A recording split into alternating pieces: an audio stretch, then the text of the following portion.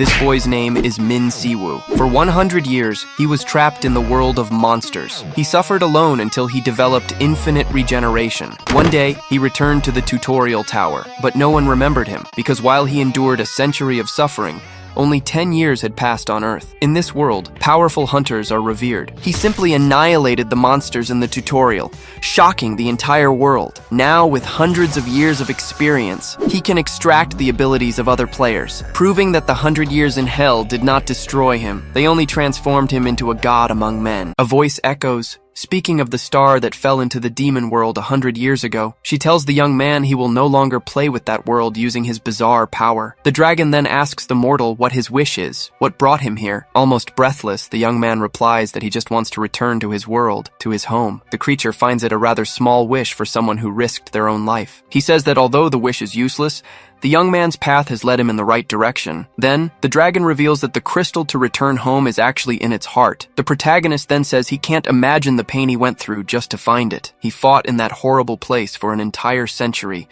a century of pure suffering. With that, the dragon decides it will grant him a little mercy. And this mercy would be to simply end his pathetic life with a single, precise strike. But the young man smiles, agreeing it was about time to end it all. Suddenly, an immense light explodes from his body and rushes towards the giant creature. The dragon is hit head-on by the flash, reeling from the force of the impact. Startled, it wonders what kind of sinister and powerful light this is that envelops it. The young man notices his wounds are closing and wonders if this is healing power, but the dragon corrects him, saying it goes beyond that. It's actually regeneration. With his body healed, he dares the beast to rip out the heart, or he'll do it himself. He gives it 3 seconds, warning that he's not just some ordinary warrior. The creature is shocked by his healing power, trying to understand what's happening. Then, the protagonist mercilessly crushes the dragon's head in a swift, brutal blow. He counts to 1, saying he can't wait any longer to end this fight. And with a dull thud, the dragon's giant body finally falls to the ground, defeated. It's then revealed that his name is Xiu Min, a hunter of the healer class. He holds the crystal and complains, thinking it's a crappy reward for 100 years of fighting. A voice tells him to shut up, as it's a valuable item, and he tosses it into the air. Without a second thought, the guy simply swallows the dimensional crystal in one gulp. Right after, a magic circle appears beneath his feet, glowing with powerful energy. He smiles, satisfied, thinking that finally, after all this time, he's going back to Earth. The hero can't wait to see his disciples again, and most importantly, his brother. And with one last thought, he focuses on finally returning to his beloved home, Earth. In a flash of light, his body lands on the grass in the middle of an unknown forest. He starts to mumble, slowly waking up, still a bit dizzy from the journey. Then the guy sits up with a jolt, shouting in alarm as he finds himself in this strange place. A mysterious voice calls him a freeloader, asking if he's finally arrived. The same voice says it's food and tells him to hurry up because it needs to vomit in his guts. The young man comments on the portal sickness, hoping the disgusting parasite gets digested soon. Already annoyed, he tells the creature to shut up or he'll end up vomiting right there himself. The parasite asks if they're on Earth,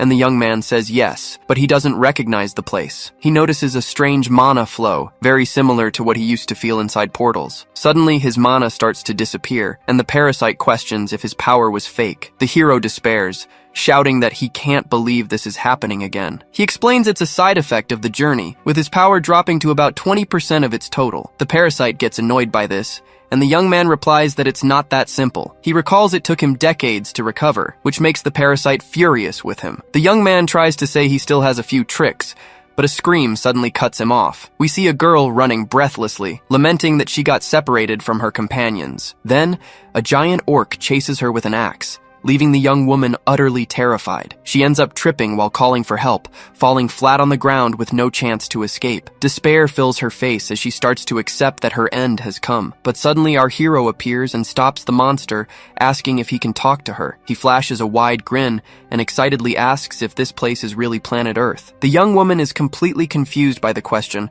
stammering a yes, still very frightened. He then asks the year, and she answers 2037, shocked that he killed the beast in a single blow. Xiu Min calculates that 10 years have passed on Earth while he lived 100 in the other world. Then he asks a key question, wanting to know who the current president of Korea is. The young man freaks out when he hears the name, yelling that he can't believe that guy became president. He's furious, thinking that bastard really managed to climb so high in life. The hunter wonders if Korea is out of heroes, or if he's just pretending to be someone. The hero notices the strange mana and questions her about it, and she explains they're in the tutorial tower. She says the tower is used to awaken hunters, but he finds this new, as it wasn't like that before. She says only the first generation didn't need to, and he asks how long it takes to get out. The young woman replies that the record is 3 weeks, leaving our hero thoughtful. Just then, a strange noise from the bushes catches their attention, putting them on alert. Suddenly, a giant tiger leaps out in front of them, startling the girl with its appearance. She screams in despair,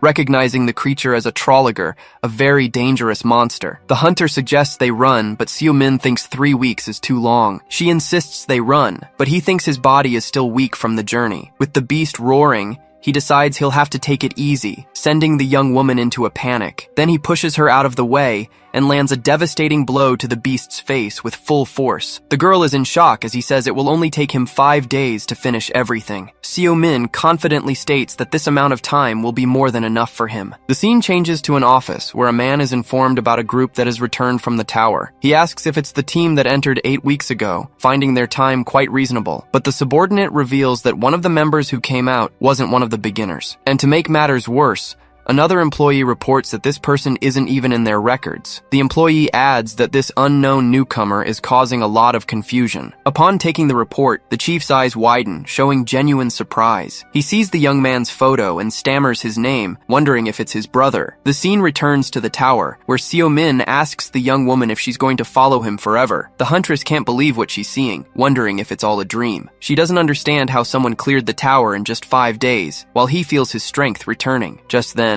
a voice announces the end of the tutorials and begins to calculate his attributes and skills. The system simply can't compute the data, and the hero gives a little smirk. With an intense flash of light, the exit gate finally opens right in front of them. The protagonist starts walking toward the light, leaving the girl behind for a moment. She asks him to wait, as he thinks to himself that he's finally made it to Seoul. Outside in the lobby, people watch as the portal opens with the two of them inside. One of the guards approaches, asking about the commotion, and a man tells him the gate opened. A nearby employee recognizes the girl from the entry list, but not our hero. The guard approaches, and the young man greets him, saying they are the leaders of Team 2. He explains that the problem is the guy's name wasn't on the entry list. The guard doubts that the scrawny guy cleared the tower and glares at him with contempt. With a smirk on his face, he pushes the other man aside and says he'll handle it. He asks why his name isn't on the register, and Seo-min says he didn't enter that way. The guard yells that it's a lie, since everyone enters through the gate, but the hero denies it. He gets irritated by the answer, and the parasite comments that this guy seems to enjoy trouble. Then, the brute gets in the rookie's face, getting ready to teach him a lesson. He pressures the young man to tell the truth, or things will get very ugly for him right there. The guard loses his patience, screaming for him to talk or he'll get the beating of a lifetime. But the protagonist just gives a mocking smirk. He tells the guard to shut up because his breath stinks, leaving the man in shock. Seo-min cracks his neck and asks if he really wants to get beaten up like that. He then challenges him to a fight, but tells him to close his mouth because it stinks like hell. The brute becomes enraged, his face red with fury. Then he lunges with a punch, cursing the hero with all his might. But the young man easily catches the punch, saying he warned him to shut his mouth. And to top it off, he calls him a mouth breather, a direct and heavy insult. The other employees nearby are left speechless, their jaws on the floor. The scene shows all the guards on the ground, and a pair of officials wonder what the hell just happened. An employee explains that the guy fought with security, and the boss asks where he is now. The guild leader, Sejun Min, asks if the security cameras recorded anything. They confirm they did and show the recording of the incident, with the hero facing the guards. In the footage, the security guards are thrown aside effortlessly, as if they were dolls. The man says he defeated 5 hunters and suspects an invisibility skill was used, but the other one corrects him, saying that wasn't it. He just moved too fast. Sejun Min looks at the report on his tablet, thinking of his brother's name, Siu. He sees the photo and confirms it's him, looking the same as he did 10 years ago. Without hesitation, he gives his subordinates a clear and direct order. He orders them to put a bounty on his head, and for all guild members to find him. Alone, he wonders where his brother has been, whether he was kidnapped or just ran away. He keeps thinking, trying to guess his lost brother's next move. The scene changes, and we see Si-jun talking with the huntress who left the tower with the hero. He asks if she completed the tower, and she confirms, saying she basically piggybacked off the guy. He deduces she got a good skill, and she reveals she obtained a rank A1. Si-jun Min thinks it's worth recruiting her and offers her a spot in the Imperium Guild. The girl gets super excited, barely able to believe the famous Imperium wants her on the team. She accepts immediately, but a mysterious voice says, "Imperium seems more like a street gang." Si-jun turns around, annoyed, telling the guy to watch his mouth, which startles the young woman. Just then, a white-haired hunter arrives, offering a very sarcastic apology. He introduces himself as Ji-hwan Ryu, master of the Gyumgang Guild, and calls the other man sensitive. Another guild master, Seong-il Choi, comments that they were all summoned by the association. They look at the security guards on the floor, wondering if it was the work of the mysterious awakened one. Ji-hwan crouches down, commenting that this person made quite an entrance, and a messy one at that. Seong-il agrees, saying they need to find the guy, as he must be very valuable. He admits he wants to recruit the man, and Ji-hwan laughs, proposing a race to see who finds him first. He suggests finders keepers, and that things might get a little rough in the contest. Si-jun Min just watches the situation in silence, with a very unfriendly expression. Seong-il suggests they split up, and Ji-hwan hands his card to the girl, who looks surprised. He says goodbye with a wave, mentioning he'll be in touch with all of them soon. Si-jun Min scoffs with contempt, doubting he'll actually do anything. Outside, a young man with blue hair waits for his master, who approaches shortly after. The young man asks if the talk went well, and Ji-hwan tells him to gather the hunters to find someone. He then asks who exactly they need to find, and his master gives a mysterious smile. With a dark look, he reveals that the true target of the search is Si-jun Min's family. The scene then cuts to our hero, now walking alone through the bustling city streets. The parasite complains that after 100 years, the first thing he does is eat chicken, but the young man eats happily, telling it to shut up so he can recharge his humanity. Out on the street, the parasite asks what their next destination is, where they're going now. He answers seriously, saying the answer to that question is pretty obvious. With a distant look, the hero says there's only one place to go, his home. He stops in front of an old house, confirming that this was his former home. With some hesitation, he opens the wooden gate, which creaks as it moves. A voice then emerges in his mind, welcoming our hero back. In a flashback, he remembers his parents welcoming him home after a long day. He also remembers his younger brother running excitedly at their mother's call. It was a happy memory of a family dinner, with everyone gathered and joyful. But reality is very different, and he finds the house completely ransacked and abandoned. Empty bottles and spiderwebs everywhere show the place's depressing state. He remains silent, just observing the mess with a sad, lost look. Lying on the porch, he sighs, lamenting that he can't even remember their faces. He thinks about how they say the ability to forget is a blessing, but for him, it's a curse. For 100 years, he fought non-stop, his body ceasing to age and his senses fading. Afraid of having his identity erased, he desperately clung to his memories. He held on to the memories of his brother and all of his precious disciples. Instead of being the past, these memories became targets of obsession and regret. But he was okay, because those were the memories that kept him sane for an entire century. The parasite complains that the place is cold, but the hero reminds it that there's no chicken in the demon world. He then warns that he won't stay there long, and that it's time for them to go. The young man decides the next step is to visit his disciples and see what they've done in the last decade. He also hopes his brother, Si-jun, is okay, but suddenly someone yells that they've found him. A group of hunters appears, and the hero says it's about time. Their leader introduces himself and asks if he's the one who started a fight at the tower's exit. Another guy approaches mockingly, asking if he wants a medal for it. They get annoyed and say they're from Gyumgang, but the young man says he doesn't care about the name. The hunter threatens him, but he replies that the guy should walk on all fours, not crawl. He continues the taunt, saying that since the guy looks like a gorilla, he should move like one. The hunter gets angry, saying that's enough and that he's going to teach him a little lesson. With a green glow, he lunges forward with a powerful strike, aiming right for the hero's face, but the attack hits the wall, as the protagonist dodges with impressive speed. The aggressor then turns and yells, asking who the hell he's calling a gorilla. His friends laugh, commenting that the guy got knocked out with his hands still in his pockets. It's explained to us that his skill, Mercury, doubles the user's speed. The parasite asks if he wants to eat the skill, and the hero says yes, since it's the first one. At that, the protagonist jumps up, leaving the red-haired hunter quite confused. He appears behind the guy in the blink of an eye, who screams without understanding what happened, and with a precise strike, he hits the hunter with full force, throwing him violently to the ground. The man spits on the ground from the force of the attack, leaving his companions terrified. The hero then positions himself over the fallen body, preparing his next dark move. He extends his hand and commands his predator to consume the prey right in front of him. Suddenly, a dark magic circle appears, trapping all the hunters in place. The predator skill is activated, and he manages to extract the speed skill from the hunter. He's happy it works on Earth, but the parasite says the taste doesn't beat fried chicken. One of the hunters on the ground writhes in pain, showing the attack's power. One of them tells the rest of the group to attack, and the hero decides to use his new skill. He agrees with the parasite's suggestion,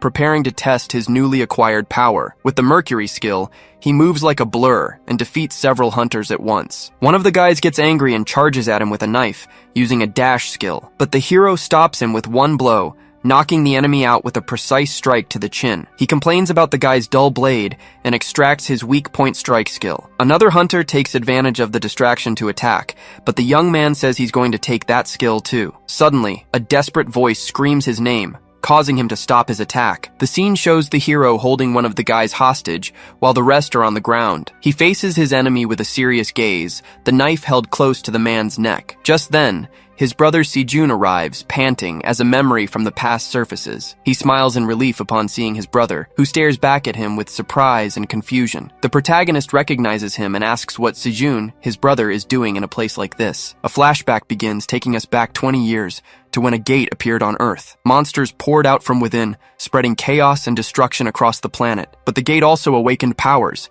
creating the first generation of hunters. With his parents dead, Seo became a hunter to take care of his brother. Little Sejun then asks his older brother why he isn't going to school today. Seo replies with a smile, saying that from that day on, he would start working. The little boy gets sad and asks if it's all his fault, feeling guilty. But his brother comforts him, saying he just chose his career a little earlier than others. Sejun then asks if he'll be late coming home that day. The hero says goodbye, promising he'll try to come back as soon as possible, so he shouldn't worry. The scene changes, and we see a memory of the protagonist complimenting his brother's fancy new house. He's amazed by the place, and Sejun says he just followed his teachings to live by. In his thoughts, Sejun reveals he bought the house for when his brother came home. Seo gets excited about having a room, and his brother thinks it must have been tough for him. Sejun gets emotional and says that from the way he talks, he really is the brother he once knew. Sejun gets closer and asks where his brother has been, wanting to know why he only came back now. With a smile, Seo invites him to sit, as he has 100 years of stories to tell. Now sitting in the living room, the older brother begins to summarize his long journey. He explains he was sent to another world,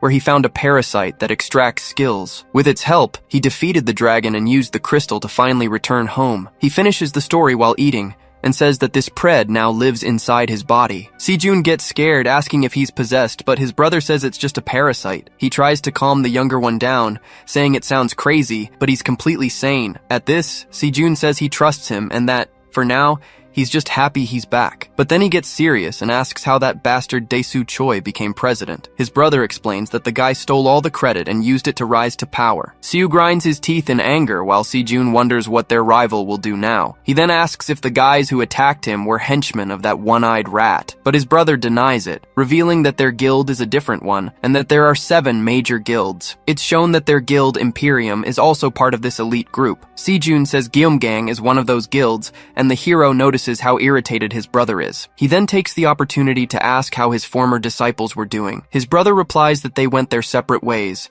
and that it's been a long time since he contacted them. He says one of them went back home, while the other allied with that bastard Dae-soo. The protagonist then asks about the last one, wanting to know what happened to Minjun. With a grim look, Sejun reveals the tragic news that the disciple was murdered. Seo is shocked by the revelation and asks who was responsible for it. His brother explains they never found the culprit, as their friend's body simply vanished. He suspects another hunter and says that even a special agency investigated, but with no success. The hero is confused by the agency's acronym, wondering what it was. Sejun explains it's an international organization that investigates crimes involving hunters. He continues, saying the employees there were always on the front lines. In short, that agency was basically a police force just for hunters and the awakened. With his eyes gleaming, Seo asks if his brother happens to have any contacts inside. Sejun says yes and offers to help, asking his brother not to risk going on a mission alone. The protagonist thanks him, but says he doesn't just need information, there's more to it. Sejun says that hunters fight, they don't investigate, and that his brother should get some rest. But Seo cuts him off, reminding him that he spent the last 100 years fighting to survive. With a dark look, he assures him there's nothing he can't or won't do. His brother swallows hard, having forgotten what people used to call him. Seeing his determination, Sejun gives in and says he'll contact an administrator at the agency. He thinks his brother's aura is different, and Seo recognizes a face on the computer. Sejun identifies him, but the hero says that guy's real name is something else. The scene changes to 2 days later, with a man storming into the room, furious with the rookies. He complains that the bosses sent a new recruit without even doing an evaluation first. The guy starts grumbling, saying that back in his day, a hunter's life was much harder. The rookie has heard the story about 700 times, but the boss insists on telling it again. He brags, saying his team was devastated just thinking about losing their ace. But just then, a healer with incredible power appeared to save the day. He was remembering how the guy healed him, but he's interrupted by someone calling his name. The hero approaches and asks why the guy changed his name, which leaves him confused. With a smirk on his face, he asks if the man remembers him, his savior. The team leader stammers the name Siu Min, and shouts the nickname Mad Dog in shock. An image from the past appears, showing just how powerful he was with his healing magic. The team leader clears his throat and introduces Seo Min to the team as their newest talent. Awkwardly and sweating, he asks them to give the rookie any information he needs. 2 members find the boss's attitude strange, and one of them points out that the recruit is no ordinary guy. Just then, the boss yells at one of the girls and orders everyone into the conference room now. As they walk, the others wonder if the new guy is an S-rank hunter. The whole team tries to please him, offering coffee and even a uniform, while he just asks for a coffee. The data administrator asks the boss what kind of information she should give the rookie. The protagonist then asks her to organize and hand over all the data on dead hunters. The woman freaks out at the request, but the leader tells her to do as she's told without complaining. He assures her that she can handle it, and she thinks to herself that she doesn't even know who the leader is anymore. She then asks if he only wants the data related to hunter-on-hunter homicide cases. He confirms, and also asks for a list of the killer hunters who are still out there. He reflects, thinking that only a high-level awakened could have killed his disciple. The priority now is to find the killer, and the girl asks where she should send the data. The hero tells her to send it to his phone, and just then, someone knocks on the conference room door. A guy comes in, announcing that the police have requested backup for a gang war. The leader thinks they're just a bunch of nobodies, but the guy clarifies that one of the gangs is Cerberus. He sighs, already fed up, while our hero asks what the hell Cerberus is. The woman explains that it's a notorious gang, even involved in hunter trafficking. Hearing this, the protagonist tells the leader to take him along on the mission to investigate the case. The boss agrees immediately and rushes out, with the hero dragging him along and confirming he understood. He puts on his jacket, saying that as a recruit, he needs to keep an eye on his superior. The scene shifts to a wrecked bar with a man bragging about his easy victory. He is Gang-ho, the second in command, calling himself the invincible shield of Cerberus. Just then, another member named Jikin, the third in command, asks for some credit too. Gang-ho says he needs to beat him to be recognized, and the other promises he will. He brags again, and his subordinate asks if they can start marking their territory. The boss yells that from this day on,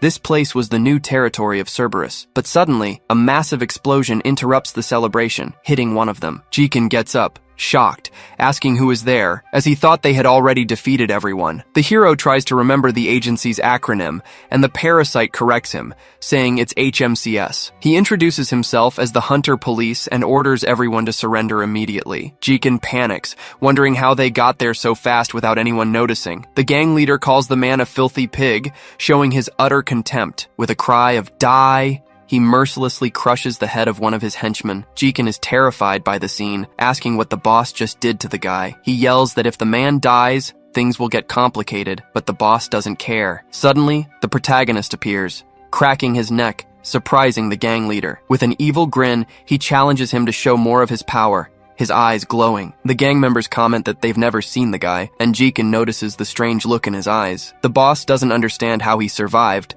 but decides he's going to finish him off anyway. With a furious roar, he activates an armor skill and promises to kill him for real this time. They all charge at our hero, ready to finish him off for good. Suddenly, the man finds himself in a dark place, seeing an old man on the other side of a river. He calls out to the old man, who waves strangely, and he screams in despair. The fallen gang leader starts hallucinating about his grandfather father as the hero finishes him off. He then unceremoniously grabs him by the hair, telling the guy to get up now. With everyone else on the ground, he informs the last one standing that he's the only one left at the party. The parasite says the guy's skill looks tasty and tells the predator to consume it. The man yells that they're just henchmen and asks why the hero is doing this. But the protagonist scoffs, saying he knows, because they just look like a bunch of incompetents. The man doesn't understand the reason for the attack and asks why he did all of this. He explains that he just wanted to test the criminals and pull out the weeds of the city. Just then, the team leader comes running and asks if he's okay, looking very worried. He panics when he sees the scene, and the hero complains that it took them long enough. He explains that he left one alive,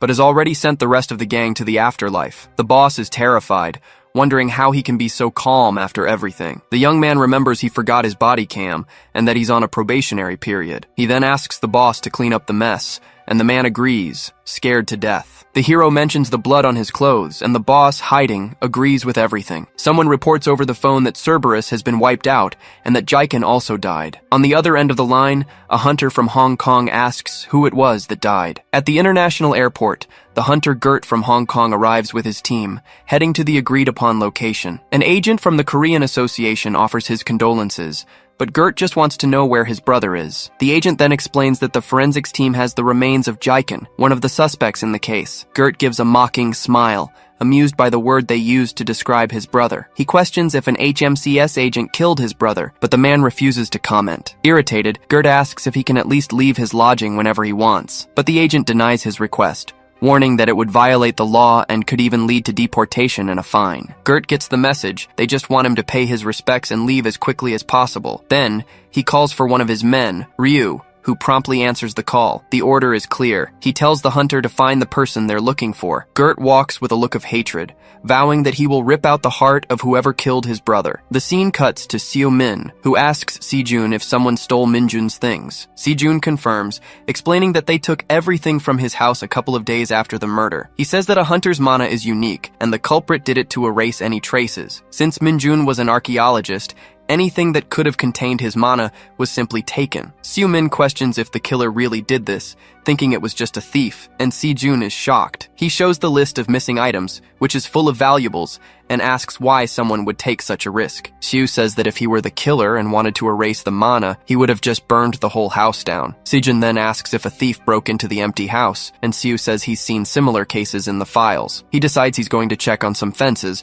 but his brother thinks it's impossible since the case is old. With a confident smile, Seo says he'll only know if he checks, and that he'll be back at night. But right after, he gets embarrassed, realizing he spoke with a little too much confidence. Then, Predator complains about the lack of results, saying he's taking control from now on. The entity yells at Seo Min, sarcastically thanking him for leading them to a dead end. Nearby, a henchman hears the noise and asks his boss if he heard it too. Seo Min quickly hides behind a post to listen to the two men's conversation. They mention that those bastards from the HMCS are raiding the fences and caught one yesterday. The henchman explains that they don't need a warrant, and can even kill awakened criminals on the spot. He suggests they hide the merchandise, since the main target is goods stolen from hunters. Just then, Seo Min suddenly appears, shouting that he's the one who's going to confiscate everything. The henchman panics, warning that he's the bastard from the HMCS who's been raiding the fences. Seo Min demands an answer, but the boss orders his man to attack, who replies that his skill isn't for combat. Suddenly, more henchmen come running,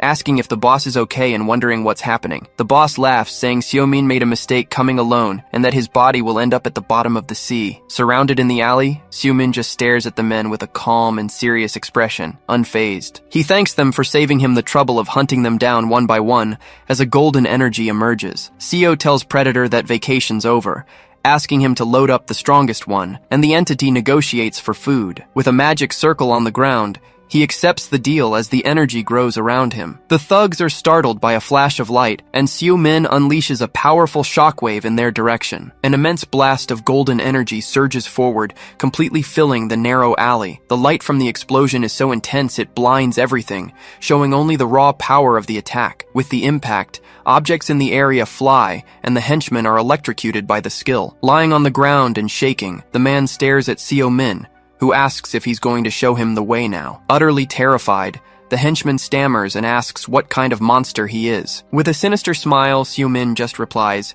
asking if he's talking about him. With a confident smile and an intimidating look, he introduces himself as the Mad Dog. Predator brags that good things happen under his leadership, but Seo says it was a coincidence. The entity senses the mana on the object, and Seo Min confirms he's finally found Minjun's things. He finds the research notes, but the lock is magically sealed, requiring the owner's mana. Predator gets frustrated that they can't read it, and Seo says he just wanted the mana from inside the book. Without wasting time, he takes out his phone and makes a quick call to Junggu. Seo Min informs him that he has a bunch of tied-up criminals for him to pick up, and to bring the car. After hanging up, he says he has a place to visit and simply vanishes into thin air. The scene takes us to a secret place where forbidden techniques and skills are freely traded. It's a neutral ground known to all as the Eclipse Sanctuary, a very busy place. Inside, a mysterious woman shuffles her cards and suddenly senses a presence. The great shaman Wu Ming smiles, feeling that a very welcome face is approaching her. Seo Min notices the place hasn't changed in a decade, but Predator is already itching for a fight, eager to consume them all. Everyone in the courtyard stares as he arrives,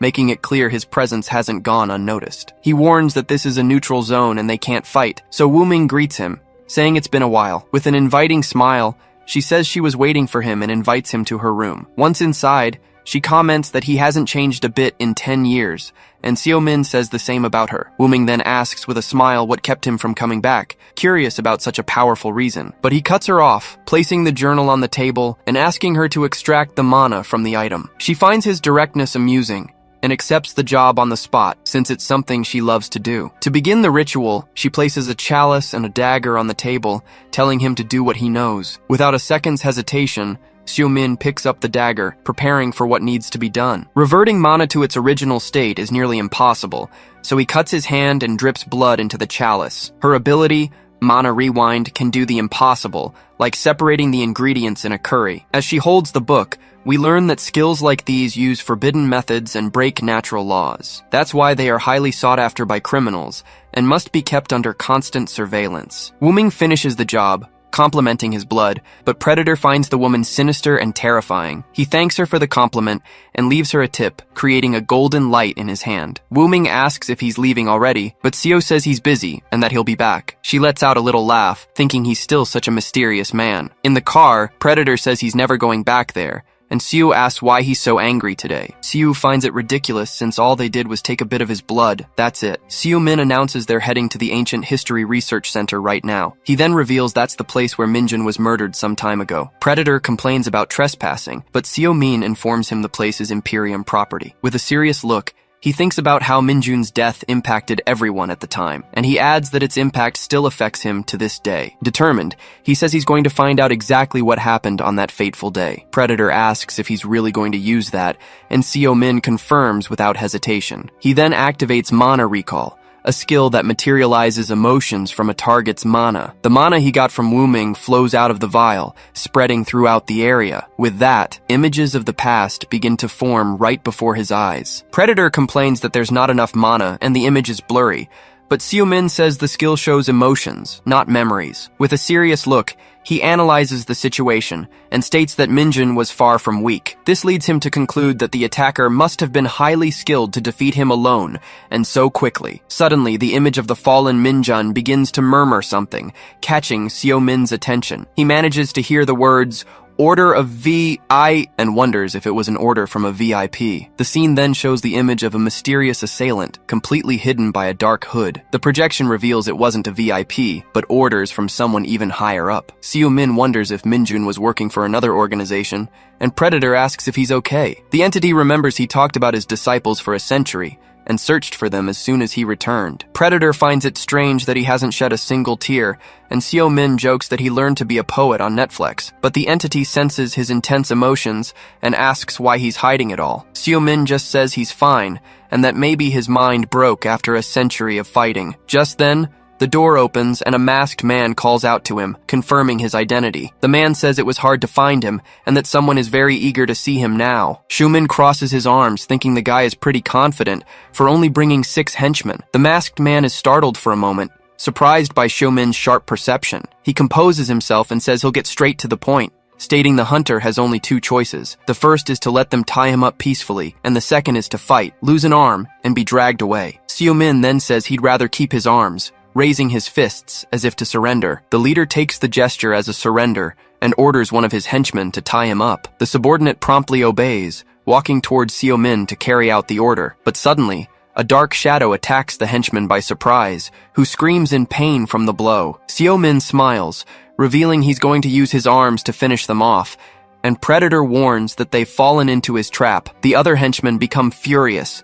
and charge forward to attack, yelling that Seo Min is done for. Just then, a powerful voice suddenly rings out, ordering them all to stop the attack immediately. Gert appears with a red aura, announcing he's taking over the fight because this prey is his. Seo Min just smirks, thinking the hunter's dramatic entrance is pretty stylish. Gert stares down Seo Min, asking if he's the famous hunter from the HMCS agency. He then gets straight to the point, wanting to know if Seo Min was the one who killed his brother, Jikin. Seo Min says he doesn't know anything, but he also doesn't ask for the trash's name before sweeping it up. With that response, Gert is completely consumed by hatred, losing all his patience. He stomps so hard the floor cracks, screaming that Seo Min is a bastard. At that, he charges forward with everything he's got, promising to rip out Seo Min's heart right now. The hunter lands a devastating blow dead on, with absurd, raw power. But Seo Min blocks the strike with a smile, complimenting him, saying he's at least an A rank. Gert is in shock,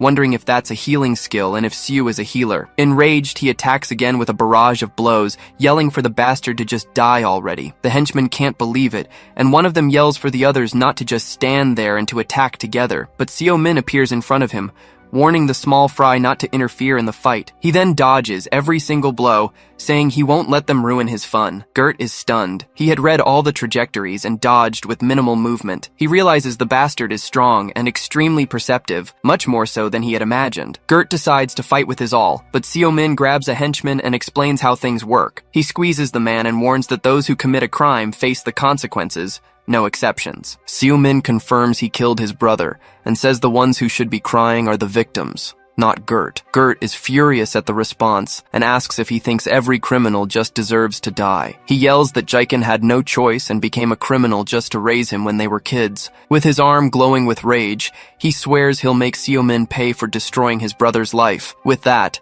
he uses Rain of 1,000 Arrows, launching a massive attack with his concentrated mana. Seo sees there's no way to dodge and asks Pred for a skill, who complains about how much he's working. He then activates the Neutralize skill, creating a giant magic circle to nullify Gert's attack. Gert is completely shocked to see his arrows vanishing, wondering if that was a dispel. The henchman despairs at the sight and yells that it's better if they all attack at once, but Seo Min appears next to Gert, telling him to stop with the sad, repetitive story. With a bluish glow, he lands a powerful strike right in the middle of the hunter's chest. The impact is so strong it sends Gert flying, and his men scream for their boss in desperation. Even injured, he gets up and shouts that the fight is his, telling everyone to stay away. Gert thinks Seo Min is out of mana, and decides to attack up close to end the fight for good. With a war cry, he charges with a spinning energy attack, leaping at Seo Min. But Seo Min simply stops him with a punch to the face, telling him not to even try it. Then he follows up with a series of blows, preventing Gert from using any skills he wanted. Seo Min even complains about the old building, asking if the criminal trash is going to pay for the repairs. Gert is thrown back by the impact, while Seo Min does a backflip in mid-air. Seeing his chance, Gert yells for his henchman, Ryu, to bind Seo Min as quickly as possible. Ryu complains about them only asking for help now, but activates his containment chains anyway. The red chains fly out and bind Seo Min, immobilizing his arms and body. Trapped, he hears Ryu shout that he's going to tear him to pieces so he can't heal, but Seo Min congratulates Ryu for following in his brother's footsteps and becoming a criminal too. With a golden magic circle, he activates his lifesteal skill, which drains the target's life force. Gert screams in pain, feeling his life being sucked away as his body withers and ages instantly. The henchman panics, yelling that this can't be the ability of a simple healer. Seo Min then explains that this was the first skill he awakened and that he's no ordinary healer. He explains that he does more than heal, as he controls life force at its very essence. With a confident, power-filled smile, he reveals himself as a life mage. Seo Min then turns to the last henchman, who becomes desperate and begs not to be hurt. But he simply says no, and knocks the guy out with a single blow to the head. With everyone on the ground, Seo Min glances around, wondering if he got them all. Then he remembers something and adjusts a camera on his belt, hoping it's on. He speaks to Jong-gu through the camera, warning him that the criminals attacked first and it was self-defense. The scene cuts to Jong-gu's team, who are watching everything in shock, spitting out their food. The problem is, the agent points out that he hit the live button instead of record. Elsewhere, the ministry is discussing the video, questioning since when the HMCS has been doing live broadcasts. A man explains that it's part of a recruitment project from the agency's international headquarters. He says the project was a failure because they couldn't create videos that grabbed people's attention. An official wonders why such an incredible talent joined the HMCS, but is interrupted. A woman points out that the important thing is that the person who died on the live stream was Gert from Hong Kong. The door opens and everyone stands up as an important figure apologizes for the delay. It was Dae-soo Choi, the president of South Korea, who arrives wanting to know what the problem is. A few days later, the scene shifts to the bustling cafeteria of the Imperium Guild. Sejun sits down with his brother and asks if he can hear all the chatter around them. But Seo-min is more focused on his food, and Predator tells him to just ignore it and keep eating. He praises the cafeteria's food, asking if he can have lunch there every day. Sejun then explains that the video from his live stream dealing with Gert went viral online. He mentions that luckily the camera was shaking so much that his face was unrecognizable, but he worries what'll happen if Dae-soo Choi finds out, asking Seo-min to keep a low profile for now. Seo-min calmly nods, picking up a piece of omelet with his chopsticks. He says he'll do as his brother asks and feeds him a bite, surprising Sejun. Sejun gets embarrassed, but Seo-min says that no matter how old he gets, he'll always be his little brother. Suddenly, a group approaches their table, greeting the guildmaster. A hunter, Jisoo Shin, bows and thanks him, saying she awakened an A-rank skill because of him. Sejun notices the hunter Seok is with them and asks if they're heading to the rookie seminar. He takes the opportunity to introduce the other hunters, Haman Chu of the White Lion and Yamato of the Frost Soul. Finally, Taiji Seok introduces himself, saying it's a pleasure to meet the famous Seo-min. Seok says he's heard about his achievements at the HMCS, and Seo-min replies that the pleasure is all his. But Hamin Chu interrupts, asking if he's the big-shot rookie everyone's been talking about. He questions if Seo was the one who killed his rival Gert in the video, but says he highly doubts it. With a mocking smile, he points and says that Seo-min looks weak as hell. The other hunters are shocked by his attitude, and Sejun scolds him by name. Sejun finds it disrespectful for him to just show up and treat someone so rudely. Haman defends himself, saying he just asked a question, but Seok tells him to watch his mouth. Sejun gets furious and threatens to tell his master, Seong-il Choi, what happened. But Haman isn't fazed, saying he's a direct apprentice of Xiaolong, the leader of the Black Lotus. Hearing that name, Seo-min immediately stops eating, his gaze fixed. He remembers his former disciple, Xiaolong, one of the young men he trained in the past. Haman was about to keep bragging, but Sejun claps his hands and says, "That's enough of this scene." Seo-min then challenges him, saying that if his master didn't teach him manners, maybe he taught him how to fight. Haman becomes enraged, furious that he dared to mock his master right in front of him. In a fit of rage, he stands up and kicks the table hard, startling the others. With a dark look, Hamin threatens Seo-min, telling the kid to watch his back at night. Seok panics, apologizing for Hamin's behavior, but Sejun tells him not to worry about it. Sejun tells his brother to ignore the idiot, and Seo-min takes the chance to say he behaved himself. With a smile, he thinks that since the guy is his disciple's apprentice, he'll let it slide this time. The scene changes to an office, where a man confirms he will register the case as closed. The director of the HMCS, Gyeonho Baek, asks what brings the visitor here, since they could have handled it over email. The man was Seong-il Choi, master of the White Lion, who came to apologize for the incident in person. He apologizes for his members' disrespect, but Gyeonho Baek cuts him off before he can continue. The director smiles and says a formal apology isn't necessary, since there was no fight and no one got hurt. But he tests the waters, saying unless his real intention is to poach the new recruit. Gyeonho explains that the rookie is valuable and has already been sent to escort an awakened criminal. Seong-il finds that a shame, commenting that it's rare for a correctional facility to ask the HMCS for help. The director agrees, saying that until now, such tasks were always passed on to the major guilds. He glances at a report, thinking that perhaps the winds of change are finally blowing. Seong-il stands up and asks if he can send Haman Chu to apologize in person instead. The director agrees immediately, saying that will give them a chance to sort things out. Seong-il says goodbye, thanking him for the visit, and the director wishes him a safe trip, but he's already seen through the attempt to hide the recruit and vows he'll find him no matter what. With that, He calls for Miss Seo and tells her to prepare Hamin Chu for a field mission. The assistant then asks to which location she should direct Hunter Hamin Chu. He reveals the mission's destination will be Incheon City, where the prison is located. The scene shifts to a guard complaining about the heat, wondering why the HMCS hasn't sent anyone yet. Another guard assures him they'll be here soon, and the first one complains about a new prisoner. He's furious because instead of behaving, the guy is just making more work for them. The prisoner's name is Sari Volka. He arrived quietly but then freaked out and took down 5 men at once. Inside the cell, the prisoner Kari Volka stares at his handcuffs, thinking about his situation. Suddenly, a rat approaches him, saying it has a message from the Bestia organization. The rat explains that his escape has already been arranged, as a task awaits him outside. But without a second thought, Sari simply steps on the rat, crushing the creature on the floor. The voice says the only thing he needs to do is simply cause total chaos. Outside the prison, Seo-min arrives in a light rain, observing the place. He then confirms if this is indeed his destination, the Incheon Correctional Center. Hamin Chu arrives at the prison furious, shouting that they just left with the prisoner. He complains about the sloppy transport and wonders why Xiang-il even sent him there. Just then, he spots the bus in the distance and asks if that's the one. The guard immediately confirms it. Frustrated, he gets in his car, grumbling that at this rate he'll end up in another province. He floors it, yelling that Xiang-il is going to have to pay him double for overtime. The scene shifts to the bus, where Seo-min is having a drink and calls out to the prisoner. The prisoner, Cherry Volke, tells him to drink quietly, but Seo-min simply says no. Cherry calls him an arrogant brat and asks if he's going to be his guard at the next facility. Calmly, Seo-min just says no again, continuing to sip his drink. The prisoner then figures he's a rookie and doubts the kid can handle him alone. But Seo-min gives him a bored look and asks if he should care who he is. Terry is surprised, letting out a wow at the kid's audacity and lack of fear. He can't believe Seo-min showed up without knowing who he was or why he was being transported. Seo-min just replies that the only thing he knows is that he talks too much, enraging the man. Then Sari brags, saying he took down 5 awakened prisoners before he left. He continues, saying he did all that even with a super heavy restraint device on, but Seo-min asks why they would send a rookie to escort such a strong criminal alone. He then finishes his drink and reveals the answer. They sent him there to die. Just then, a massive explosion erupts on the road,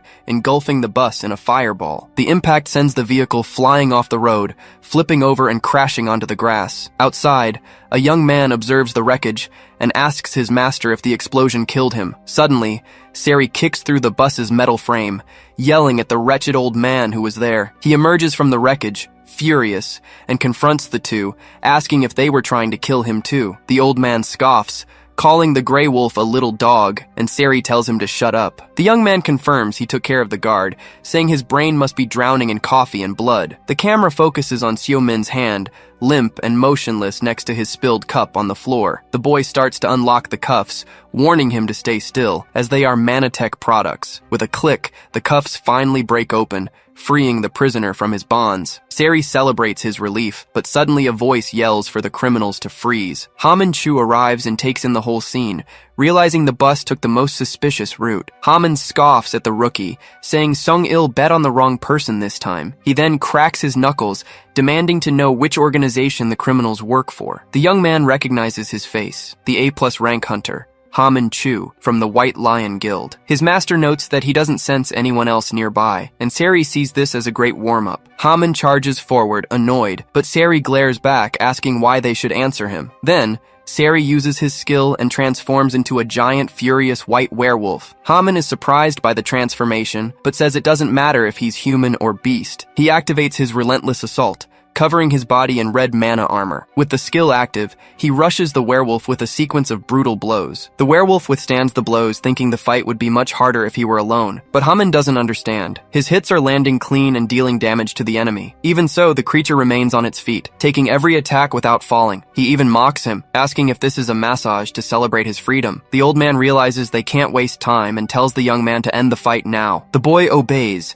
conjuring a pink energy to trap Hamin with the 10-headed serpent. Hamin scoffs, wondering what he's going to do with that toy snake. The serpent lunges forward, coiling around the hunter's body as he complains about the skill. With him trapped, the werewolf lands a powerful blow, saying he expected more. He yells that in the underworld, pampered hunters like him are nothing but worm food. But Haman retorts that he talks big for someone who needed help to beat him. Sari kicks him, saying it's called being smart and that he should have waited for backup. The old man warns that there's no time, telling Volka to kill the hunter at once. The werewolf prepares an energy attack and asks if he has any last words, but doesn't really care. Haman grinds his teeth, wondering if this is where he's going to die, helpless. Suddenly, a golden explosion erupts from the ground, throwing everyone back with the impact. The young man from Bestia cries out in pain, feeling the earth tremble from the force of the attack. Xiu Min appears, asking if it was Xiao Long who taught him to give up so easily. Haman is shocked, wondering how he survived that bus explosion. Xiu Min complains about the camera, and Predator tells him to get a magnifying glass if he's already going blind. Sari can't believe he's alive, and the old man realizes his skill is extraordinary. Haman yells desperately, telling him to stay down and wait for backup to arrive. But Xiu Min lists their crimes and sentences them under the authority of an HMCS hunter. With a golden aura and a sinister smile, he reveals their sentence: summary execution. Xiu Min announces that the three of them are sentenced by his authority, and the penalty is execution. The scene changes, and a man tells Xiaolong's apprentice that the Asura skill isn't a striking move. He then clasps his hands, creating a red magic circle with a very intense glow. Furious, the creature charges forward screaming, but Xiu Min prepares to attack with his power. His fist lands squarely on the monster, shattering the beast's jaw with a crack. Then, he explains that this is an impaling skill, piercing the enemy with a red flash. The apprentice is shocked and yells that this is Master Xiaolong's special technique. The monster is thrown far away, and Xiu Min comments that he needs to drain its blood to tenderize the meat. Suddenly, another man launches a lightning attack, shouting the name of the skill, Mahoraga, but an old man dodges the blow, leaving the guy in complete disbelief at what he just saw. Xiu Min gets curious about the old man's power, and Fred immediately asks if he can eat that. He then explains that it's just a magic scroll, and Fred complains that it's like frozen food. Outraged, the apprentice yells at Xiu Min, asking how he's using his master's skill. With no patience for talk, Xiu Min grabs his face, making the guy scream in pain. Just then, the old man appears with a sinister aura and warns the young man not to move a single muscle. The old man threatens to crush the apprentice's soul with his gravity field, putting him in a bind. But Xiu Min just smirks and asks if that's supposed to be a threat to him. So the old man proposes a deal, asking them to leave in exchange for the hostage's freedom. He tries to convince the young man, saying it would be good for both of them if he just left. Xiu Min cleans his ear and calls it nonsense, as he wants what this mission offers. He says the apprentice can escape on his own, but the boy shouts that he can't get out of there. The old man gets confused and asks if they aren't on the same side, but Xiu Min denies it. Hearing that, the old man's eyes go wide, realizing something is very wrong. Xiu Min walks toward him and asks which assassin organization he belongs to. The man tenses up and asks who Xiu Min is and what he wants, already preparing an attack. With a cold gaze, Xiu Min tells him not to make him repeat the question about his group. Desperate, the old man unleashes his electric power and yells for him to get no closer, but Xiu Min remains calm and prepares a shockwave with his own blue energy. His attack is so strong it swallows the old man's power, who can't understand how he did it. Fred says the food got tastier, and Xiu Min notices he's recovered 40% of his mana. Xiu Min scoffs at the old man, telling him to throw in the towel and enjoy the little time he has left. But the man refuses, shouting that they'll never rat out the organization, so he can forget it. Then, the apprentice explains that they made a silence pact linked to their mana. Suddenly, the werewolf Volka appears, all wounded, and the old man curses him for taking so long. Xiu Min lets out a slight chuckle and asks if that's all they've got, if they're afraid of dying. Shrouded in a green aura, he tells them not to worry, as you get used to it after a few times. The old man then yells for Volka to do something, but the beast tells the old man to shut up. Enraged,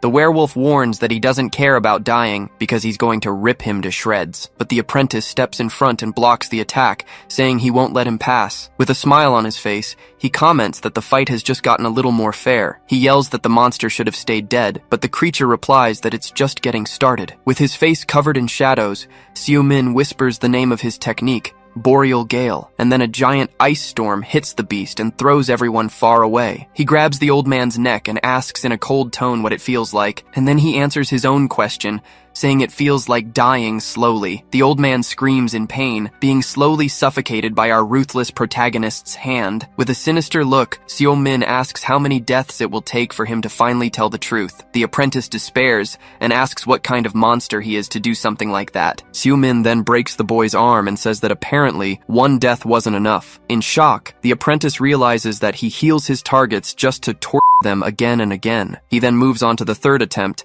and asks once more which group they belong to. The apprentice can't take it anymore and begs the old man to talk, who finally whispers the name Bestia. With a satisfied smile, Seo Min confirms he heard the name of the organization he was looking for. Just then, the old man remembers why that skill seemed familiar, having a great revelation. He shouts that Seo Min is the Mad Dog, one of the 3 supreme masters who vanished long ago. Having gotten what he wanted, Seo Min crouches beside the body and says he'll get straight to the point. He then creates a manosphere and asks if the apprentice knows the scoundrel he's looking for. We learn that Bestia is an assassin's league, specializing in hunting and killing hunters. They are the most influential organization in the underworld, known for their skills and absolute success. The old man says that as a first-generation hunter, he had no choice but to accept their offer. He then talks about the Pact of Silence, a tradition to protect the secrets of their comrades. This is an unspoken rule that forces members to be loyal until the end of their lives. For 15 years, he served Bestia faithfully and thought he would die before betraying them. But the constant deaths at Seo Min's hands forced him to finally break his silence and give in. At that moment, the apprentice reveals that their target's codename is Black Mamba, making everything clearer. To make matters worse, he confirms that this person is also a member of their organization. Seo Min finds the name ridiculous and asks if this is the scumbag who works for the organization. Then he asks the next question, wanting to know if they killed the hunter Min Junjong in the past. With an oppressive aura, he demands an answer, making the apprentice writhe in pain on the ground. The guy feels such a strong killing intent that he wonders what kind of monster Seo Min is. The old man explains that the members don't know each other, and his only mission was to free the hound from prison. He adds that Bestia expected him to bring the hound to the biennial meeting in a week. The assassin offers to give the meeting's coordinates, begging for his life in the process. Then the old man bows to the ground and asks the master to accept them both as his new servants. Xiaolong's apprentice is disgusted by the scene and shouts that there's no way. He begs Seo not to accept the offer, but the protagonist finds it strange that he's suddenly calling him brother. The apprentice explains that by using Asura,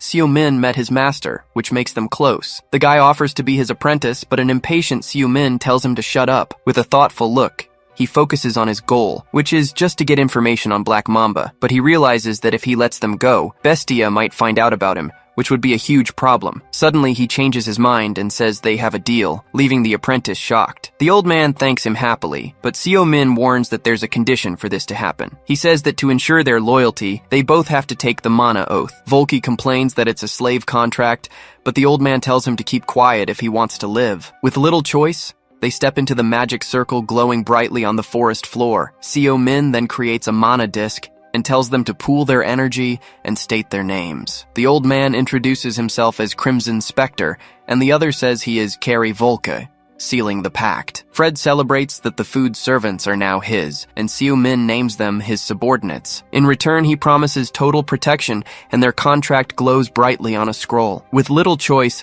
the two accept the offer and bow before their new master. But Xiaolong's apprentice throws a tantrum, threatening to report Seo Min to the association. With a very sinister look, the protagonist asks what he just said, and the boy immediately freezes. He then picks up the scroll, confirming that Bestia's meeting will be next week. At that, Seo Min turns to the boy and invites him to be his new direct disciple. The apprentice is overjoyed and already calls him master, leaving Seo Min quite satisfied. Now, with his new team, he thinks 4 people are enough to turn everything upside down. But he smiles, thinking he'll need 1 more member to help with the cleanup after the mess. The scene shifts to a prison, where a guard yells that the prisoner has escaped from transport. An important man is furious, asking if HMCS's enhanced security was just for show. The hunter defends himself, saying Seo Min was so fast he couldn't even react in time. The director doesn't want to hear it, and yells that the HMCS recruit should come and apologize in person. But the hunter reveals there were 5 to 10 guards in the convoy, leaving the man shocked. He points out that for this transport, only 1 guard was requested,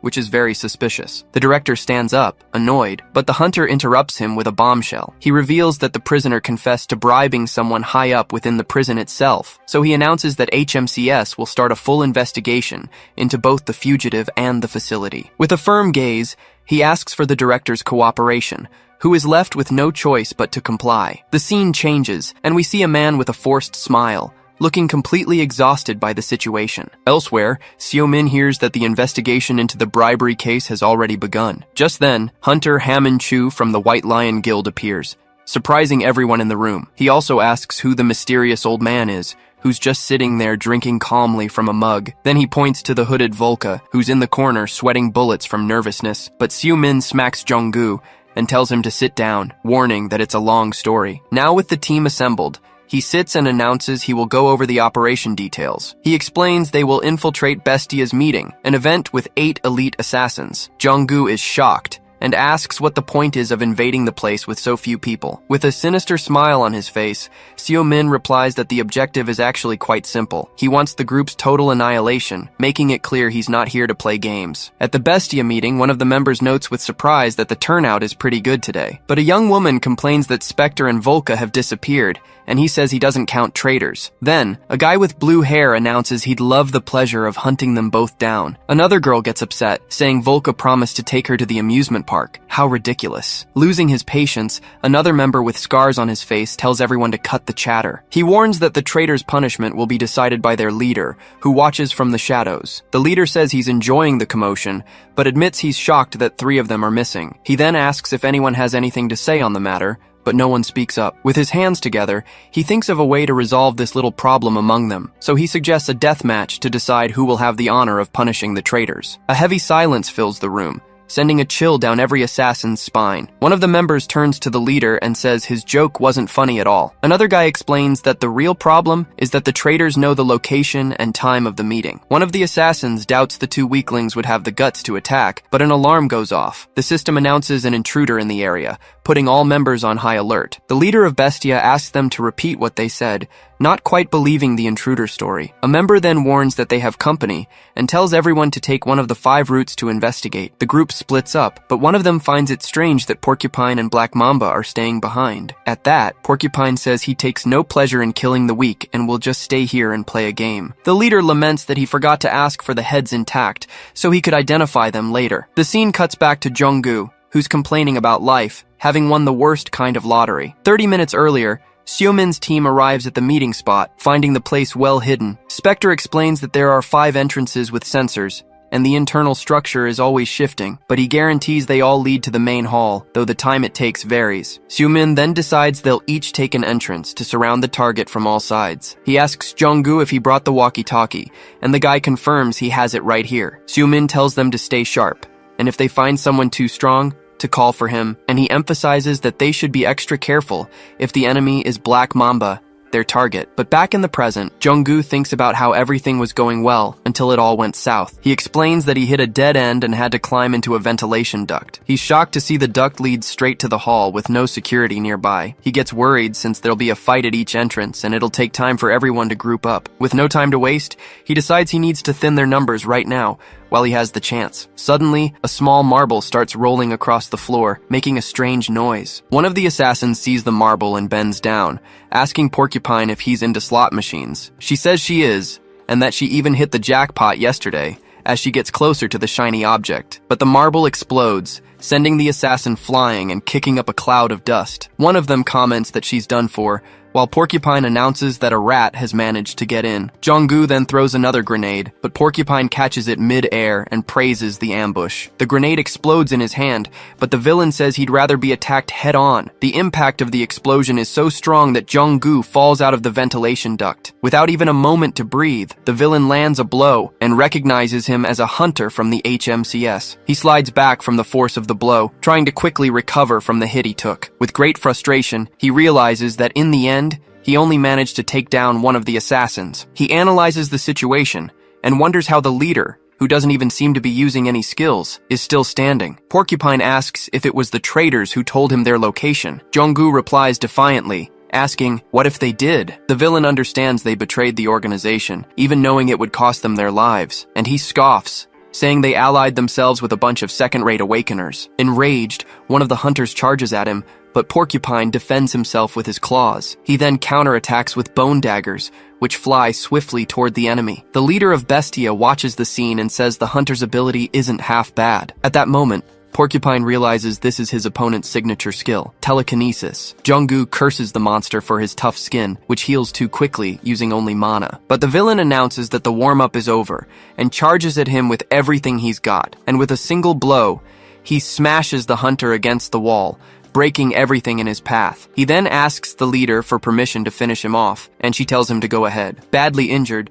Jung-gu tries to grab his radio to report that he's found the target in the hall, but the villain strikes him in the face, stopping him from calling for backup. Lying on the ground, he hears Porcupine say that it's too late to call for help now. The villain gets curious and asks who's going to show up next to try their luck. He wonders if it'll be the director, Spectre, the pup, or maybe someone else. Or maybe the entire team has come for him all at once. The hedgehog prepares for combat, facing the team that invaded the main hall, but an explosion goes off, and he's surprised, not expecting them all to arrive. He's shocked to see that the Bestia assassins were defeated so easily. The leader complains that she was sure she chose the best, but they dropped like flies, huh? But the hedgehog finds it all very strange, since their wounds indicate there was a fight. The team holds their ground, showing they didn't escape the fights on the other routes unscathed. He then says it's hard to believe they defeated the tiger and the grizzly so quickly. With a powerful stomp, he cracks the floor and creates a blast of rocks to intimidate them. But Ha Manchu gets annoyed with all the talk and tells the bastard to shut his mouth right now. Surrounded by his red aura, he charges forward and attacks the villain with a furious blow. The hedgehog blocks the attack and recognizes him as the hunter from the White Lion Guild. He then slides back and asks why he's here, since he's not from the HMCS. As he does,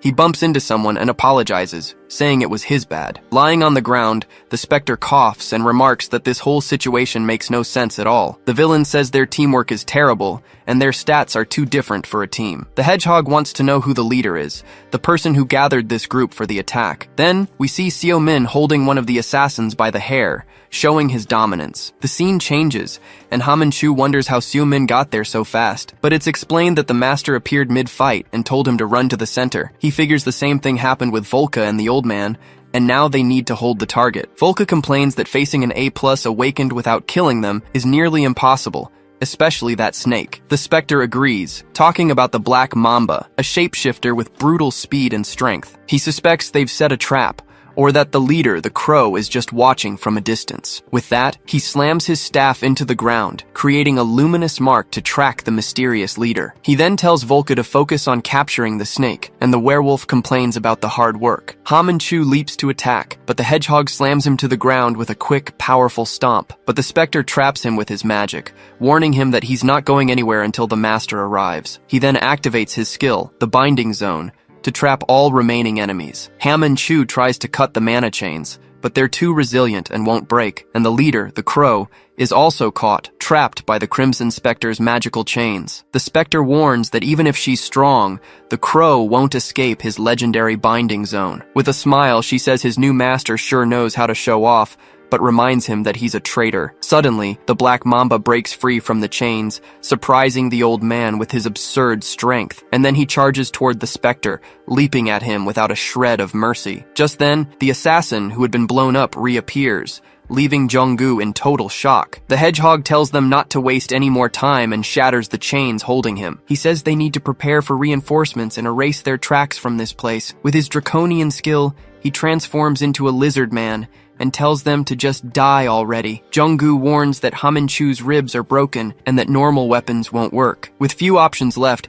he yells that their best choice is to run as fast as they can. Ha Manchu realizes the monster's mana is incredibly high and it uses the ground as its territory. He understands he's the tank now and that he can only try to buy time because there's no way to win. To make matters worse, Volca is busy fighting the other assassin, so he can't help. He feels an enormous weight on his shoulders and admits this fight is going to be tough, isn't it? He manages to land a stab on the monster, which releases a green smoke and seems to feel the damage. Jung-gu is shocked to see the snake using elemental corrosion magic, filling the air with swords. Then, the villain spins and shatters the entire floor, launching pieces of rock toward the hunters. Ha Manchu then yells at Jung-gu, warning him that a giant rock is about to fall right on top of him. The monster tells Ha Manchu that if he were him, he wouldn't turn his back in the middle of a fight. And with a direct hit, the creature attacks and slams the hunter into the ground, creating a crater. He turns to Jung-gu and says, There's one thing official hunters never understand. The monster chokes him and asks if he really thought their headquarters wouldn't have defenses against intruders. Across the room, the assassin relentlessly attacks Folka, screaming for him to just die. It's explained to us that the hall floor is filled with magical self-destruct and tracking traps. The villain then says their fate was sealed the moment they stepped into the serpent's den. Losing his patience, he tells the hunter to stop resisting and just die in silence, once and for all. But suddenly, the creature senses imminent danger, and its survival instincts flare. He instantly leaps backward, escaping a blast of ice that appears out of nowhere. And the one who arrives is Seo Min, who charges toward the monster, leaving Jonggu shocked, With a brutal direct hit, he slams into the villain, showing him who's boss. With a wicked smile, he announces that he's finally found his target, that slithering piece of trash. Suddenly, Yowa attacks with her blade, yelling and demanding to know who the intruder is. But she's caught in a lightning trap, falling to the ground, unable to move. Seeing this, the leader of Bestia is shocked, as he has undone all the magic in the hall. Seo Min focuses his power, while Fred scoffs, saying their magic was way too easy. The leader is impressed, since he effortlessly nullified millions of magical traps. Just then, the porcupine appears and says that their noisy entrance caught him by surprise. He stares down Seo Min and says that now, everything finally makes sense to him. He then accuses him of being the villain who put together a team and defeated his assassins. Seo Min is outraged, saying it's incredibly bold to hear that from an assassin like him. The leader asks the Black Mamba if he messed with the wrong people, but he denies everything. But the monster quickly understands the reason, stating that this is definitely about revenge. Seo Min admits it's impressive that he was tracked, since he never leaves any clues. He confirms it's for revenge, but warns that first, the assassin needs to answer a question. With that, he attacks with immense power, sending the porcupine flying with the impact. The leader of Bestia lunges at him, starting to realize who he truly is. Even from the ground, Yowa tells the leader to be quiet, warning that the Supreme Master is about to speak. The leader of Bestia starts to laugh, saying she wouldn't dare interrupt and question such fierce loyalty. From a distance, an assassin watches the fight, wondering what kind of monster Seo Min is. The porcupine is in shock, having never expected someone to use his own magic against him. He doesn't understand how Seo found him, nor how he can use magic and move so fast. With a powerful blow, Seo Min hurls the porcupine straight into the wall. The assassin spits blood on the floor, admitting he's never met anyone like him before. He says he prided himself on knowing every elite hunter, but he has no idea who Seo is. Then, he unleashes a dark energy and screams, demanding to know what Seo Min wants with him. Seo Min simply jumps and stomps on his back, saying he still doesn't get it. He smashes the assassin's face into the ground, warning that he's the one asking the questions. With another stomp, he tells the guy to stay quiet so he doesn't end up dying by accident. The assassin gasps for air on the floor, desperately begging for Seo Min to stop. Seo then grabs his face and asks who is above the so-called VIP. With a furious look, he demands to know which bastard ordered Minjun's death. The assassin panics upon hearing the name, remembering the face of Minjun, the historian. He lets out a nervous laugh and realizes Seo Min must have some connection to the boy. Seo Min tells him to speak, unless his loyalty to the contract is worth more than his own life. With a final ounce of courage, the assassin confirms that his loyalty is worth much more. He reveals a magic seal on his tongue and says that even if he told the truth, Seo Min wouldn't hear it, as his ears would melt. Then he spits something at him. The assassin gives a sick smile, saying that a professional never gives up a client. Seo Min gets angry, wiping his face and yelling that the guy spat right in his face. He then says that if he won't talk, he'll be forced to, releasing a golden aura. Seeing this, the assassin is shocked, wondering if Seo Min is also a healer. He starts to panic and screams for help from his leader, but she's also surrounded. With no way out, the assassin gives in and promises to tell everything, starting to reveal the client's name. But suddenly his head explodes, and Seo Min is left shocked by the word pandemonium. From afar, the leader of Bestia gives an evil smile, as if everything went according to plan. With a single blow, she attacks and creates a shockwave, pushing everyone around her away. The leader of Bestia faces him with a smile, saying she already knows who he is. She reveals his identity, calling him Seo Min, the mad dog who vanished 10 years ago. Seo Min then asks directly if she is also part of this pandemonium, but she denies it, explaining that they are freelance assassins and don't work for just one client. She says she figured it all out from his power and the way he recognized the name. He insists, asking if she truly knows nothing, and warns that he'll know if she's lying. The leader confirms she doesn't know, and says she's sure he's already realized it's the truth. She wonders why everyone forgot about him, and with a snap of her fingers, she revives the fallen. Just then, a huge explosion occurs, revealing it was a self-destruct trap. In the sky, she and Yowa float and ask if the mad dog isn't coming with them. Seo-min refuses, saying it's fine since he already got the clue he needed. Seeing his refusal, the leader smiles, understanding the situation completely. Then she says goodbye, stating they'll see each other soon, and disappears into a magic portal. Jung-gu gets worried, but Seo-min explains that she would have activated a self-destruct spell. He then asks Jung-gu to clean up the mess, since they got what they came for. Stepping on the debris, Seo-min can now only think of the name Pandemonium. He stands there wondering what the hell Min-jun could have discovered. In his room, Seo-min researches on his computer, while the name Pandemonium echoes in his mind. It's explained that when the first gate appeared 20 years ago, many things came out of it. Besides monsters and rare stones, mana, the source of all power, also appeared. And finally, the demons, beings from other dimensions who knew how to use mana and skills. They took the chance to invade Earth, which was in complete chaos at the time. With that, they declared themselves supervisors, took control of the gates, and treated us like trash. And in the midst of all this, some humans created a group to worship the demon lord. This organization was called Pandemonium, a cult dedicated to serving the invaders. But fortunately, the first generation of hunters learned to use mana and put an end to this tyranny. With that, humanity finally won the war and restored peace on Earth. Seo-min remembers that Pandemonium was disbanded even before he defeated the Demon Lord. That was 10 years ago, so he wonders why that name has reappeared now. He then closes his eyes and calls for Pred, wanting to ask him a question. Seo-min asks if he remembers the demons from another world, and Pred says yes because they were different. Pred explains that they enslaved dragons and other races, and that he feels they stole something from him. Pred continues, explaining that based on what he saw, he wouldn't be surprised if the demons did the same in other worlds. Seo-min scratches his head, frustrated that he needs more information about them, since before he only focused on hunting them. The only thing he knows is that their mana pattern is different, and that they now imitate humans much better. At this, Pred yells for him to just kill them all at once, but Seo-min knows it's not that simple. The office door opens and his brother, Sejun-min, enters, with Seo-min commenting that he arrived early. Sejun doesn't waste time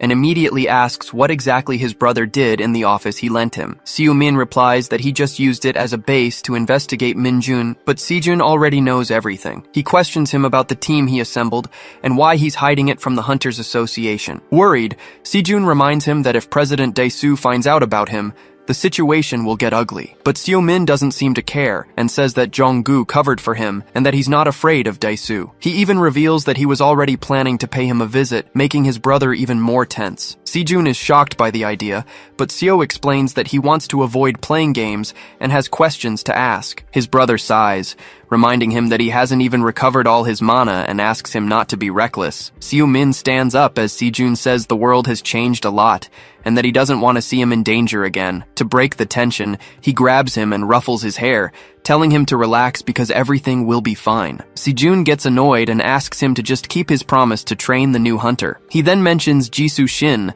explaining that her ability is very complicated to use. Seo-min cleans his ear and reluctantly agrees, saying he'll give her a few tips. Just then, his stomach growls and he asks his brother to get something to eat, who is shocked by his appetite. Suddenly, the phone rings, while Pred also complains of hunger and demands fried chicken. On the other end of the line, Jung-gu shouts, asking why he took his name off the case. Seo-min gets annoyed with the lecture, but Jung-gu informs him that their operation has leaked to the press. The news spreads, revealing that the HMCS took down a group of assassins all by itself. At the agency, chaos erupts as everyone tries to calm down the media and the curious onlookers. Jung-gu explains that Director Baek is now keeping an eye on him. Since Seo-min isn't involved, he panics, because he doesn't know how he's going to explain that he defeated everyone by himself. Seo-min then suggests he ask Hamin for help, but the other man is already desperate on the phone. He begs Seo-min for help, but the protagonist hangs up, saying he needs to have dinner first. Seo-min then walks away,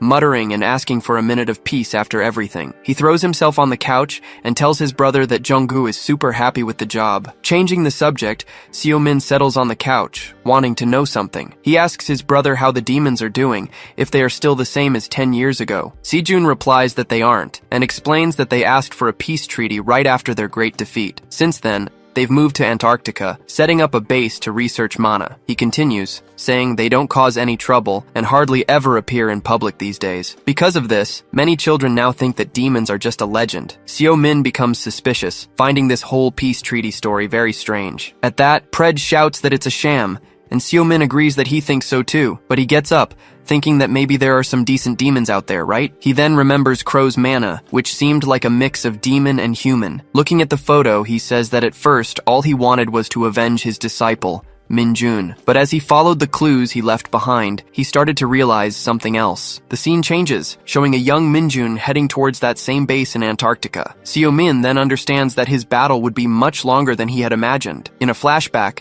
Seo Min tries to teach his disciples, telling them to focus their mana on their center. Hawkman is completely confused, not understanding what it means to cycle mana. He then complains to his master, saying that skills are just adrenaline and that meditating is a waste of time. Seo Min smacks the other guy on the head, annoyed that they asked for help only to get lazy. He explains that using skills is like running, and that hunters today don't learn the basics. Siu says he'll teach them what the Tower of Tutorials didn't, and tells them to pay attention. He says mana is fuel, and that Hawkmoon can't feel his center because he doesn't know the basics. Siu begins to explain about the mana reservoir, which is called the center, or the core. This is where mana gathers to generate power, which then manifests as a skill. He touches Hawkmoon's chest, showing that the strength of a skill depends on controlling this flow. Siu Min continues the lesson, saying that with training, it's possible to open even more power centers. Hawkman gets very curious about the term Earth Time as his hand begins to glow. Siu tells them to stop asking questions, but Pred scoffs, reminding him it took him a century to learn. He warns them that tomorrow's training will be very physical,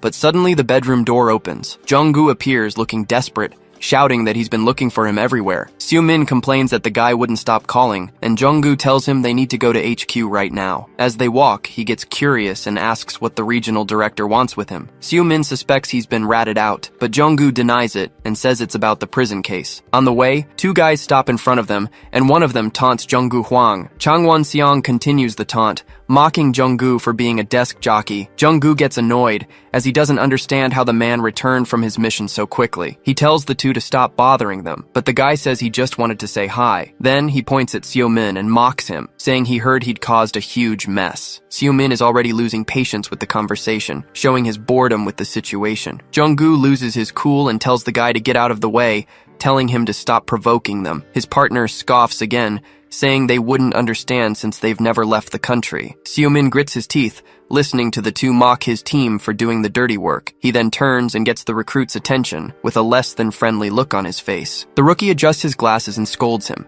saying he should introduce himself to the veterans. But Seo Min snaps back immediately, telling Four Eyes to buy new glasses and get out of the way. Seeing his response, the two taunters give a sinister smile, ready to start a fight. With that, Yunta's hand begins to tremble with pure rage at Seo Min's audacity. He then releases his mana, asking for permission to educate the insolent rookie right then and there. But Junggu stops him immediately, telling him to cut it out since they're inside the main building. Changwon gets angry and yells, saying Junggu has no right to order his team around. Junggu pretends not to hear, and Seo Min jokes that his ego is so big he's hearing things. Furious, Changwon loses his patience and swears he'll crush them both to show who's in charge. The shouting ends up drawing everyone's attention, and they start whispering about the conflict. He prepares to attack, but a voice interrupts him, saying that everyone already knows who's in charge. Just then, Regional Director Gyeonho Bayek grabs him and says that the answer to that question is him. Upon seeing their boss, Changwon and his partner turn pale, completely shocked by the scene. The director then walks over to Seo Min, scolding Junggu for not handling the situation. He puts his arm around Seo Min,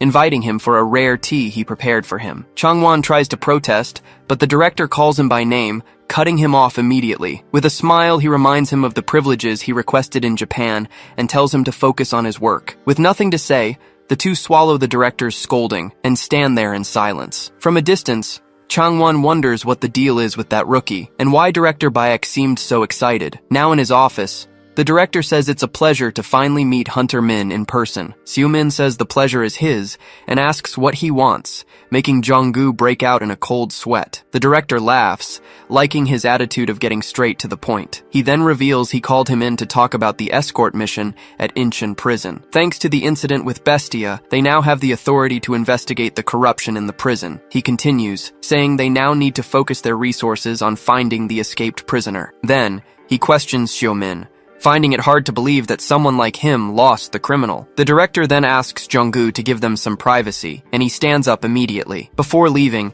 he mentally apologizes to Shu for having to leave him alone in that situation. Alone with him, Director Bayek says he's a man of reason and that he knows the truth. He reveals that he believes Seo-min is connected to Bestia's elimination and the fugitive. Seo-min just listens as the director says they can't let an awakened criminal run loose. Suddenly, he says he's invited a hunter friend who knows him and was eager to meet him. Seo-min is surprised by the news and slowly turns toward the door. The director then introduces him to a first-generation legend, one of the 3 supreme masters, and in the room appears Gyung-hoo Do, the master of the Saolabi Guild, with an imposing presence. Gyung-hoo Do pours a drink, commenting, "It's been a long time since they last saw each other." He confesses he thought it was a joke, since all their friends believed Seo was dead. Seo-min says it's a long story, while Pred wonders who this friendly man is. We're told that he is Gyung-hoo Do, an old battle companion of Seo's. The guild master is impressed, as Seo-min hasn't aged a single day. He then asks where his friend has been, since his disciples searched everywhere for him. With a smile, Seo-min just suggests they get another drink to continue the conversation. He warns that it's going to be a long night, preparing to tell his whole story. After hearing everything, Gyung-hoo understands that he was trapped for 100 years in another world. Seo explains it was due to the Demon Lord's magic, but he's interrupted by some shocking news. The hunter is stunned, unable to believe what his friend just revealed. He slams his fist on the table furiously,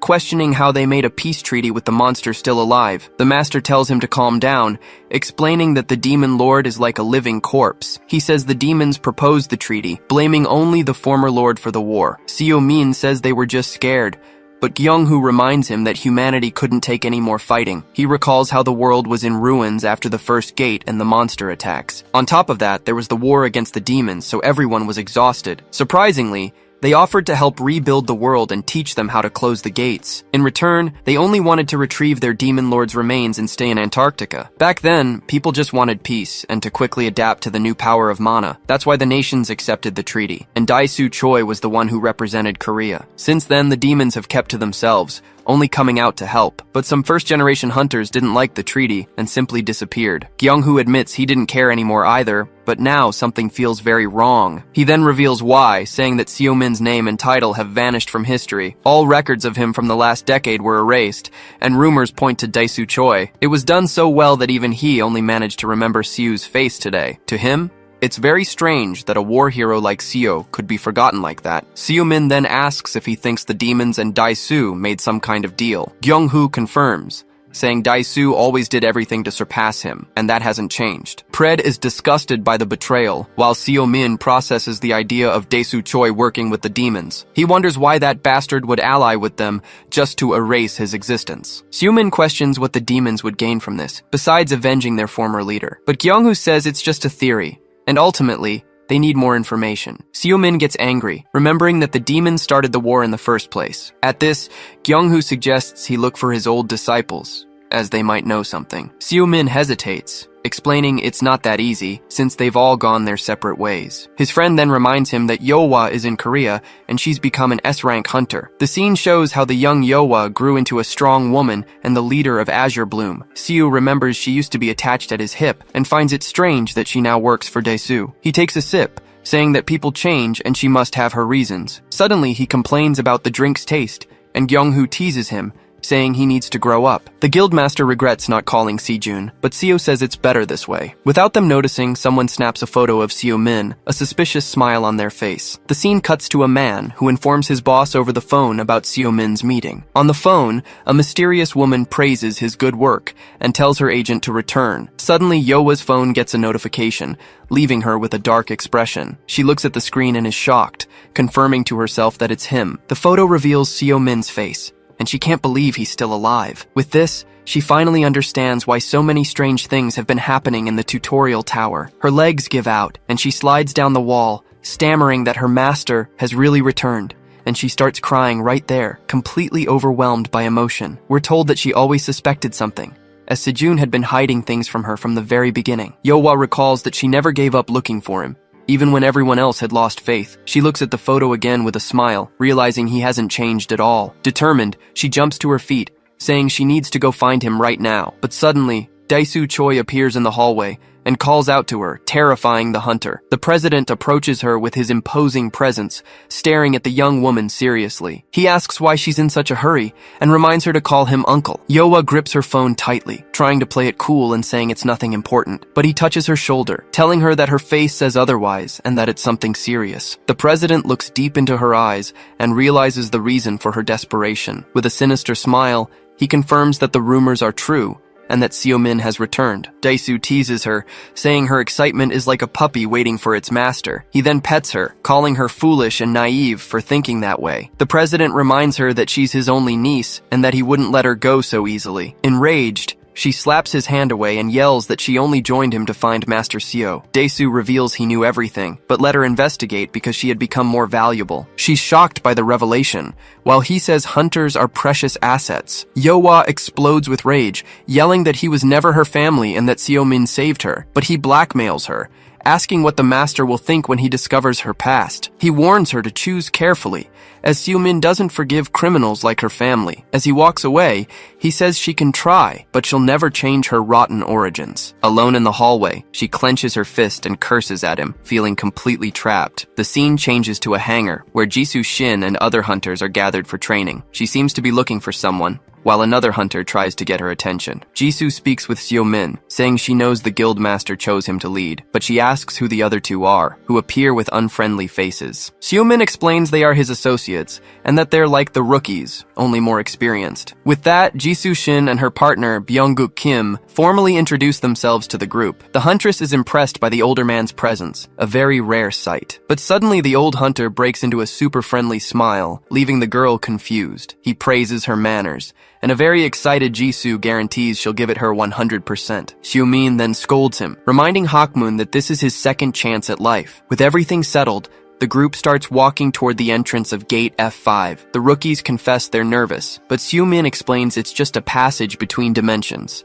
The hunter worries about rumors of people disappearing, but Seo says they just got trapped. The older hunter agrees, saying the gates are now property of the guilds. He continues, saying the portals have become a lucrative business, full of valuable resources. As they cross through the portal, they arrive in a beautiful forest, leaving Jisoo in awe. The rookie feels nauseous from the gate, and the guy comments on the lack of immediate monsters. Hakmun complains about the rookie's attitude, and Seo-min explains that there are now academies for them. It's explained to us that now, after the tower, guilds recruit and train the newly awakened. Seo-min thinks this training method is awful, and complains that's why there are so many bad hunters nowadays. He then calls the rookies over and asks them to show their skills before they move on. The guy wonders why they're being trained by someone from outside their guild. On top of that, he complains about being paired with someone who can't even use her skill. But suddenly, she manages it and unleashes a flash of light that accidentally hits her partner. The fallen huntress apologizes, but Seo-min tells her to save it for when she needs it. With that, he throws an object in her direction, telling the girl to catch it mid-air. She catches the item and is confused, as she realizes it's a riding crop. Seo-min explains it's a tool to help with spells, and that Minjin told him about it. She then grips the crop tightly and tries again, releasing a much more stable magic. Seeing this, her partner's jaw drops, unable to believe it. Suddenly, a group of goblins appears on a rock, and the hunter shouts a warning. Seo-min orders just the two of them to fight, which leaves the guy completely terrified. He even mocks them, saying it's their job, and wishes them good luck not to die. From a distance, Pred comments that the guy's skill is flashy, but doesn't seem very useful. The older hunter watches the fight and comments that at this rate, his mana will run out quickly. Even though they're easy monsters, the guy panics at the number of goblins charging at him. He then screams, desperately asking Huntress Shin for help to get out of this mess. But it's too late, and with his mana depleted, he's hit and falls to the ground defenseless. Seeing the danger, Jisoo focuses and yells the name of her skill, preparing to use it. The Beast Tamer skill activates, stopping the goblin that was about to attack her partner in mid-air. With this power, she manages to control the monster, which now stands by her side, ready to obey. She then points to her fallen partner and orders the creature to get away from him immediately. The goblin obeys instantly, and begins to walk slowly away from the hunter. Super proud, Jisoo turns and asks the others how she did with her new skill. The two mentors comment that it's a rare domination skill and that she has a bright future. Pred goes crazy wanting to devour the skill, but Seo-min just says it wasn't bad, however. He warns that she'll need to control more than one as several goblins appear. With her partner unconscious and surrounded, the rookie panics and yells for Golpero. At the end of the day, Jisoo thanks him for all the help, saying she's finally got the hang of her skill. Hakmun worries about how pale she looks, but Seo-min tells her she can find another mentor if she wants. With a smile, she thanks him and admits she was being arrogant, thinking she was special. Nearby, her partner is so exhausted that he ends up falling asleep on Hakmun. Jisoo says the skill is just a tool, and that what's really important is mastering the flow of mana. Seo-min says it's good that she learned her lesson and announces that training is over for the day. Suddenly, the group notices a crowd of people approaching and wonders who they are. Jisoo explains that her guild is negotiating with Azure Bloom over a new gate. Hearing the guild's name, Seo-min becomes curious, leaving the rookie very confused. Then, he starts walking toward the other group, and the hunter doesn't understand what's happening. One of the members reports to Yeowa that they found the bodies of other hunters at the gate. He explains that the victims' internal organs were all ruptured, making the leader tense. She starts to wonder if something was inserted into the bodies to attack from the inside. Suddenly, she senses a familiar presence, and, with a faint smile, says the word finally. Seo-min then appears before her and greets her, saying it's been a long time. With a smirk, Seo-min says he expected her to visit him first, not the other way around. Yeowa is speechless, but with a slight smile, she manages to say that he has finally returned. Seo invites her to catch up, but she coldly refuses and turns to leave. Her guild's hunters are confused, not understanding why their boss is acting this way. Pred scoffs at the situation, while the older hunter asks if that's his disciple. Seo-min confirms it, but something bothers him and he starts to wonder. He notices her eyes were watery and asks himself if she cried. In a flashback, we see a young Yeowa crying and hiding as Seo-min finds her. He sits next to her and asks why she's crying, teasing her about her defeat. Seo-min gently strokes her hair and tells her that if she's going to cry, she should just cry openly. She gets angry, complaining that he teaches Sejun better things just because he's his brother. The young girl says she's just a nobody he picked up off the street and that she's not important. She thanks him for saving her, but asks him to leave her alone to cry. But he ignores her request and starts ruffling her hair to cheer her up. With a smile, Seo-min says they can at least decide who to call family. He says that from that day on, she would be his little sister, and he, her big brother. Embarrassed, young Yeowa refuses the offer, saying she doesn't need a brother like him. Seo-min then threatens her, saying that the next day's training will be even worse. We're told that back then, she didn't want to be seen as just a little sister. She wanted to become his partner,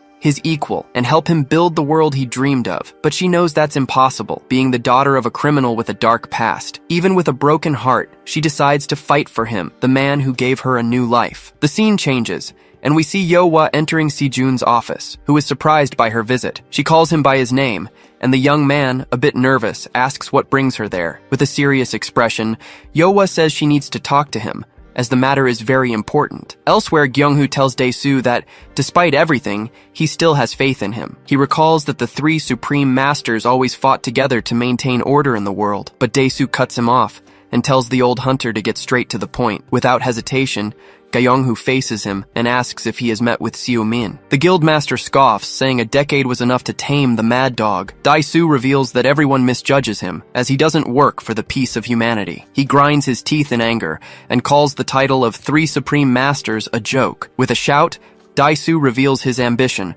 saying there can only be one supreme master. He explains that he seeks absolute power, and mana is the path to it. With that, he confesses that his interests align with those of the demons themselves. It's explained that the nations formed alliances for their own benefit, but this ultimately helped humanity. Dae-soo then challenges him, asking if he only came there to blame him for a past decision. Without hesitation, Gyeonghu accuses him of making a pact and being responsible for Seo's disappearance. But Dae-soo just laughs and denies everything, even offering a three-way meeting to prove it. Suddenly, a voice agrees with the idea, leaving the president shocked by the surprise. The voice continues, saying he has nothing to hide and has questions to ask. Just then, Seo-min appears on the terrace, materializing in a magic circle right in front of them. With a serious look, he greets him coldly, calling him Mr. President. Seo Min appears floating outside, telling President Dai-su it's been a while. With a single gesture, he uses his power and simply shatters the building's entire window. Amidst the shards, Dai-su smiles and calls out Seo Min's name, completely unimpressed. He lands calmly and apologizes for his entrance, explaining it was to avoid the elevator. Then, Seo Min walks forward and says he has a question before help arrives. He asks if, 10 years ago,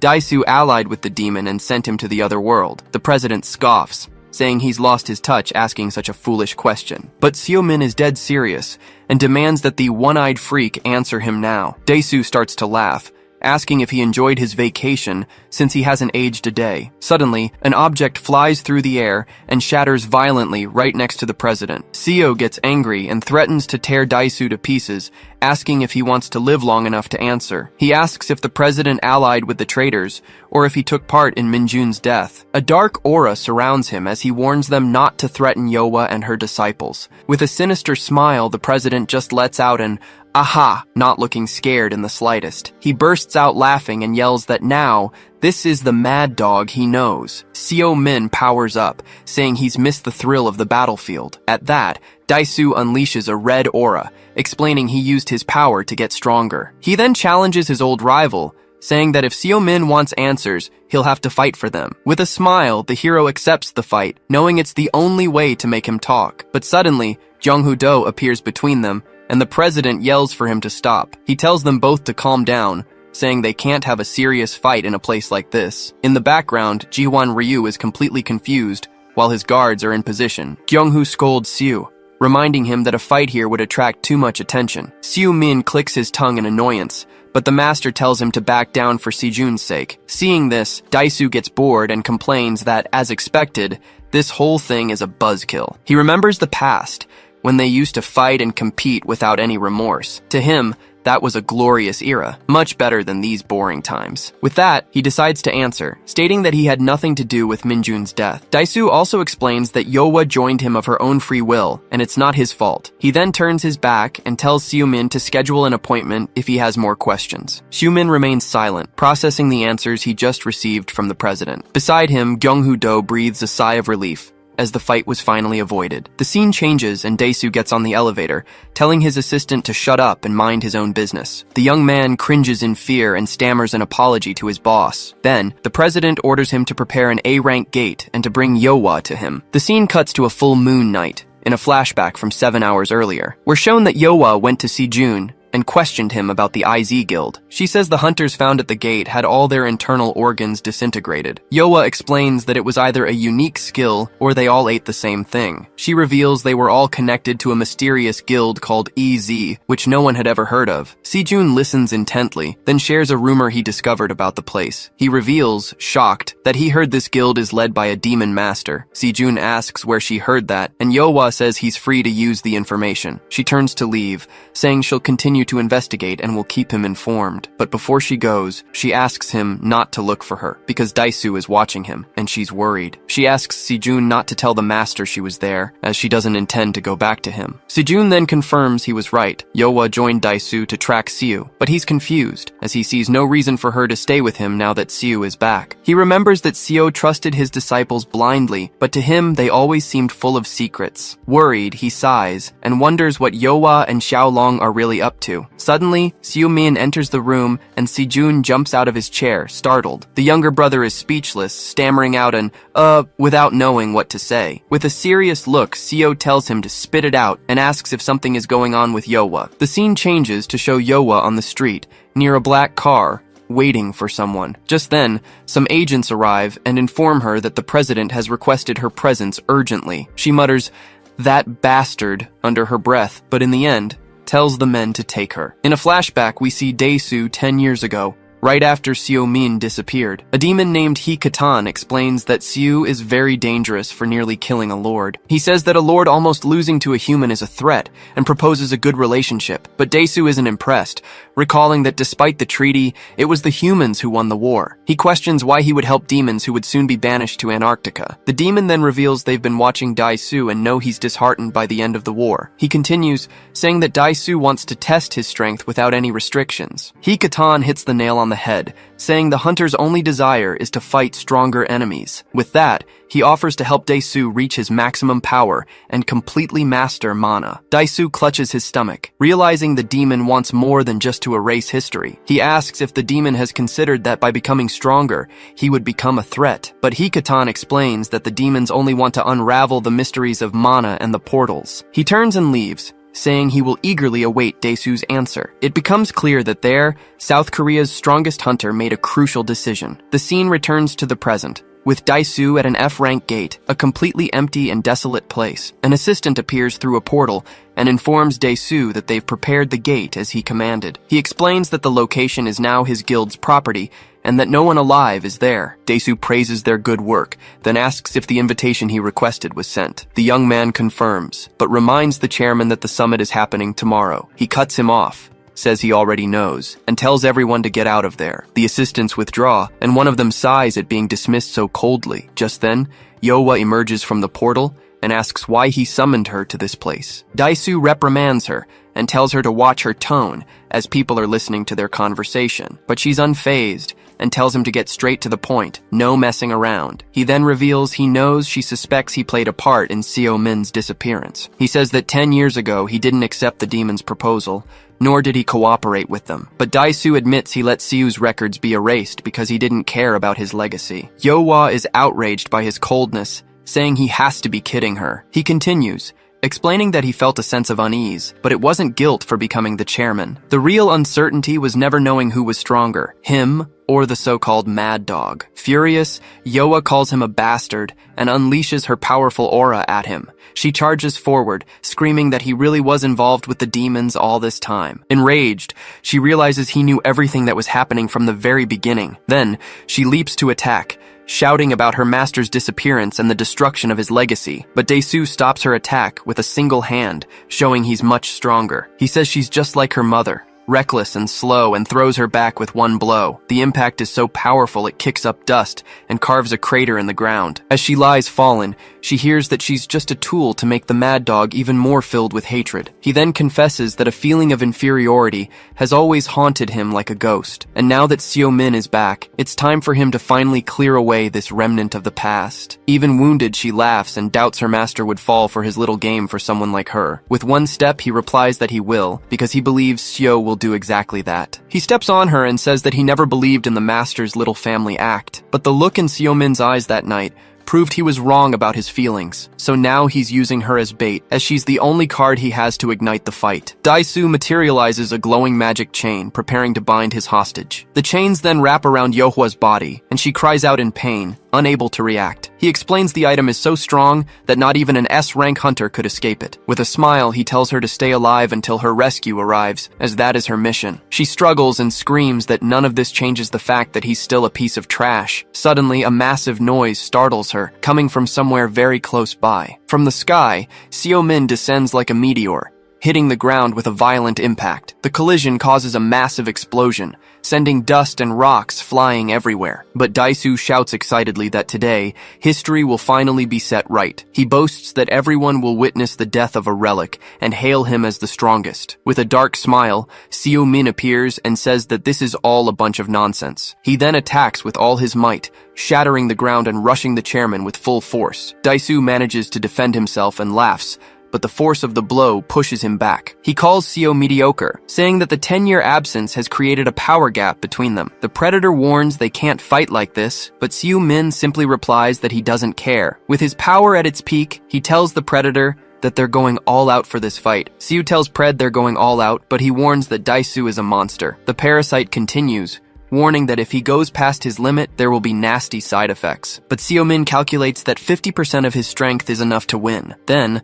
Dae-soo scoffs and asks if the once confident Seo Min is already scared, so the two of them charge at full speed, preparing for the first major clash of the fight. He tells the president he won't even need his full power against a piece of trash. Their collision creates a massive explosion, and Yohwa realizes this is a fight between awakened beings. She's shocked, as their speed is so great she can't even follow them with her eyes. Suddenly, Dae-soo materializes a giant red spear and laughs, feeling the adrenaline. He says this is the feeling of being unleashed, of breaking all his power limits. With a huge grin, He says he's going to dive headfirst into the essence of mana right now, but Seo-min taunts him, saying he still enjoys collecting those old toys. With a magic circle, he summons a giant earth barrier to defend against the attack. Daisu's spear shatters everything, and Pred shouts in fear, questioning if he's even human. Seo-min just watches, remarking that Daisu has always been reckless and strong as a bull. Seo-min summons a weapon and comments that Daisu seems more like an animal than a human. With a laugh, he floats and gets ready as the president charges forward with his red power. Daisu throws several swords, but Seo-min calmly prepares to counter the attack. Then, the president yells that he's going all in, launching a wave of energy at him. The blow hits an energy shield and Daisu scoffs, saying the defense is too weak. The barrier begins to crack and he taunts, asking if this is the best Seo can do. Then, Daisu summons a giant hammer, wanting to see how many hits the shield can take. He strikes with all his might, and the hammer blow makes the shield start to shatter completely. Seeing this, Seo-min prepares a counterattack and shouts, summoning several ice spears. A shower of ice flies toward the president, who doesn't even have time to dodge the power. The spears converge and explode right in his face, creating a large blue energy ball. The hammer falls to the ground, and Daisu admits that the mad dog still has a pretty strong punch. Slightly tired, Seo-min tells him to shut up and release the hostage, if he doesn't want to die. He says he knows Yowa was a bait and that her job here is done. But the president smiles and says that's not good enough, as he knows he can do better. Daisu warns that Yowa still has her uses, and so he'll keep her on a leash. He yells at her to be grateful for having a purpose, calling her a murderer's daughter. Outraged by what she heard, Yohua simply tells the president to shut his mouth. With tears in her eyes, she begs him not to dare do anything stupid. But Seo-min turns and calmly asks Yowa to stay right where she is. He then unleashes his power, warning that he doesn't want her to get hurt in this fight. The president is surprised by his opponent's sudden change in attitude, but he breaks into a smile and shouts that he missed that dark and terrifying presence. With the spear in his hands, he declares that now, it's time for a real fight. Seo-min charges with full force and tells the president to shut up, starting his attack. He defends himself with a shield, realizing that the density of Seo's mana has completely changed. The force of the blow is so immense that Daisu is dragged backward across the ground. He then taunts him, saying Seo hasn't changed a bit and is still holding back in the fight. But Seo replies that he's still just as reckless, creating a blast of energy. Daisu gets angry and shouts that he's not the same man he was in the past. Seo-min stomps firmly on the ground,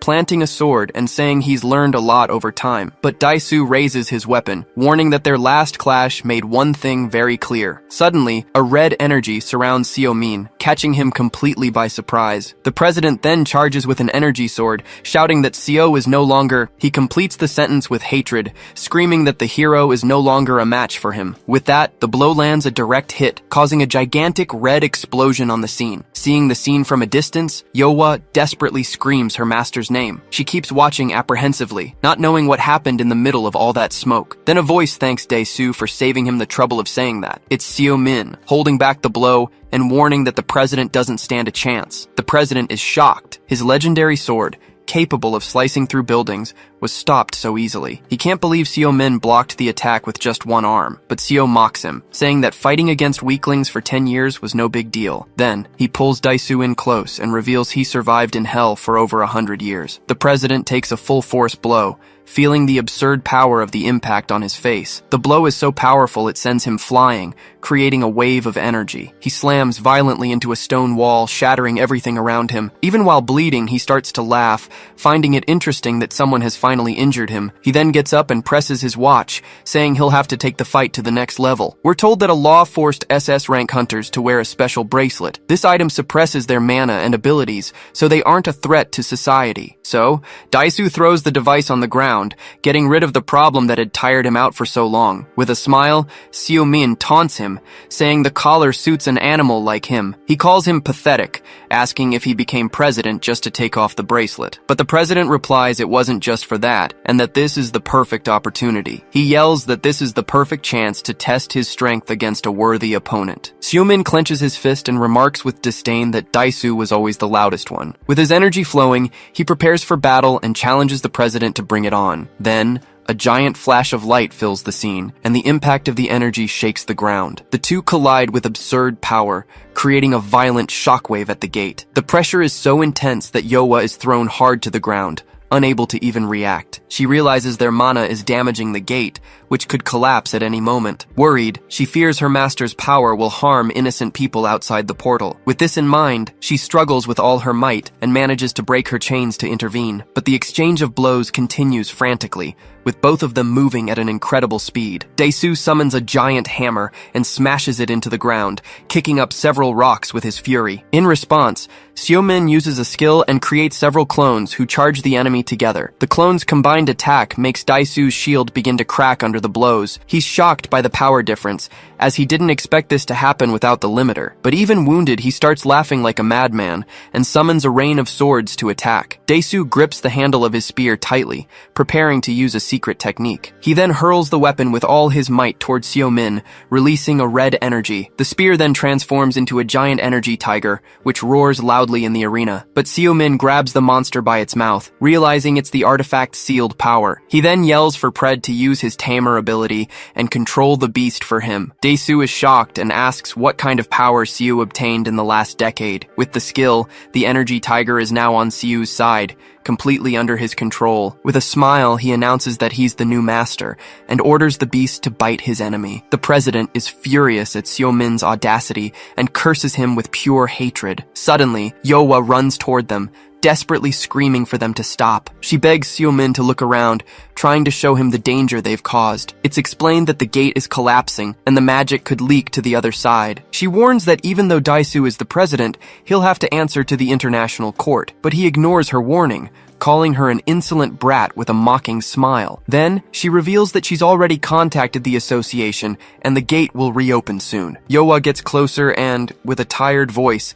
begs him to please stop this fight. Seo-min falls silent for a moment, just staring at his former disciple. Suddenly, the bracelet on the ground starts beeping, and Dae-soo answers, asking who it is. On the other end of the line, a man introduces himself as Edward, from the HMCS main headquarters. He says he's calling about an urgent matter and that they need to talk right away. The president mutters, "Damn it," but ends up agreeing to handle the situation. Then he turns to Yohwa, saying he shouldn't have taken in an ungrateful person like her. Dae-soo leaves, announcing he's lost interest in the duel, and tells Seo-min to get lost. With his departure, the dust settles, and the fight finally seems to be over. Yohwa falls to her knees, devastated that her master has discovered her darkest secret. She wonders what she'll say if she should admit that she's the daughter of a criminal. But Seo-min approaches and gently strokes her head, asking if she's okay. Surprised by the gesture, she looks up and realizes her master is just as kind as she remembered, even after everything that happened. At that, she hugs him tightly and cries,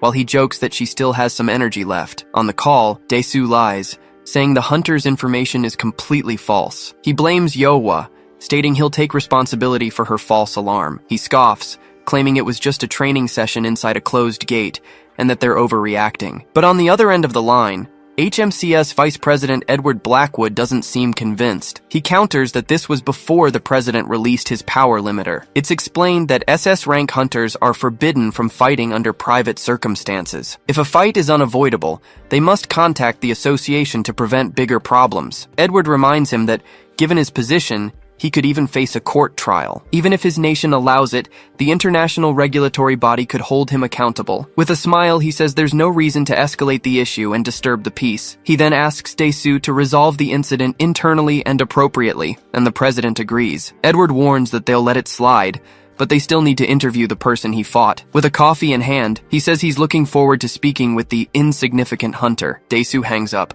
realizing the vice president's true target is Seo-min. The scene ends with the promise that the two will meet again in South Korea. Gritting his teeth, Dae-soo reflects on his shameful defeat, as he never expected that level of power. In a flashback, he remembers being certain he would surpass Seo-min, but reality proved otherwise. His frustration grows as he thinks about how Seo-min is so strong, he doesn't even seem human anymore. He wonders what his secret is, finding it unfair that all his effort was so easily overcome. But then he suddenly smiles, realizing he missed the thrill of a life-or-death battle. He clenches his fist tightly, aware that he needs more power, something beyond his limit. Now he has a purpose, an opponent to conquer, and he welcomes the rabid dog. The scene shifts to 1 week later, at the Azure Bloom Guild headquarters at night. There, a man asks Yohwa if she stayed away out of shame. She says yes, and that just knowing her master was back was enough. Seo-min sighs and asks if she's being serious. not quite believing her. Yoa then asks him to tell her he at least managed to investigate Minjin's death. He confirms he did, but only discovered that the person who ordered the hit is from outside of Korea. Seo-min thinks that Daisu only used her for his own benefit, not to sabotage his disciples. Nervously, Yoa tries to explain it's not about blood ties, but Seo cuts her off, saying he knows. He gently pats her,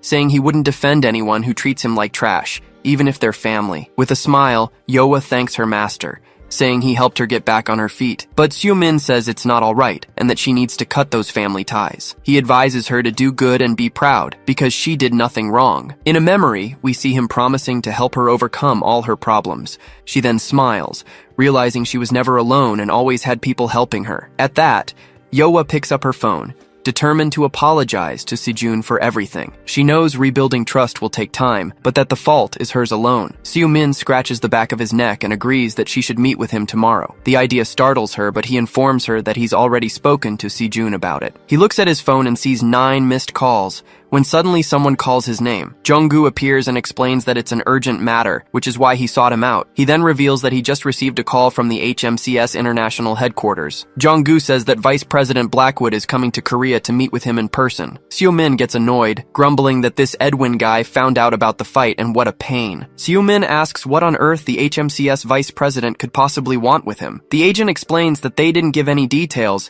and Jung-gu is shocked that he knows this Edwin. Jung-gu says he came looking for answers, as Seo-min's name came up in connection with this important visit. Seo-min then stands up and says he'll spare him the details, since he's under a gag order. The man asks him to wait in the office, as they will call with the visit's schedule. Meanwhile, their boss is freaking out on the phone, telling Jung-gu to drag the information out of him. Yoa advises him to do as he was told and stay off the radar until the dust settles. Later, he's surprised that she's walking with him, but she says it's her way home. He takes the chance to ask her what her next step will be from now on. Yoa offers to help with the investigation, promising to use her guild's resources. But suddenly, a black car screeches to a halt in front of them, honking loudly. The two are confused by the situation, but Yoa immediately recognizes the car. A voice from inside mocks him, finding it annoying that he took her in even after knowing the truth. The window rolls down to reveal Daisu, who stares at them with a very serious expression. Inside a car, President Daisu Choi calls for Seo-min, the mad dog, to get in. Yoa is outraged by his audacity and asks why Seo should obey. The president then threatens him, saying he'd better listen if he wants to stay with his disciple. She prepares to attack, calling him a scoundrel, but Seo stops her, calling her name. With a smile, he asks her to go home, telling her he'll contact her when he's done. Worried, Yoa watches her master open the car door and get inside. The car drives off, leaving the girl alone on the sidewalk, speechless. As the vehicle speeds down the street, Seo-min thinks to himself that she was right. Inside the car, the president makes fun of him for showing up after taking such a beating. But Daisu admits his schedule is getting busy and proposes an official fight to the death. Seo tells him to shut up, saying he can't believe a piece of trash like him is the president. With his arms crossed, he then says the name of the organization that worries him, Pandemonium. The president explains that remnants of that old group are still active around the world. We are shown that demons contacted them 10 years ago, right after Seo-min's disappearance. Seo grows thoughtful, wondering if they're just a cult or agents of the demons. The president adjusts his seat and explains that tracking demons has become difficult since the peace treaty. He says that although important figures are watching them, no one has seen anything significant happen. But then he drops a bombshell, revealing rumors of half-demons in the Middle East. Seo-min is intrigued by this information, questioning him about this group of half-demons. The scene shifts to a desert city, explaining that they are the children of demons and humans. We're told they look like normal people, but the big difference is that they use dark mana. Daisu admits he hasn't seen it with his own eyes, as foreigners aren't allowed in high-risk areas. At this, he accuses Seo of using dark mana in the fight and asks if he's allied himself with the demons. The president smiles, saying he assumed Seo sold himself for power to the very creatures he hates. Disgusted, Seo states that he's different, and fed up, tells him to pull the car over. The car screeches to a halt, and Seo gets out, warning that he'll only say this once. Outside, he makes it clear that he's not with the demons, nor with a scoundrel like him. Siu ends the conversation by telling him to apologize to Yowa and to only look for him when he wants to die. Daisu finds this fascinating and asks why he protects people who are so weak compared to him, but Seo simply replies that he'll regret it one day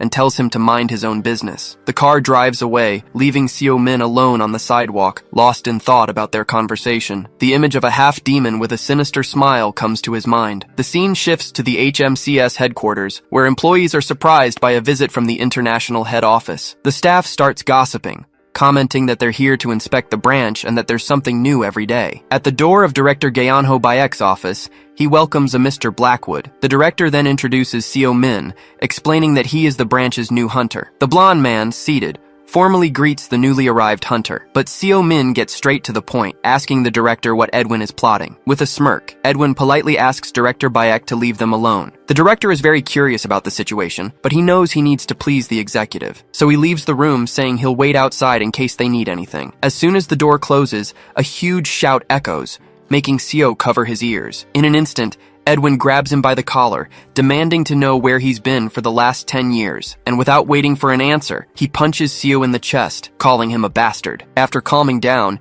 he says it's good to see him in one piece and asks him to tell him what he's been up to. Sighing, Seo Min seems to have expected this, and asks his old friend to sit down. After hearing the story, Edwin understands that he survived in a dimension where time flows differently. He laments that many have forgotten the hero and confesses that even he was starting to forget. But Edwin gets worked up, remembering that Seo was his savior, pulling him from the brink of death multiple times. Seo Min finds it disgusting to be called a savior and changes the subject, asking about Yowa. Edwin then explains that the agency's head office is collaborating with several guilds on a case. Her guild, the Azure Bloom, is one of the partners, and he got her contact information from them. Seizing the opportunity, he invites Seo to the head office, since he's at the Korean branch. The answer is a blunt no, leaving Edwin shocked and confused. He insists that Seo is a big fish in a small pond and that he needs a partner. He also argues that with the head office's authority, Seo's investigation would be easier. Seo says he'll think about it and then asks about the huge case involving the guilds. Edwin reveals they found a portal in the desert,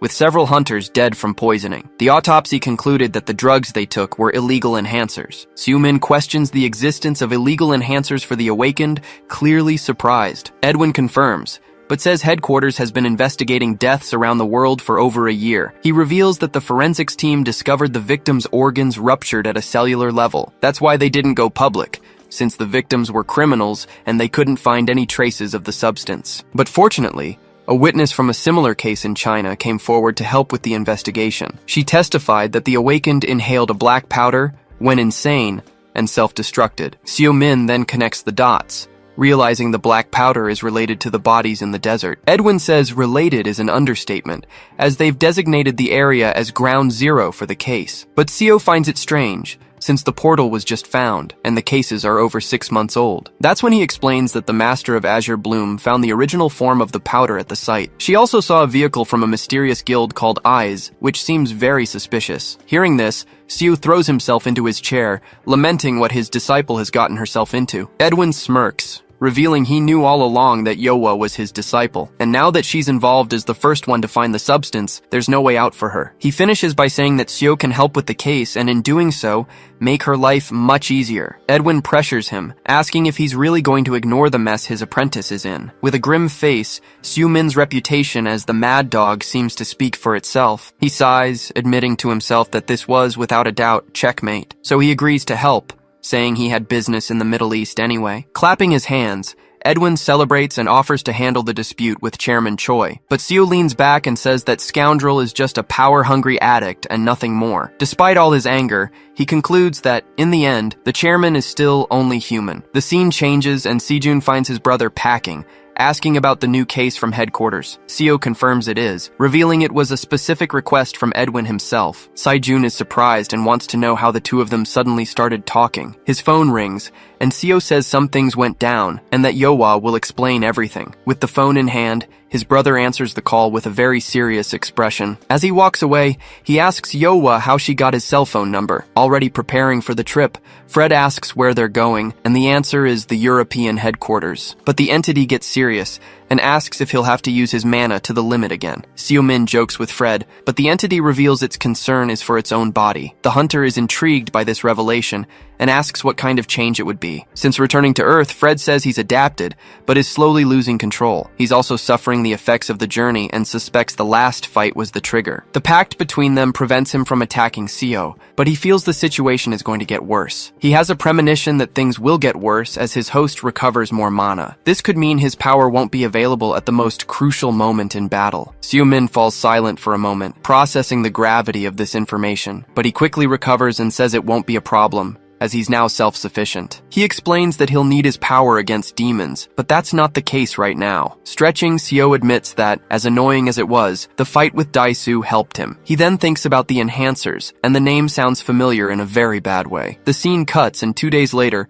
we're taken to the international headquarters of HMCS. There, 2 hunters are talking about Blackwood bringing someone new for a classified investigation. One of them says he just needs someone from Asia and asks for Hikari Hayakawa's opinion. A hunter starts praising Hikari, saying she's the most beautiful and competent leader of them all. But out of nowhere, Lila, the leader of Team 1, appears, saying she'd rather work with the Korean Yoa Kang. Hikari gets furious and warns that she heard everything, telling Lila to say it to her face. Just then, a man enters, apologizing for being late, and announces that the director wants everyone in the meeting room. With her arms crossed, Hikari mockingly comments that the nepotism hire has finally arrived. The young man looks embarrassed and asks them to hurry as he just landed at the airport. Lila reflects that this hunter must be very special for the vice president to pick him up personally. And then he reveals his name is Seo-min, as we see him walking through the airport with Blackwood. In the meeting room, Blackwood thanks everyone for coming and gets ready to introduce the new guy. He then introduces Seo-min from the Korean branch, announcing he'll be joining the team starting today. The camera focuses on Lila and Stefan,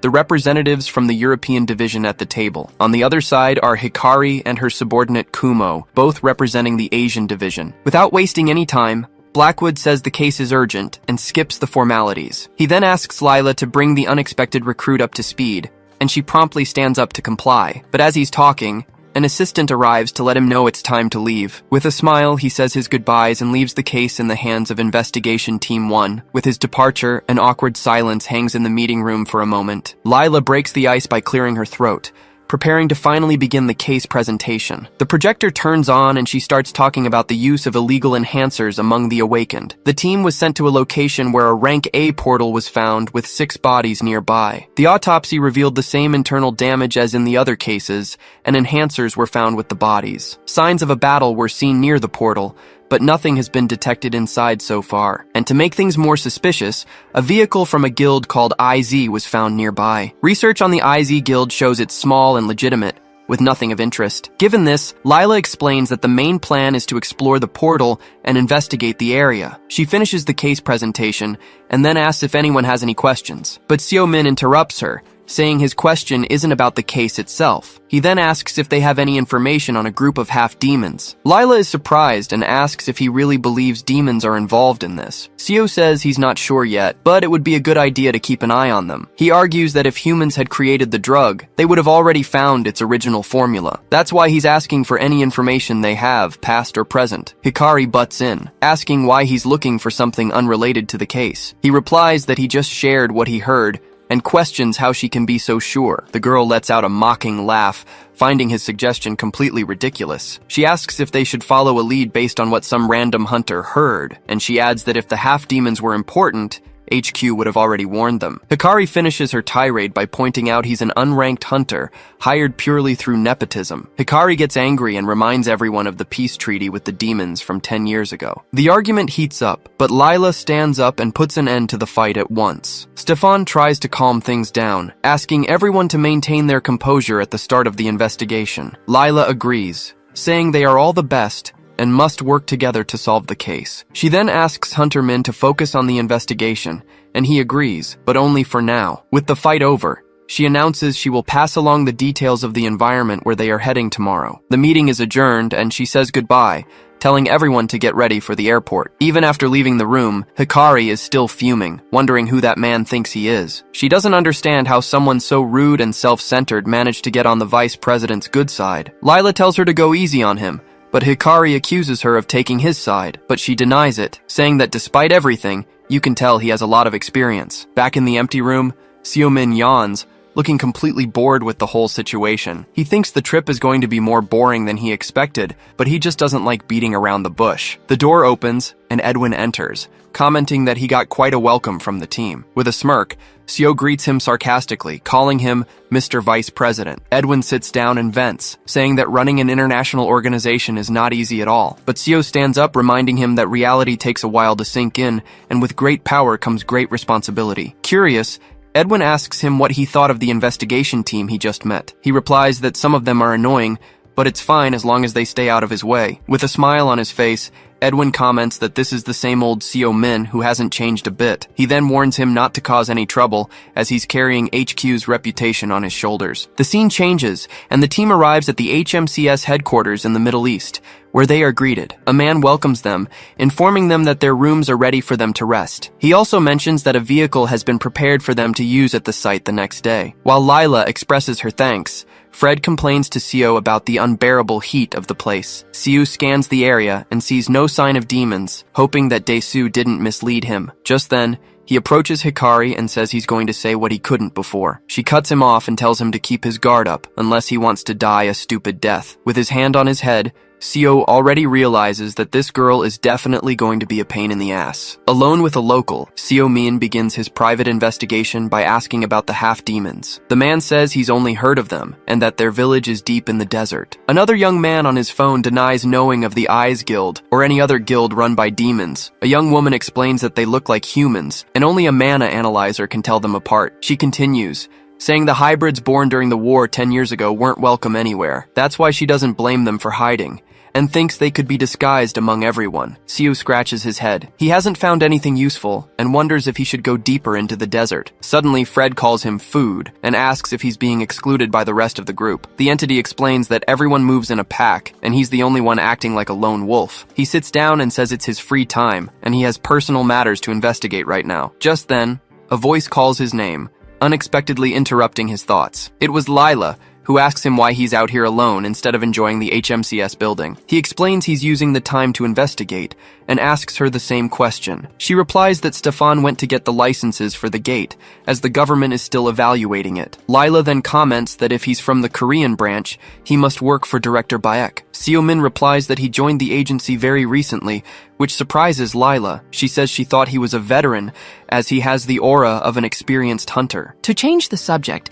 he mentions that Blackwood said she made a name for herself. She laughs and says it's not true, that she's just an ordinary investigator from Northern Europe. Hearing this, he remembers a hunter from that region named Hans Schroeder. Her expression changes instantly, and she repeats the name Hans Schroeder in complete surprise. He then takes out his phone to show a picture, asking if she meant this man. The photo on the screen shows a man with a mustache and a very cheerful smile. She confirms it's him, saying she'd recognize that face anywhere, even older. At that, he asks if they're related, and she reveals that Hans is actually her uncle. She's surprised he looks so young, and Seo awkwardly says he's just aged well. With a sad look, she says her uncle would be happy to see him if he were conscious. And she reveals that Hans has been in a coma for 2 years because of the portal syndrome that got him. Seo-min grows thoughtful, a concerned look on his face upon hearing about portal syndrome. Mana and portals are still a mystery, as are the infections they cause. She explains that her uncle went deep into the portal to find a friend and stayed too long. The rescue team had a hard time finding him, but he was already unconscious when they did. Since then, she's been raiding high-level portals in her spare time,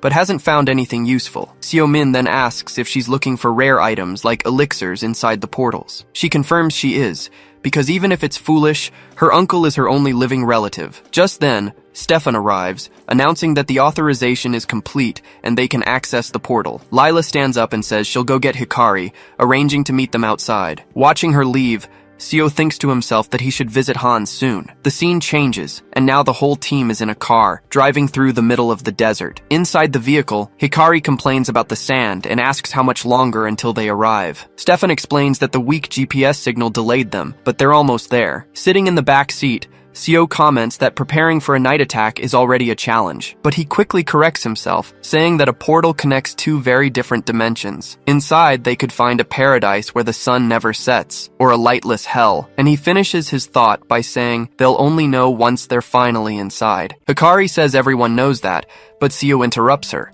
saying it's not true. He explains that portals affect humans, which makes Lila very worried. Hikari then mocks him, asking if he's going to talk about portal syndrome now. But Seo retorts that they're all veterans, and that only happens to real rookies. At that, Lila steps in and firmly tells everyone to calm down. The car finally reaches its destination, stopping in front of the portal in the middle of the desert. Hikari comments on the portal's size, and her partner confirms it's estimated to be rank A. Stefan observes the area and comments that it looks like they've already cleared the entire scene outside. The marks in the sand show that the local mana pattern disappeared a long time ago. Seo doesn't sense anything strange, but he gets the feeling that someone erased the tracks. Lila asks Hikari to stay with the team, but she ignores her and says there's nothing to see. Without waiting for anyone, the two from the Asian team announce they're already entering the portal. Seeing this, Lila gets very irritated with their attitude and asks what the hurry is. So the rest of the team has no choice, and they all head towards the orange portal. But from a distance, three mysterious figures watch the hunter group's every move. One of them, his face covered in scars, smirks and says, "This is going to be too easy." He's happy to see them throwing themselves into the death pit, making his whole plan easier. The clock shows it's 5:40 p.m., right on time for the mission. The portal is estimated to be rank A, and 6 elite hunters have been summoned. Inside the portal, the investigation in the northern desert is announced, and is finally about to begin. Stefan admits he feels pretty anxious, since his specialty isn't raids. But Lila calms him down, activating her ability with a glowing green magic circle on the ground. Her secret garden skill creates roots in the ground that can detect mana and life forms. She reminds everyone that their main objective is to find clues about the illegal optimizers. The roots spread out over a huge area, and the others are surprised by her power. After a while, she stands up and reports that she hasn't detected any monsters nearby. Still, she tells them to stay alert, as her detection ability weakens with distance. Her recommendation is for the team to split up and investigate calmly for today. She asks them not to start any fights or do anything rash, which annoys the Asian duo, but Hikari ignores her and sends Kumo ahead to scout the entire area. Seo-min makes fun of her for just giving orders, and she yells that she's too valuable for manual labor. Seeing the mess, Lila decides to start the investigation and expand the search areas. The team spreads out, and Kumo sarcastically responds to Lila's request to stay in touch. Seo-min stands there, wondering what the point of forming a team was. At that moment, Fred provokes him, saying he's being left out, but Seo tells him to shut up. Suddenly, he stops walking abruptly, as if he noticed something on the ground. He crouches down and analyzes a dark stain on the dirt, a clear sign that something is wrong. Fred complains about the filth,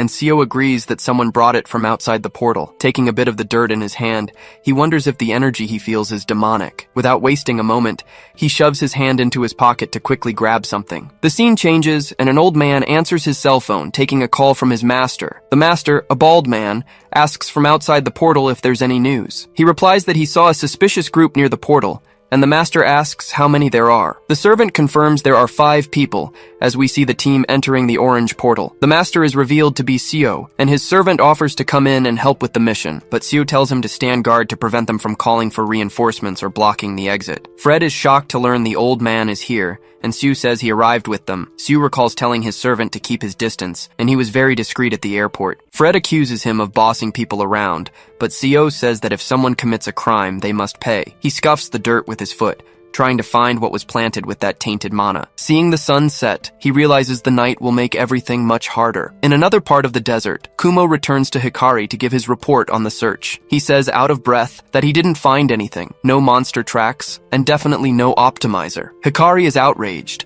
unable to understand how an unexplored portal could be so empty, but her partner reminds her that the traces of the battle were found outside. He speculates that all the hunters involved in the fight out there ended up destroying each other, but she doesn't believe it, saying that even if that were the case, there should be some evidence. She recalls that the government cordoned off the area, and that if they had tried to get in, there would be tracks. Kumo says they must have been after something valuable, and that they need a rare item. Hikari feels the pressure from the regional director, and knows she can't go back empty-handed. Determined to find something, she summons Kagutsuchi, a giant purple energy serpent. With a war cry, she commands her summon to tear the earth apart to find what she's looking for. A massive explosion of purple light rips through the ground, shooting up into the sky with full force. Lila is surprised by the scene, as she hadn't received any reports of nearby threats. Worried, she shouts for Stefan, who is already running toward the noise to help. As he runs off, she complains that it feels like there's always an obstacle in the way. Suddenly, mysterious figures appear and surround her, one of them smiling at her. Elsewhere, Kumo Kumo is impressed, praising the power that devastated such a large area. Hikari gets ready to collect the magic stones, thinking her plan worked, but the explosion reveals several buried bodies,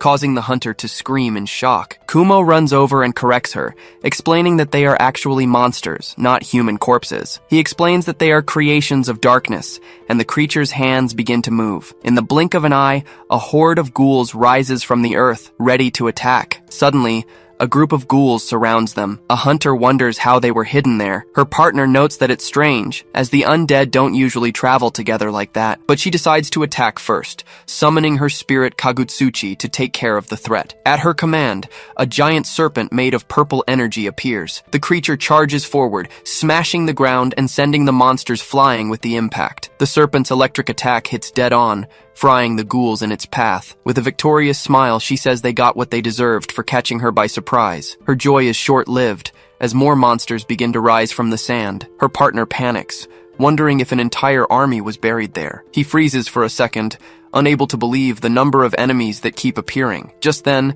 the guy spots the danger and yells to warn her that she's being attacked from behind, but another hunter appears out of nowhere, using a lightning bolt to save her at the last second. The newcomer looks around, asking where so many monsters came from all at once. The girl blames him, questioning how his boss failed to detect a horde right under their noses. But her partner cuts the argument short, warning that now is not the time for them to fight. With that, he activates his skill, Kamaitachi, and charges forward, leaving a trail of blue energy. His attack slices the ghouls to pieces, but they keep moving anyway. He then yells that the monsters only stop if their heads are completely crushed. Annoyed, the girl orders Kagutsuchi to annihilate all the remaining enemies at once. The serpent attacks with a powerful spin, sweeping the horde of undead away with its tail. She explains that her skill doesn't last long against physical bodies, and the hunter says their leader probably already knows. Her partner understands they need to destroy the skulls, and he charges at a monster. But he complains that this is the worst kind of fight, since their skills are area of effect, not single target. He knows that at this rate,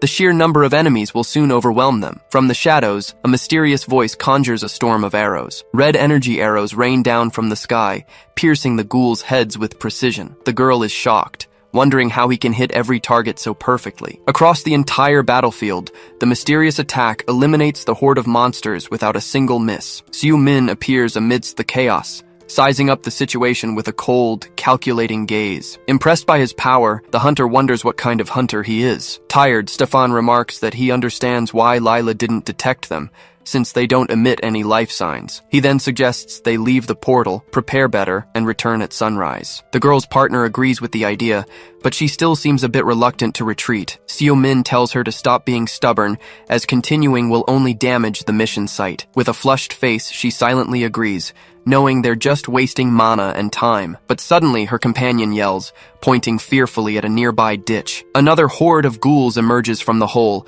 rushing toward them at high speed. She then turns to Stefan, asking if his superior is coming or if he even called her. Worried, he replies that he tried to make contact, but his boss isn't answering his calls. Xiu Min glares at him with contempt, questioning if he just left their leader alone outside. Before anyone can answer, he announces he's leaving the monsters to them and bolts. The hunter dashes through the desert, leaving the group behind to deal with the new threat. As he runs, he pulls out his phone and tells someone he needs help inside the portal. He orders the person to follow the other group's tracks and update him on their location. After hanging up, Xiu Min stops and observes the canyon, considering his next move. He concludes to himself that the enemies have likely kidnapped one of his companions. The scene changes to show Lila tied up, thinking she never stood a chance against them. She wonders how the bandits got in, since the location's security was so tight. One of the thugs gets angry at her stare, but the boss tells him to hold back. The leader explains they need her as bait to lure the others and finish them all off. He says the plan is to take over the black market,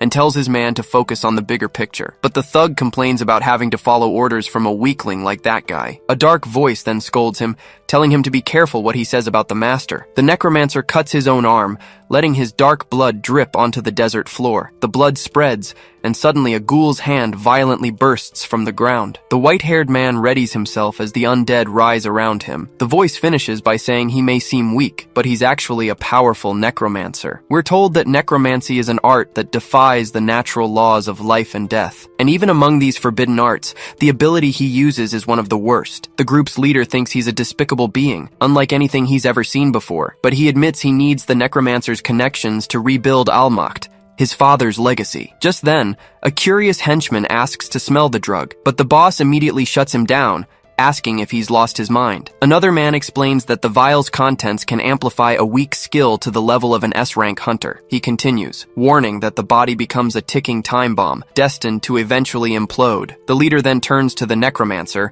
asking where that mysterious substance came from. The white-haired man just gives a sinister smile, clearly amused by the whole situation. He then taunts him, asking how he dares to ask for anything after being so incompetent. The leader defends himself, saying it was beyond his control, and that unforeseen things happen. The prisoner, Lila, laughs in his face, saying she appreciates his shameless soul. The guy in sunglasses glares at him and says he can't leak details to an incompetent leader. The henchman gets angry and lunges at him, but the necromancer notices the commotion and turns around. A woman suddenly appears, telling him to calm down because dangerous investigators are nearby. The necromancer greets her, asking what Lady Crow is doing in this godforsaken place. Just then, the woman stops abruptly upon seeing the hostage and asks who that girl is. Lila just watches, thinking it looks like someone is in deep trouble. The necromancer explains he wasn't talking about her, and that they'll keep her alive for now. With a victorious smile, Crow reveals she was referring to him, Ivan. She says it's too late for him now, and then begins to slowly fade away. Before vanishing, the woman asks him if he truly believes they are on his side. Filled with hatred, the necromancer grinds his teeth and curses her for only knowing how to hide in the shadows. The henchman asks who they were, but the boss tells him to shut up and pretend he saw nothing. With a serious look, the leader declares that neither the woman nor the investigators will see the sunrise. The trio comes across a trail of bodies, and Stefan comments that Hunter Min's path is filled with ghouls. He says that if it weren't for Seo Min, they'd be in serious trouble and suggests calling for backup. But the huntress refuses to give up, saying they must follow him, though she nearly collapses from weakness. Her partner catches her immediately, worried about her condition. Suddenly, she's surprised to see Seo Min has returned and asks why he's there. The hunter just stares at the group in silence, with his usual cold expression. Stefan asks if something happened to their leader, Lila, but the girl cuts him off, annoyed. Seo Min explains he found signs of a battle and can sense her mana in that direction. Her partner then asks if she was kidnapped by whoever summoned the ghouls. Desperate, Stefan says that can't be, as Lila wouldn't be defeated so easily. Seo Min ignores him and says he can stay and fight the monsters if he's scared. Watching him leave, the group has no choice but to run after him, telling him to wait. As they run, Seo Min confirms that the kidnappers are with them inside the portal. The girl complains about a foul smell that she starts to notice in the air as they advance. Her partner asks if they're sure their leader was dragged this far. The group arrives at a cave, and a voice welcomes them, saying it's good they showed up. The villains thank them for saving them the trouble of searching, with ghouls surrounding them. Enraged, the huntress Hikari charges at them, calling the enemies bastards. Her partner Kumo also attacks, yelling that he wouldn't let his cousin do all the work. He hits the henchman with glasses, who complains that the country doesn't pay him to be violent. Kumo then begins to overpower the suspects, using a spinning attack to hit them all. Their leader gets annoyed by their audacity, calling the hunters reckless brats. He then activates his skill, Wolf Spear, preparing a golden energy attack. Seeing the blow coming, Seo Min just clicks his tongue, finding the thugs very annoying. But Kumo acts quickly, creating a magical barrier that successfully blocks the attack. Hikari realizes the cave is too tight to summon her spirit without risking everyone's lives, so she decides to use the chaos to search for the missing hunter, Lila. But the necromancer appears out of nowhere, saying he knew a rat would try to flee during the fight. Angrily, she tells the scum to get out of her way as her body becomes covered in lightning. The white-haired man calls her unbearable and strikes her with a powerful attack. Kumo falls into despair and screams, "No!" as he sees his cousin thrown far away. With a serious and worried look, Seo Min shouts his companion's name, "Hikari!" Amid the chaos of battle, Seo Min screams Hikari's name as he sees her get hit. He then reaches out his hand, and a golden magic circle appears to try and save her. The light envelops the hunter's body, swirling around her with a mysterious energy. Surprised, Hikari feels the light and says she's never seen anything like it before. The necromancer, Ivan, notices the scene and identifies it as a life manipulation skill. He finds it interesting, as he's never seen anyone use this technique, which is ironic coming from him. Furious, Kumo charges at the necromancer, shouting and calling him a bastard, but the henchman with glasses stops him, telling him not to be so hasty with his attack. The villain blocks the strike and warns that their fight isn't over yet, kid. Meanwhile, Fred warns that the man's power is on another level,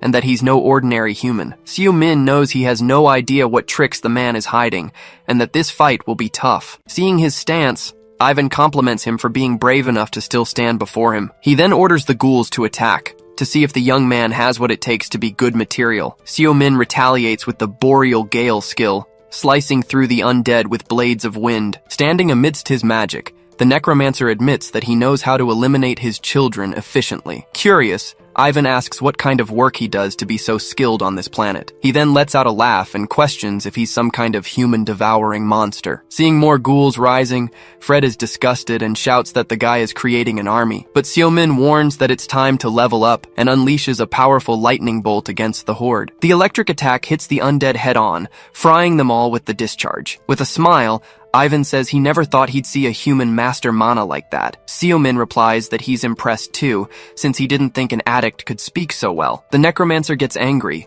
repeating the word addict with a look of pure hatred. He then denies using the powder, calling humans wretches who can't live without the portals. Mockingly, the villain reveals that the client for the mission is human, and that the species devours itself. He explains that he took the job to give the useless a chance at a glorious rebirth. With a malicious smile, he says that humans look elegant when dead, and they make for great material. Seo-min realizes he's not lying, and wonders if he was the one who created the enhancers. He then calls him disgusting, saying that raising corpses is a revolting and shameful act. But Ivan doesn't care, and says he can create more children as long as the moon gives him mana. While the brawl rages on, the rest of the group turns to fight the henchmen. A ghoul attacks Stefan, who realizes he's overwhelmed, having to fight and protect the others. But Seo-min effortlessly crushes a monster, wanting to see how long the enemy can last. With a smile, he reveals that he knows half-demons use demonic energy, not mana. The necromancer Ivan is shocked, and asks how he could possibly know something like that. Seo-min then confirms that he knows he's a half-demon, a creature of cursed blood. Ivan is a being shunned by both demons and humans,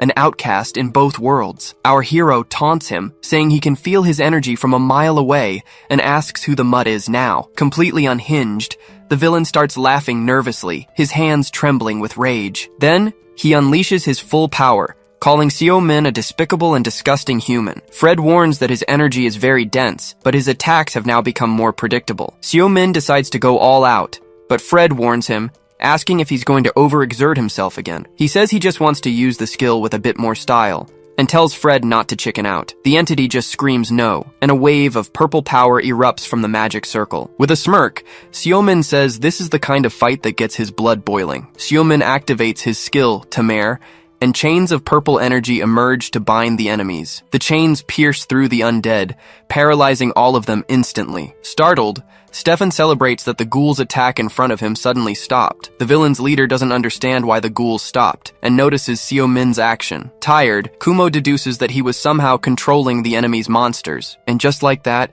the ghouls slowly turn around and begin to surround their former masters. Terrified, the henchmen scream for them to stay back, unable to believe what's happening. Their boss panics and yells at the necromancer Ivan to do something to help. But it was too late, and the horde of monsters devours the two thugs without mercy. Ivan stares at Seo-min, saying he's actually controlling the undead with domination magic. He finds the whole thing ridiculous and is impressed by that dark and powerful mana. Shrouded in his aura, Seo-min faces the villain, who asks what he really is. The necromancer Ivan asks if he's even human, shocked by the power of the chains. Seo-min feels the skill's effect, and Fred complains that he's dizzy and about to throw up, but he tells the entity to rest, preparing to handle the rest of the fight alone. Out of control, the ghouls charge at Ivan, who screams for them to come to daddy. Annoyed, he's forced to destroy his own creatures with a blast of energy. The attack causes a massive explosion, blowing a hole in the cave ceiling. With the path cleared, Ivan declares he'll now fight using his full power. But Seo-min appears behind him, asking if he has any tricks left up his sleeve. Ivan is in shock, not understanding when he used a speed skill to get there. From the hole, a man thanks them for their help as he could finally get out. The guy then flies out of the cave,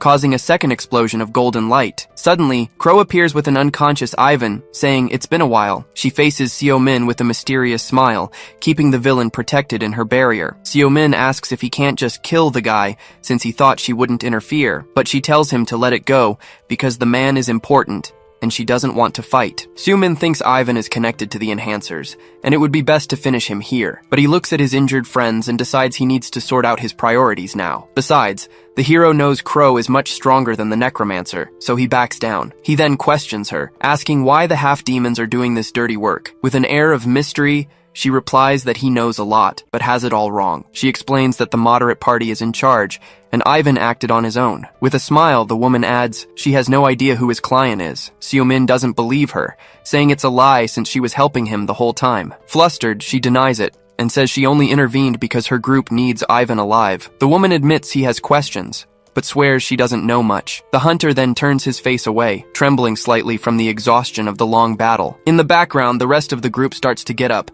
still recovering from their injuries. He sighs and decides to let him go, but warns that next time, there will be no mercy. Surprised, she asks if he trusts her, and he explains that he read her mana patterns. Crow finds this quite annoying, but before leaving, she decides to ask one last question. Seo-min questions her, wanting to know who she's referring to when she keeps saying, we. With a smirk, she says that's at least one thing she can reveal now. She then says the name is and vanishes into thin air, taking the necromancer with her. Watching the scene, he concludes that the half-demons were just pawns in this whole plan. After all, no human would hire them without a greater motive, since they hate humans. That substance had a sinister power, but it wasn't demonic energy like that from the other world. Thinking about it, he decides he should probably investigate this IZ organization as well. Lila thanks everyone for saving her and suggests they finally leave the portal, but Hunter Min thinks he first needs to tie up the loose ends left behind. Hikari asks about the necromancer, and he explains the villain escaped while he was fighting someone else. At that, Lila apologizes to the team, saying she shouldn't have let her guard down like that, but the girl tells them to be grateful no one got hurt and that they need to get out of there soon. Looking at the group,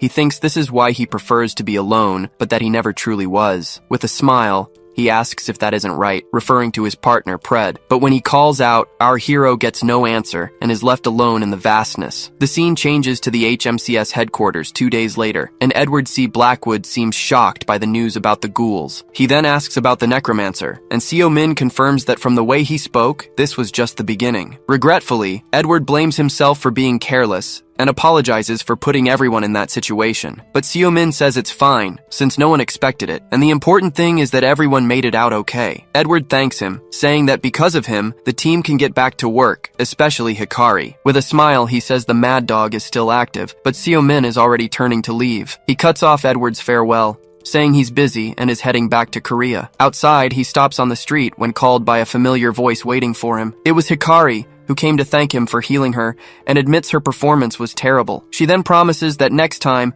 he'll be able to count on her for real. Not paying her much mind, he just says, sure, and continues on his way, leaving her behind. He thinks about how Pred has been silent since the fight, but his skills still work normally. Looking up at the sky, he wonders when his little partner will finally wake up again. At the HMCS headquarters, an agent reports that the Middle East Division has discovered Almacht. She explains they weren't the ones creating the drug, and the network was dismantled after its leader's death. Vice President Edward then asks about the gate's condition after the fight.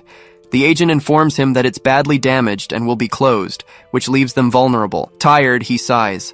But the woman warns him that the former president's people have taken over the headquarters. She says that Inspector Juan Cargill has a lot of power and is eyeing his position. Just then, the door opens and a man walks in without knocking, saying he forgot. It was Juan Cargill himself, greeting Vice President Blackwood with a mocking tone. He immediately asks if things with the enhancer case aren't going so well. Cargill then says he's heard rumors about some random hunter from Asia being involved in the investigation. He even taunts him, saying the team came back empty-handed and left the place in ruins. Angrily, Edward corrects him, explaining that the team was attacked and had no other choice. But the inspector says that doesn't change the fact they failed to find the drug's creator. He concludes that, at this rate, no one can deny the investigation has stalled. With a sinister smile, Cargill then proposes they make the case public. Edward scoffs at the idea, finding Inspector Cargill's proposal completely absurd. He explains that if the case leaks, civilians will find out about the drug, and demand will skyrocket. But Cargill doesn't care, saying they just need to track the supplier and shut them down. He adds that with the investigation dragging on, everyone will find out eventually. With a victorious air, he announces he'll consult the others, but he already knows whose side they'll take. Alone in the room, Edward is left thoughtful and worried about the blackmail he just endured. The scene shifts to Seo-min, who says on the phone that the case might go public soon. He admits he wanted to solve it alone, but the root of the problem was deeper than he thought. Elsewhere, An old master asks a young man if he really saw an awakened necromancer. Back on the phone, Seo-min hears that the search for Pandemonium and IZ has yielded no results. The person on the line then says there's more important information about that gate. It was Edward, who explains they ran another evaluation and the portal has become useless. Seo-min deduces the portal was misclassified because of the number of bodies at the site. He explains that empty portals have usually been cleared, but it was strange not to find a single monster. Edward then asks for his opinion, and the image of the villains flashes in our hero's mind. Seo-min thinks about the portals, wondering if the villains anticipated an empty portal to use as a base, but he gets a new idea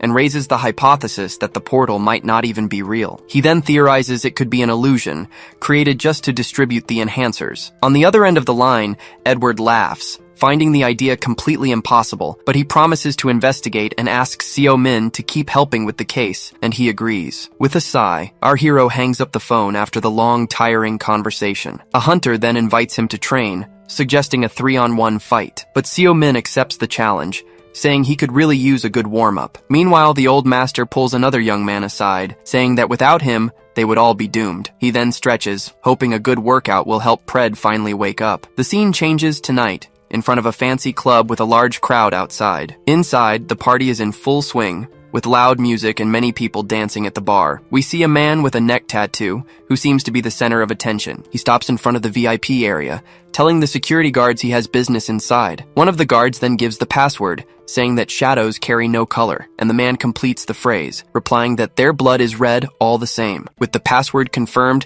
the security guards let the man enter the VIP room. Inside, Chiyu greets him elegantly, saying it's been a while. The redhead then smiles and asks if he's been well since their last meeting. Then Chiyu asks if the Grand Master also showed up for the business meeting, but the man lights a cigarette, explaining that the boss isn't coming due to security concerns. The host snaps his fingers and says a guard will escort him out when it's all over. Suddenly, a man with a braid leaps out from behind him, appearing by surprise. He steps closer to light the cigarette, as the redhead complains about the pigs making things complicated. The sound of footsteps catches his attention, and he realizes the other guest has finally arrived. A masked man appears at the door, greeting the redhead and calling him Chen Zhang. He then praises him for his punctuality and tells Chiyu to show him the package. The masked man apologizes for the rush, explaining the master's order to act before the police do. Chiyu then presents a black briefcase and asks if they want to check the merchandise. Upon opening the package, the masked man is amazed by the sight of the drug. At the agency, Seo-min is focused on his work when two colleagues show up, watching him from a distance. They start whispering about a rumor that Seo was recently called to the main headquarters.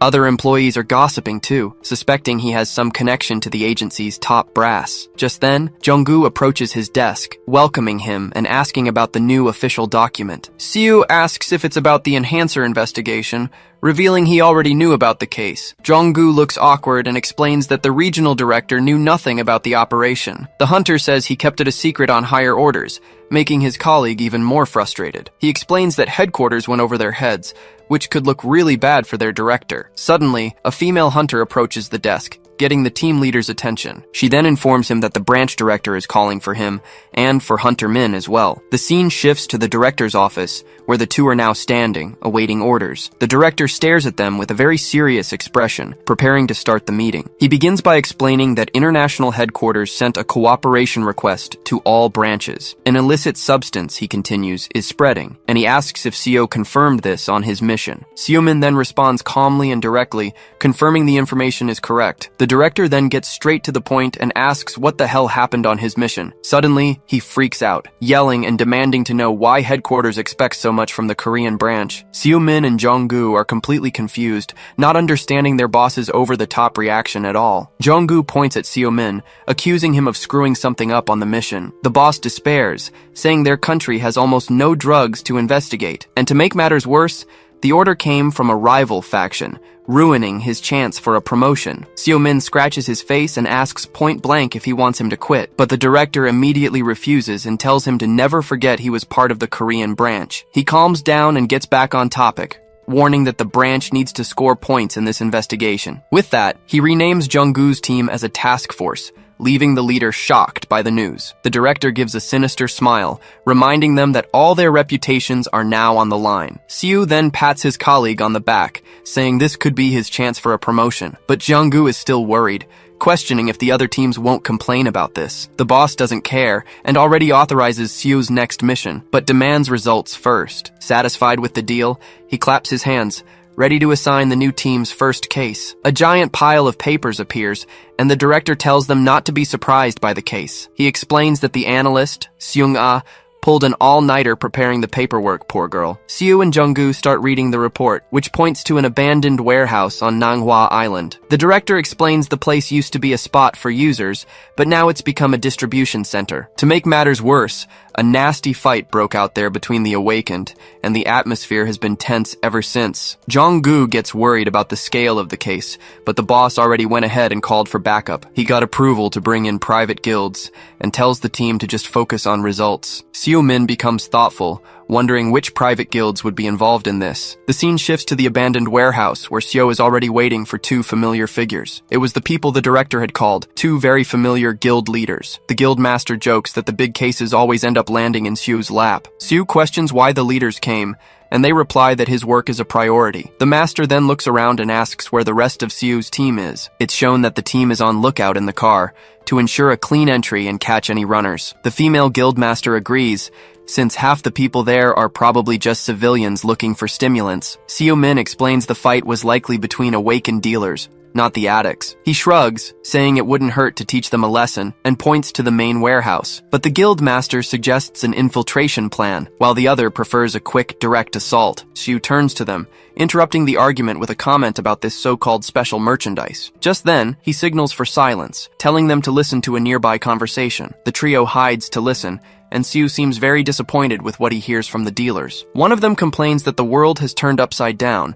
with the Awakened selling exclusive drugs. Squeezed in, Seo gets annoyed at the lack of ethics in the business, finding it all very wrong. The conversation continues, and one of the guys mentions hearing rumors that Chen Jiang is in Korea. The other dealer asks who this Chen Jiang guy is, leaving his partner shocked. Suddenly, the two turn and see the group, shouting and asking who the hell they are. Seo Min smirks and says sarcastically that they're not interested in the merchandise. He and the guild masters get ready and tell the dealer to open the warehouse door now. With the two traffickers subdued and tied up, the group now has a clear path inside. Seo and the guild master get excited, and she immediately votes to just go in and smash everything from the start. But Sejun sighs at the idea and calls them over while pulling an item from his pocket. He then uses a light ability, turning everyone invisible so they can infiltrate. Seo Min is impressed by the magic, recognizing it as a very rare transformation skill. The guildmaster praises Sejun, saying he lives up to his title as Korea's archmage. He explains it's just a variation of his elemental magic, which can be used in many ways. Sejun continues the lesson, showing that the concealment simply bends light, one of the 5 elements. Seo smirks and comments that Pred would have gone crazy if he'd heard that explanation. Sejun asks if the parasite inside him is causing any trouble, but Seo says it's nothing. He then ruffles his brother's hair,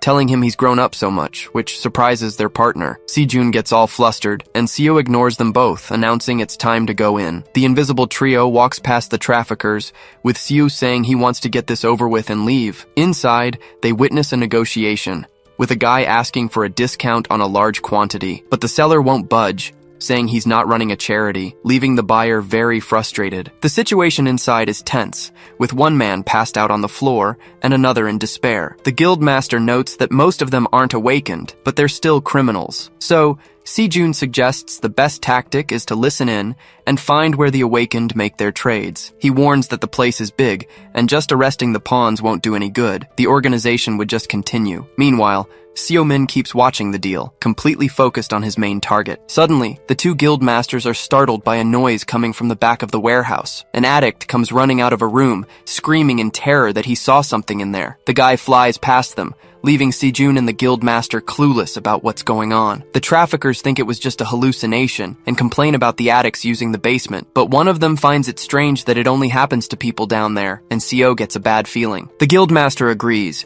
saying the place gives her the creeps and feels like a nest of pure evil. Seo Min then stops in front of a door and tells the other two to stand guard outside. Sejun wants to go with him, but Seo cuts him off, telling him not to make him repeat the order. He reinforces the command with a serious look, making it clear they are to stay and wait. With that, he walks away, leaving them behind with no choice but to obey. Xiumin enters the basement, which looks more like a sewer, and wonders if it's an escape route. He keeps walking through the dark place and starts to feel a mysterious energy in the air. Suddenly, a bizarre figure with long hair appears, and he notices the energy isn't mana. The feeling is similar to that of a summoned creature, something that is definitely not alive. The creepy thing appears right behind him, and Seo wonders if it could be a heroic spirit. He prepares a mana attack, but realizes that if it were a spirit, it would have already taken damage. With that, the apparition transforms into a much friendlier and less scary little ghost. Seo understands that it's unaffected by mana and doesn't seem hostile. It can only be one thing. Just then, a little girl appears out of nowhere,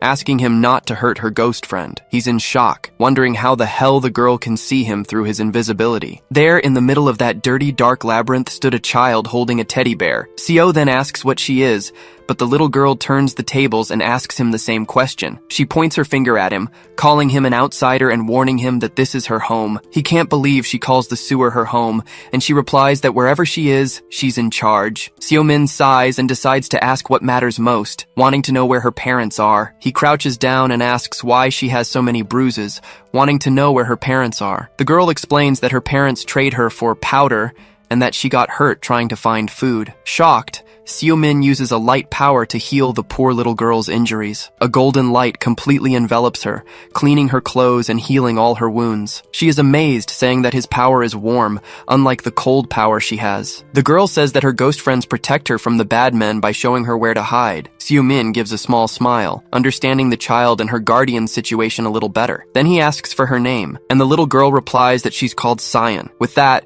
he asks her and her friends for a favor. Some very important help for his mission. Cyan breaks into a huge smile and agrees instantly, happy to be able to help her new friend. The scene shifts to a deal, and a red-haired buyer asks with a smile if that's the product. The dealer confirms it's the pure stuff, straight from the abyss. He guarantees that with one dose, fighting a B rank becomes a cakewalk, but the stock is limited. The buyer asks about side effects, and the seller says it's not easily addictive. Suddenly, a strange noise from the ceiling startles them, interrupting the deal. The dealer goes to check it out, but the buyer thinks it's just a rat. He gets near the door, mentioning rumors of strange things seen in the sewers. Just then, a bloody hand slams against the glass, right in the dealer's face. They both panic, and the red-haired accomplice screams in fear at the sight. Desperate, they run out screaming they saw a ghost, only to run right into Xiumin. He's standing there holding Cyan and calmly says it was just a little prank. With a single blow, he unleashes a blue energy that knocks the buyer out instantly. His invisibility fades, and holding Cyan, he warns them that he's a person. Then, he puts the girl down and tells her to go hide until he's finished. Xiumin gently strokes her hair, thanking her for finding the dealers for him. With the dealers on the ground, Xiumin wants to see what's so special about their product. He nudges the guy with his foot, telling the drug dealer to wake up and talk, but it seems they're out for good, and Seo even wonders if he went too far. As he picks up the drug, he remembers this stuff has been in Korea for a while. Suddenly, a mysterious blonde man appears, crashing violently to the ground. The scene cuts to a new enemy, a man with a stitched face who is wary of the intruder. He doesn't understand how he was found, and wonders if the rumor about the product has already leaked, but he quickly dismisses the idea, concluding there must be a traitor among them. So, he orders a henchman to get rid of Sio's body, thinking the fight is already over. But Sio, lying on the ground, whispers the name of a technique, preparing a surprise counterattack. Just then, a purple magic circle explodes beneath him, catching everyone off guard. Several energy beams shoot out in all directions, hitting the boss's henchmen head-on. The stitched-faced leader barely dodges,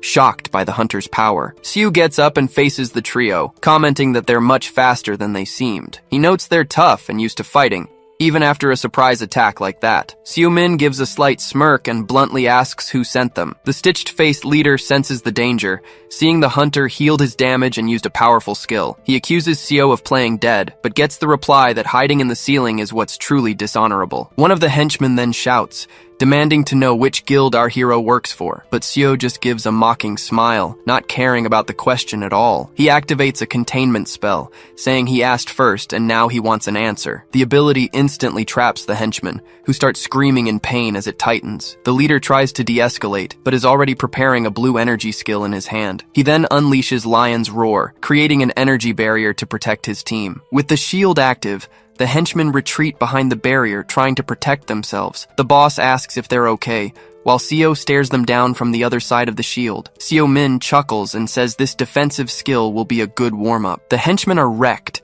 and one of them complains that Seo broke 3 of his ribs. Suddenly, a whip of fire pierces the barrier, shattering the leader's defense. Seeing the situation, one of the henchmen desperately crawls over and grabs the drug from the floor. With no choice left, the henchmen take the drug, warning him that he'll regret this. The substance takes effect instantly, and their muscles begin to swell with power. The 2 get up, panting, and with psychotic smiles they yell that they're going to demolish Seo Min. One of them lunges forward, launching an energy attack and screaming for him to die. Seo Min easily dodges, noticing their power has definitely increased significantly.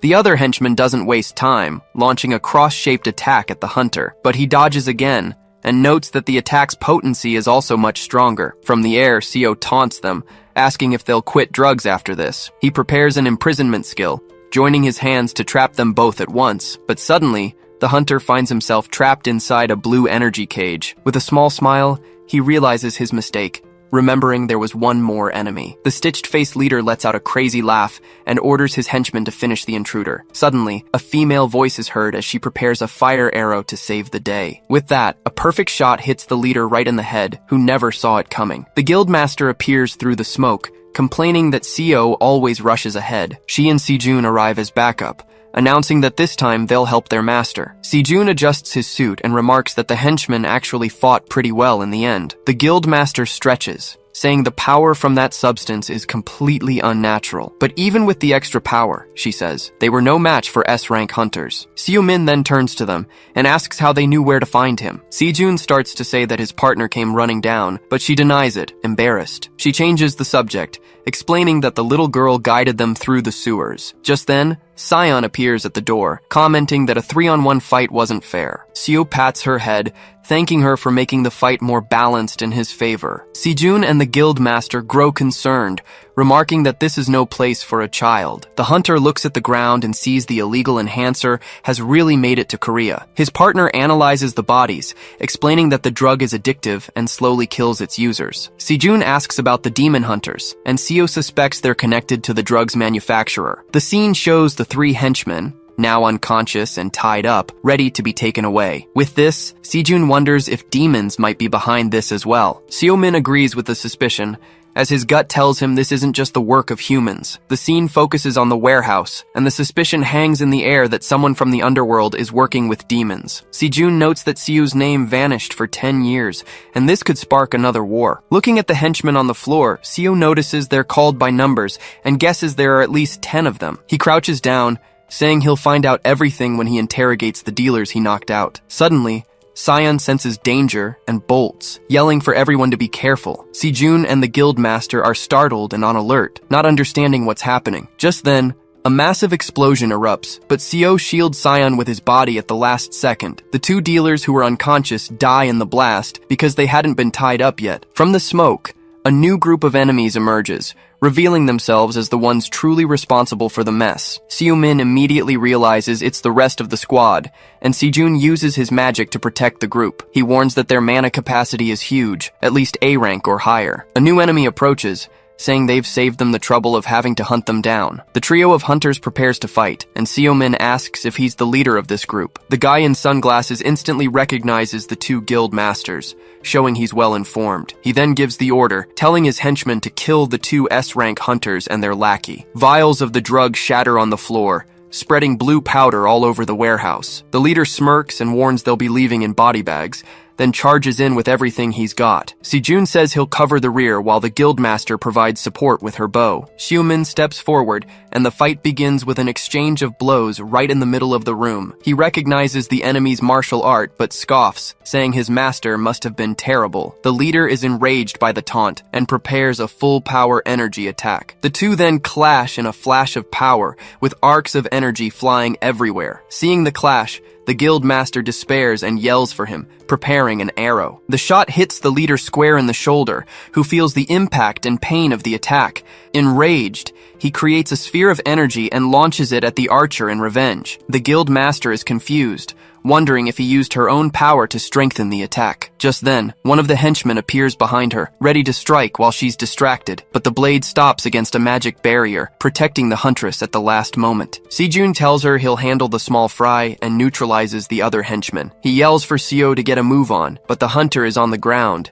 feeling the effects of the strange skill. Seo scratches his head and tells Sejun to stop nagging him with the lecture. But with a small smile, he says his body now remembers what it's like to fight as a team. A flashback shows his old team, and he narrates that in the end, they fought in perfect harmony. Sejun then adjusts his glasses and asks if the two of them are done with their warm-up. At this, Yoa also smiles confidently, bracing for what's to come. Seo Min powers up, announcing he'll finish them all in 10 minutes. The fight resumes with full force, and the hunter charges at the henchman with his red aura. The leader takes a direct hit and ends up spitting blood from the force of the blow. Seo Min glares at him, saying he knows he was trying to force him to use a greater power. He then moves forward, deducing that the enemy's main ability is in his right hand. The leader becomes furious and screams for him to shut up, releasing an intense blue energy. Sayo explains that his skill is a counterattack that gathers energy from the blows he receives, but with a touch to the ground, he sends all the energy back, shattering the guy's technique. The leader is shocked by the counterattack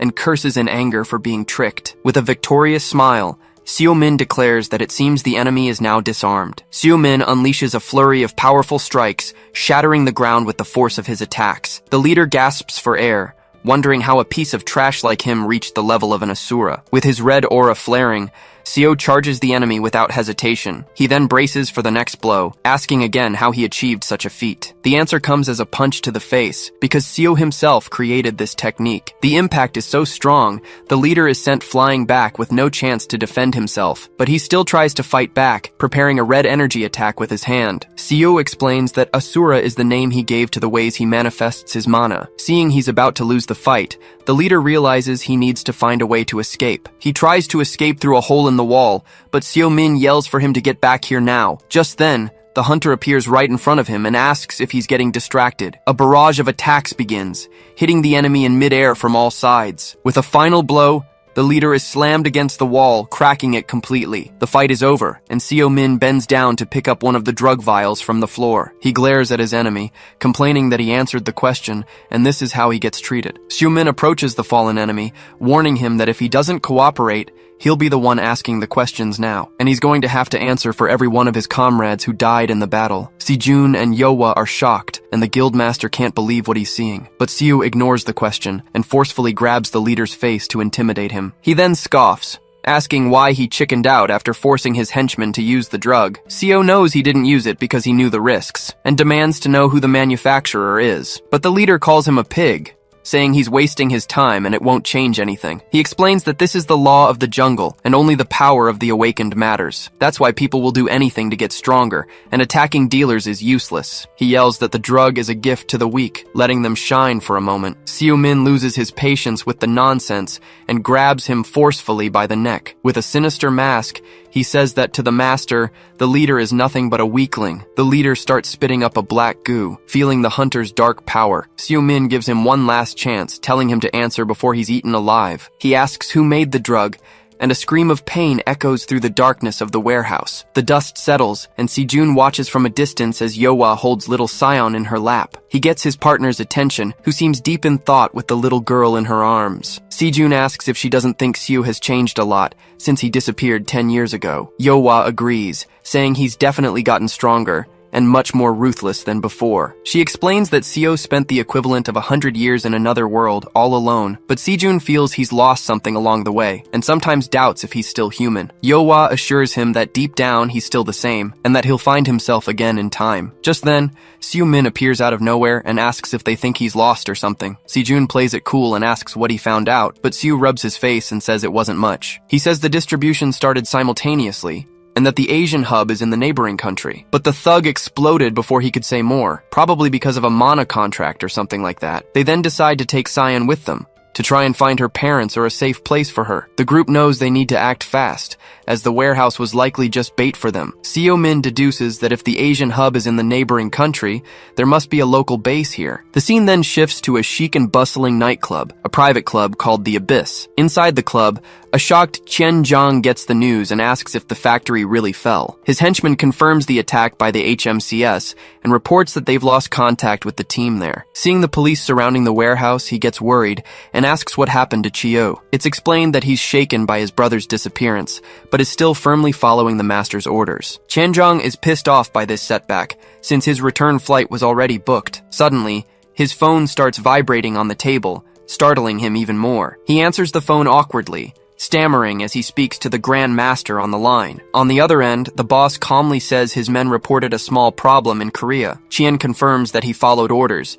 and that the simultaneous operations drew attention. But the master reveals with a smile that they were the ones who leaked the information to the hunters. He explains to a shocked Chen Zhang that the factory was just a decoy to distract the HMCS. The boss then orders the clown to handle the distribution and to ignore the risks. Chien is still worried about the agency's advance and the loss of contact with the team, but the master assures him they won't talk and that the strong hunters are already dead. He ends the call with a confident smile, saying they just need to protect the Abyss. A superior reports that Seo-min rounded up a bunch of dealers and addicts in an abandoned factory. He dismantled their entire distribution center. In theory, he should even be praised for it. The problem is, he killed every single person involved in selling the illegal enhancers. The scene changes to the office of the HMCS branch director, where Seo-min is trying to explain himself. A colleague defends him, saying they obtained vital samples and information about the product's origin. Outraged, Jong-gu asks what else they could have done, since the situation got out of control. The director then turns to the others and asks if their team found anything useful. They reply that they didn't find any concrete leads, and they even lost the suspects they were tailing. The director explodes in anger at their incompetence and yells at them to do their jobs properly. Jong-gu then asks if the situation is really that serious, as they're already swamped with work. The director becomes furious and shouts that headquarters isn't lying, and that even Japan is on alert. He complains that the samples and information they gathered are useless without real proof. Whispering, the other agents comment that the boss only cares about getting a promotion from headquarters. Suddenly, Jung-gu notices someone is missing and asks where Hunter Min is. It's then revealed that Seo-min simply took the day off to take care of some personal business. Si-jun shows Seo-min the new house and asks if he likes the gift. He gets a bit flustered and says he likes it, but he doesn't know if he can accept something like this. Yoa then says he deserves it because now he has a lot more people to take care of. At this, Si-jun recalls that he took in 2 men, Hamin Chu, and also the little girl, Sion. Seo explains that he looked for a place for her, but since she awakened without any abilities, it would be hard for her to adapt. Yohwa is charmed by her rare talent, and the girl says she likes the lady with the red hair. With that, Sejun announces that he split the costs and he'll treat the place as his second home. Yohwa calls Sion to explore the place, and Seo-min smiles, understanding their real plan. Suddenly, more people arrive in the yard, and Hamin Chu gets excited about the new hideout. Once inside, they're impressed by the luxury and doubt their master has the money for this. Xiaolong is a bit suspicious and asks why they need to live so close to each other. But Seo places a hand on his head and says he wants everyone nearby so he can protect them. He then gives a determined smile, saying his promise is to keep his family safe at all costs. Yohwa tells Xiaolong to stop complaining, but he retorts that Seo isn't their father. Seeing everyone gathered, Seo-min reflects that for 100 years, he lived with only their memories. In a flashback, Minjun laments, saying that in the end,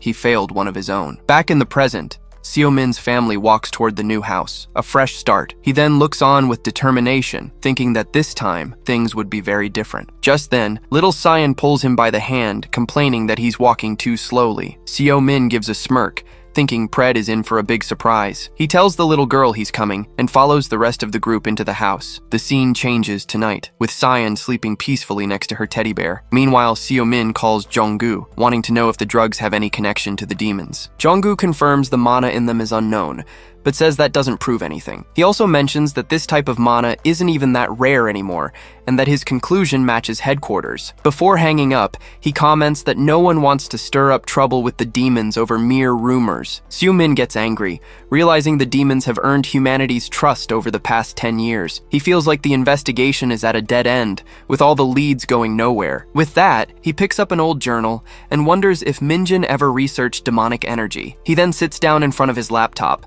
determined to find some clue in the old files. He starts searching on the computer, looking for demonic energy and Minjin's name. He then finds an old blog with a post that seems to be exactly what he was looking for, but to his surprise, access to the blog is completely blocked and set to private. He gets very annoyed, remembering Minjin was always a pain about digital security. Just then, he notices a strange detail in the link and wonders what "easies" means. The question hangs in the air. Was it just a coincidence, or was there something more to it? Suddenly, little Cyan appears at the door and asks what he's still doing awake. He's startled and says he didn't see her there, but the girl tells him she knocked. He tells her to go to sleep, but she replies that the ghost told her about his call earlier. Seo-min stumbles, asking if he's going to get any privacy, but she says it's always been this way. The girl then reveals that the ghost told her what the bad uncles said before he arrived. With a smile, Seo-min becomes genuinely interested and asks her to tell him what she heard. Little Cyan falls silent for a moment, a nervous twitch on her face, not answering. The scene reveals their conversation about some guy named Qian Zhang at the airport and merchandise being distributed. In a dark alley,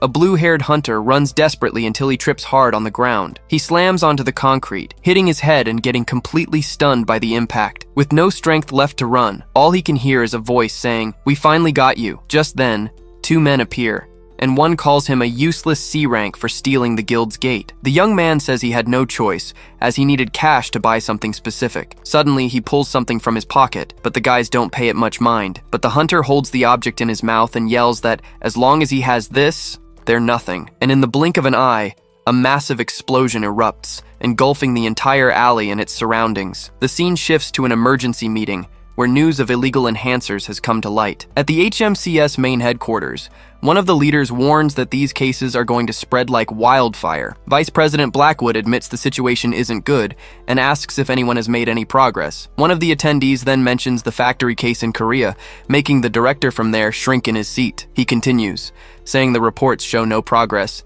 and questions the appointment of the hunter involved. Juan Cargill scoffs at the situation and criticizes Blackwood for putting a rookie on such an important case, but another leader cuts him off, saying that's a bold thing to say coming from someone who only thinks about money. One of the directors asks everyone to calm down, stating that the vice president surely has a plan. He then suggests appointing the new hunter as the lead investigator for the Korea case, as he might be full of surprises. With a smile on his face, he turns and asks for the opinion of the branch director, Gaeonho Baek. The director gets all flustered, stammering, unsure of what to say in such a complicated situation. 2 days later, at the Korean headquarters, Jong-gu is shocked to learn that Seo has become the lead investigator. Seo-min explains that the case has gone public, and they're using him as a scapegoat if everything goes wrong. But he says he can use this to his advantage and hands over a paper requesting an investigation. Jong-gu looks at the document, a bit confused, and asks what the hell abyss means. He then explains that it's from the factory girl's testimony, and that abyss seems to be the keyword. Jong-gu is skeptical, pointing out that the case isn't over and abyss could be anything. But Seo is very confident, saying it won't take long to find the location with the jurisdiction they have. At this, Jong-gu freaks out, because a nationwide search is a huge deal, and abyss could just be a password. Seo-min thinks for a moment, hand on his chin, and quickly comes up with a new idea. He then suggests asking for the cooperation of the 7 heptagram guilds, leaving Jong-gu speechless. Jong-gu complains that the investigation is secret, but Seo says the priority is to stop the distribution. Jong-gu freaks out, saying the prideful guilds will never cooperate, but Seo doesn't care. He then reveals that Yoa and Sejun have already agreed, and there are only 5 more guilds to convince. Slamming his hand on the table, he tells Jong-gu to stop whining and contact them now. He warns that if they don't, all the hunters in Korea will end up addicted to these drugs. The scene shifts to the Blue House, where Gillian, the master of the Infinitum Guild, arrives at the president's office. She gives a respectful bow, showing her decorum before the most powerful man in the country. President Daisu Choi questions her, wanting to know if the matter is related to her guild. She then presents a document, explaining that the HMCS has requested the cooperation of all heptagram guilds. He's intrigued by the request, and asks what kind of case would require so many people. Gillian explains that the details are confidential, but they need help investigating several locations. The president finds it absurd that they're asking for help without offering anything in return for cooperating with the investigation. He quickly realizes this is the Mad Dog's influence, and notes that he's back in full force. Even so, he tells her to do as she pleases, since the guild is now under her command. Gillian remains silent, simply jotting something down on her clipboard without giving a reply. Back at the office, Jung-gu is outraged, unable to believe they sent their rejection in writing. An agent informs Jung-gu that the Infinitum and Frost Soul guilds have refused the request for help. He's relieved, as he had expected nearly all the guilds to deny the requested cooperation. Just then, Seo-min arrives, and the woman hands him the list of guilds that accepted. He glances at the paper and takes the opportunity to ask if it's rare for a hunter to join the HMCS. The agent replies that it's not that rare, and in fact, it happens quite often. She explains that even though it pays less, the agency offers stability and attracts people with a strong sense of justice. Seo-min then reads the names, noticing that the Gum Gang, White Lion, and Salabi guilds have agreed. With that, he tells the two of them to keep an eye on the hunters from those guilds, as there might be a spy. Jung-gu is confused and questions what one thing has to do with the other right now. Seo explains that the operation is massive, and a major guild is likely behind it all. He continues, saying the request they sent offered no advantages to those who helped. Therefore, he concludes that they agreed because they saw an opportunity to make some money. Jung-gu is lost in thought, but suddenly Seung-a Kim comes running in, shouting for her boss. She appears out of breath and tells everyone that she finally found what she was looking for. And then she reveals that she has discovered the location of the place she suspects is the so-called abyss. The scene then shifts to a dark, empty street where a man is walking alone on the sidewalk. Elsewhere, a henchman informs his boss, Chen Zhang, that the HMCS has found the abyss. He's furious, as he thought the Korean branch was useless and wouldn't uncover a thing. So, Chien orders the henchman to find out what they're planning and when they'll make their move. He pressures the man,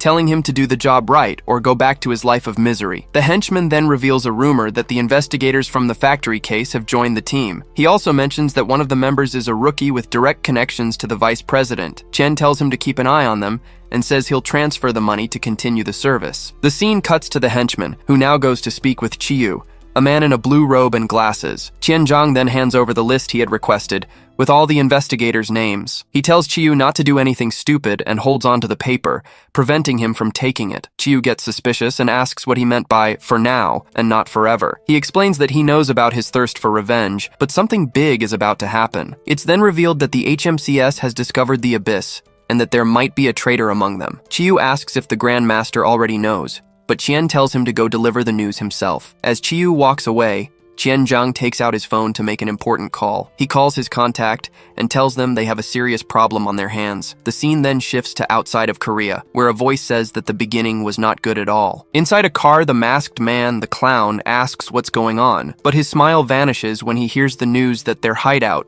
the abyss, has been found. Qian explains that the HMCS is on their tail and asks if the clown can lend a hand. The clown scoffs, saying it's a big risk with no guarantee, and that Qian has a lot to lose. To this, Qian retorts that the clown has more to lose, since the abyss is their best spot. The clown then makes a proposal, demanding the next shipments at half price at the abyss. He hangs up the phone and gets out of the car, telling Qian not to even worry about the boss. With an air of superiority, he announces he'll ask the Grand Master about the deal in person. He enters a luxurious room and greets the Grand Master, complimenting his appearance. The long-haired man just watches the city through the window, in complete and utter silence. The clown then reports that the abyss has been discovered, and that the Korean HMCS is quite competent, but the Grand Master cuts him off immediately, and in a firm voice tells him to shut up. The Grand Master scolds the clown, saying he already knew everything that was going on. He then reveals that the clown is part of the same group that asked to distribute the illegal drugs. The Master states he doesn't care about his objectives, as all paths in the underworld lead through him. With that, he explains the deal is simple. They pay a fee and can proceed with their plans. The clown gives a satisfied smile and says he expected nothing less from the sovereign of Asia's underworld. He then says their objective is quite simple, just distribute the substance and nothing more. But he warns that the Korean HMCS is not weak, and it'll be a huge problem if they get caught. To make matters worse, he adds that the agency asked the 7 guilds for help, but the master tells him to get to the point. The clown then suggests holding a meeting, gathering the largest criminal criminal organizations at the Abyss. With the idea on the table, he and his followers prepare to put the crazy plan into action. He says no one would refuse the invitation, and that they could even give out some free samples to promote the business. The master thinks for a moment and admits this might attract some idiots who don't know what they're getting into. But the clown assures him that with this, they'll have enough people to crush the investigation team. He defends his plan, saying it's better to strike with everything they've got before their base is destroyed. With that, he says his goodbyes and leaves, stating he eagerly awaits the Grand Master's participation. The Grand Master remains silent for a moment, just watching the city from the window. The scene shifts to a flashback, where a sick young woman calls out to him, but he insists on being called brother. Desperate, he promises he'll find a way to get the money to cure her illness. She smiles warmly and says they can go back home when she finally gets better. In a weak voice, she calls him brother, seeing how hard he's trying not to break down in front of her. But she says she doesn't want money, and that her only wish is for him to build a happy family. The next scene is devastating, with him sitting alone beside her lifeless body on the bed. In another moment from the past, Seo-min finds the young man and asks if he wants to be his disciple. The young man says yes because he needs power to protect the people who are precious to him. He then looks Seo-min in the eye and says he's the strongest person he's ever seen, and that one day he will surpass him. With tears in his eyes, he swears to himself that he will never lose someone he loves again. Back in the present, the Grand Master sees all of it as nothing more than an empty, painful memory. He thinks about how he's loaded with cash now, and how he's finally achieved immense power. But deep down, he knows that now there's nothing, and no one, left for him to protect. With a dark look, he turns and gets the attention of someone who was there the whole time. A man then appears and respectfully answers his boss's call. In a serious tone, the Grand Master announces they will hold a conference in Korea. In the HMCS meeting room, Seo-min prepares to brief them on Operation Abyss. He introduces himself as the temporary investigator in charge of the illegal enhancers case. In a serious tone, he warns that if anyone has a problem with him, they should take it up with headquarters. Then a projector turns on, revealing that Abyss is actually a resort club in Incheon. The team learns the place operates as the main distributor of the product in Asia. Seo-min explains that the true owner is a mystery, and the location has several affiliated clubs. Sejun then comments that a suspicious place like this could only operate for so long through bribery. At this, Seo confirms they are already compiling a list of government officials who have been bought off. He reveals a video showed the criminals know about the investigation, indicating a traitor among them. That's why this secret meeting was held, with only the agency's most trusted individuals. The mission's objective is clear: eliminate the Abyss distribution center in a single swift strike. But everyone knows the task won't be easy, as the place is surely well protected. According to their intel, several guards are posted in front of the building, and most belong to criminal organizations. An agent then asks if that's why they requested help from the heptagram guilds. Seo-min confirms their suspicion and stresses that all details of this operation are confidential. He emphasizes that secrecy applies to everyone, even the guild masters who are helping. Therefore, the date, time, and mission details will only be revealed on the day of the raid. But one agent questions why the masters of Imperium and Azure Bloom are getting special treatment. Sejun and Yowa just listen to the accusation of favoritism in complete silence at the table.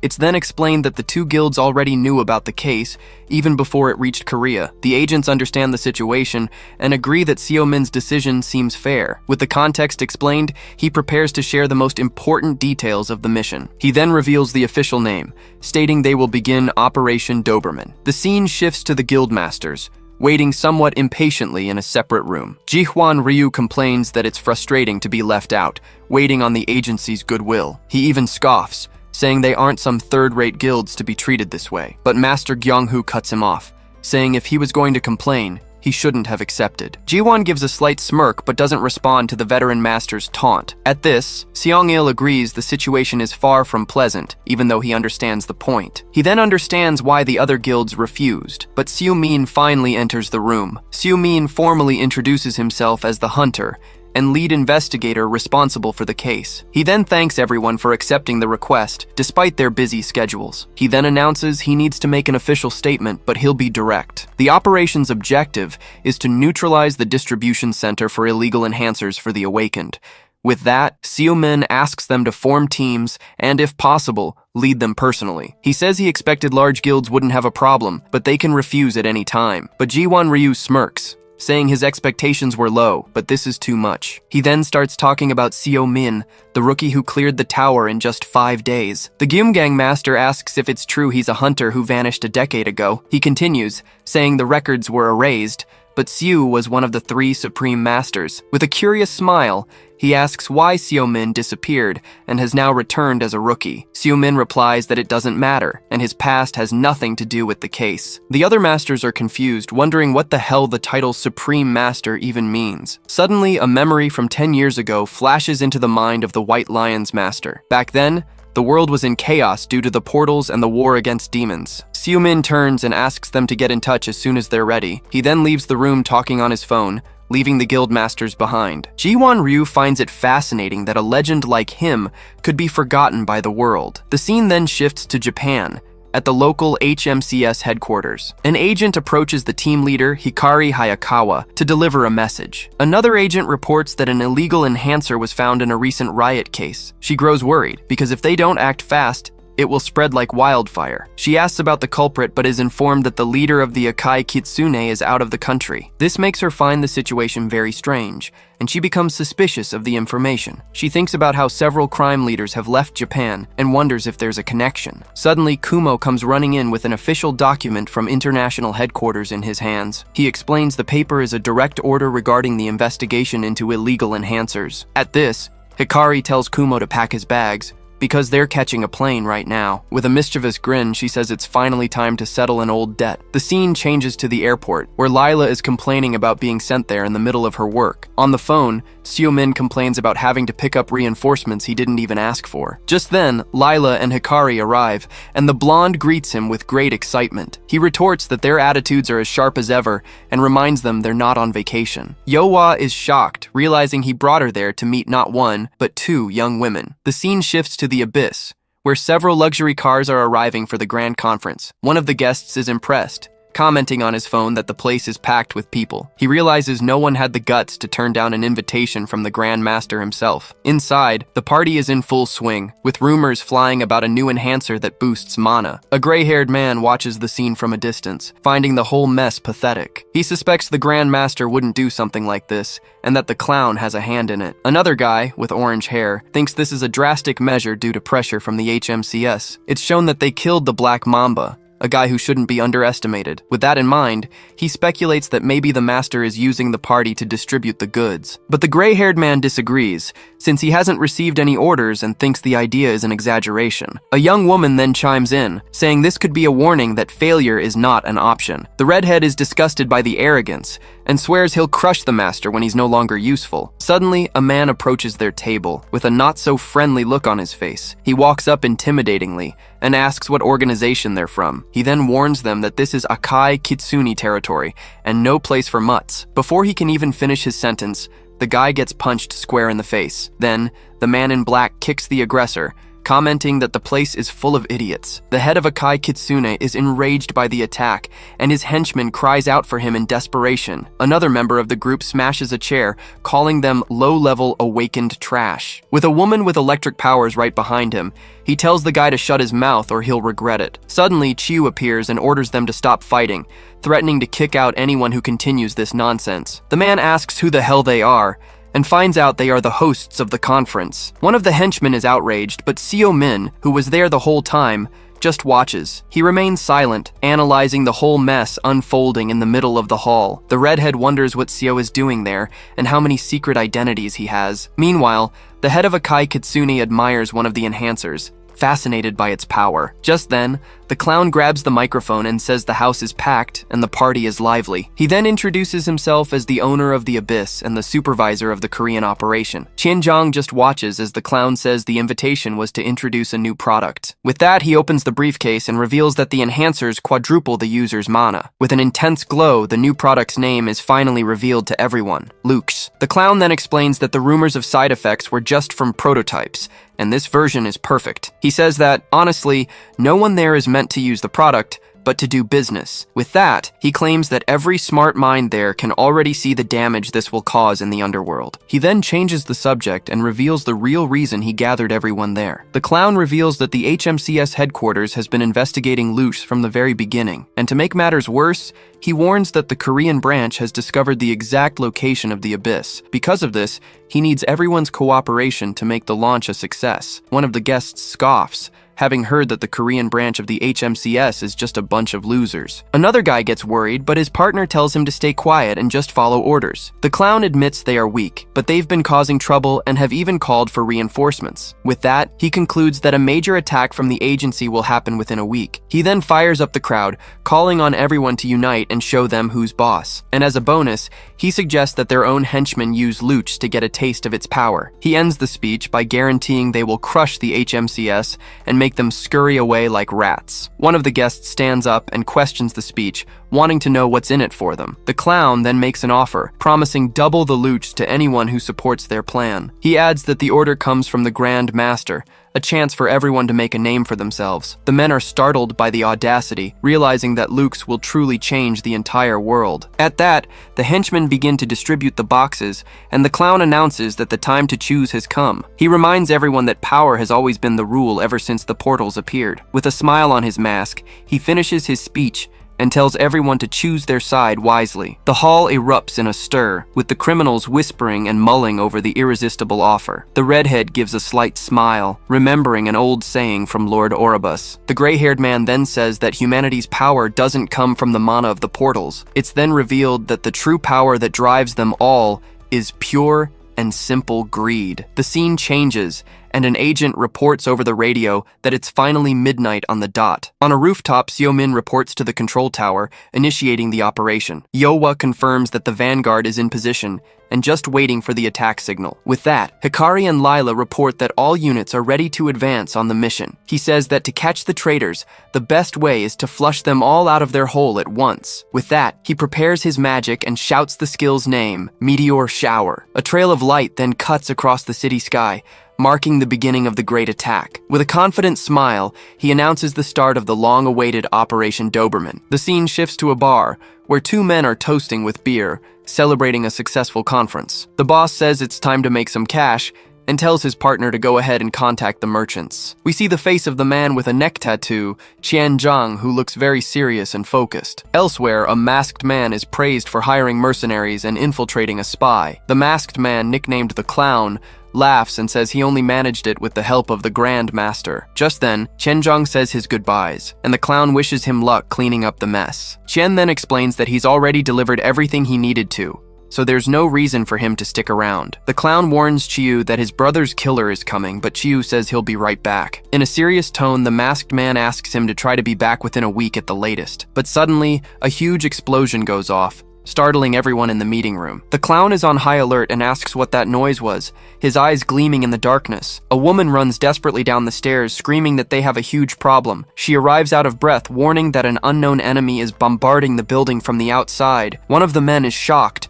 wondering who would have the nerve to do something like this in the city. The clown grinds his teeth in anger, unable to believe his plans were interrupted like this. On top of a building, Sejun Min gets a call and is surprised by the sudden summons. On the other end of the line, someone from the White Lion Guild complains that this operation is hindering their cooperation. Sejun hangs up, understanding the situation, but focused on solving the problem at hand. His subordinates then report that the tracking barriers have already surrounded the infiltrated building. We see the team of hunters activating magical barriers, ensuring no one can escape the area. With a smirk, Sejun notes that the enemy spy failed to leak the operation's details. He complains that only the Salabi Guild showed up to help, but his team says it's more than enough. With the enemy's escape route cut off, the plan now is to pressure them until they come out on their own. Inside the building, a red-haired hunter, Yowa, readies her bow and arrow. Her team has already secured the lobby and is moving to the upper floors, with everything under control. A hunter informs her that the enemies are weak,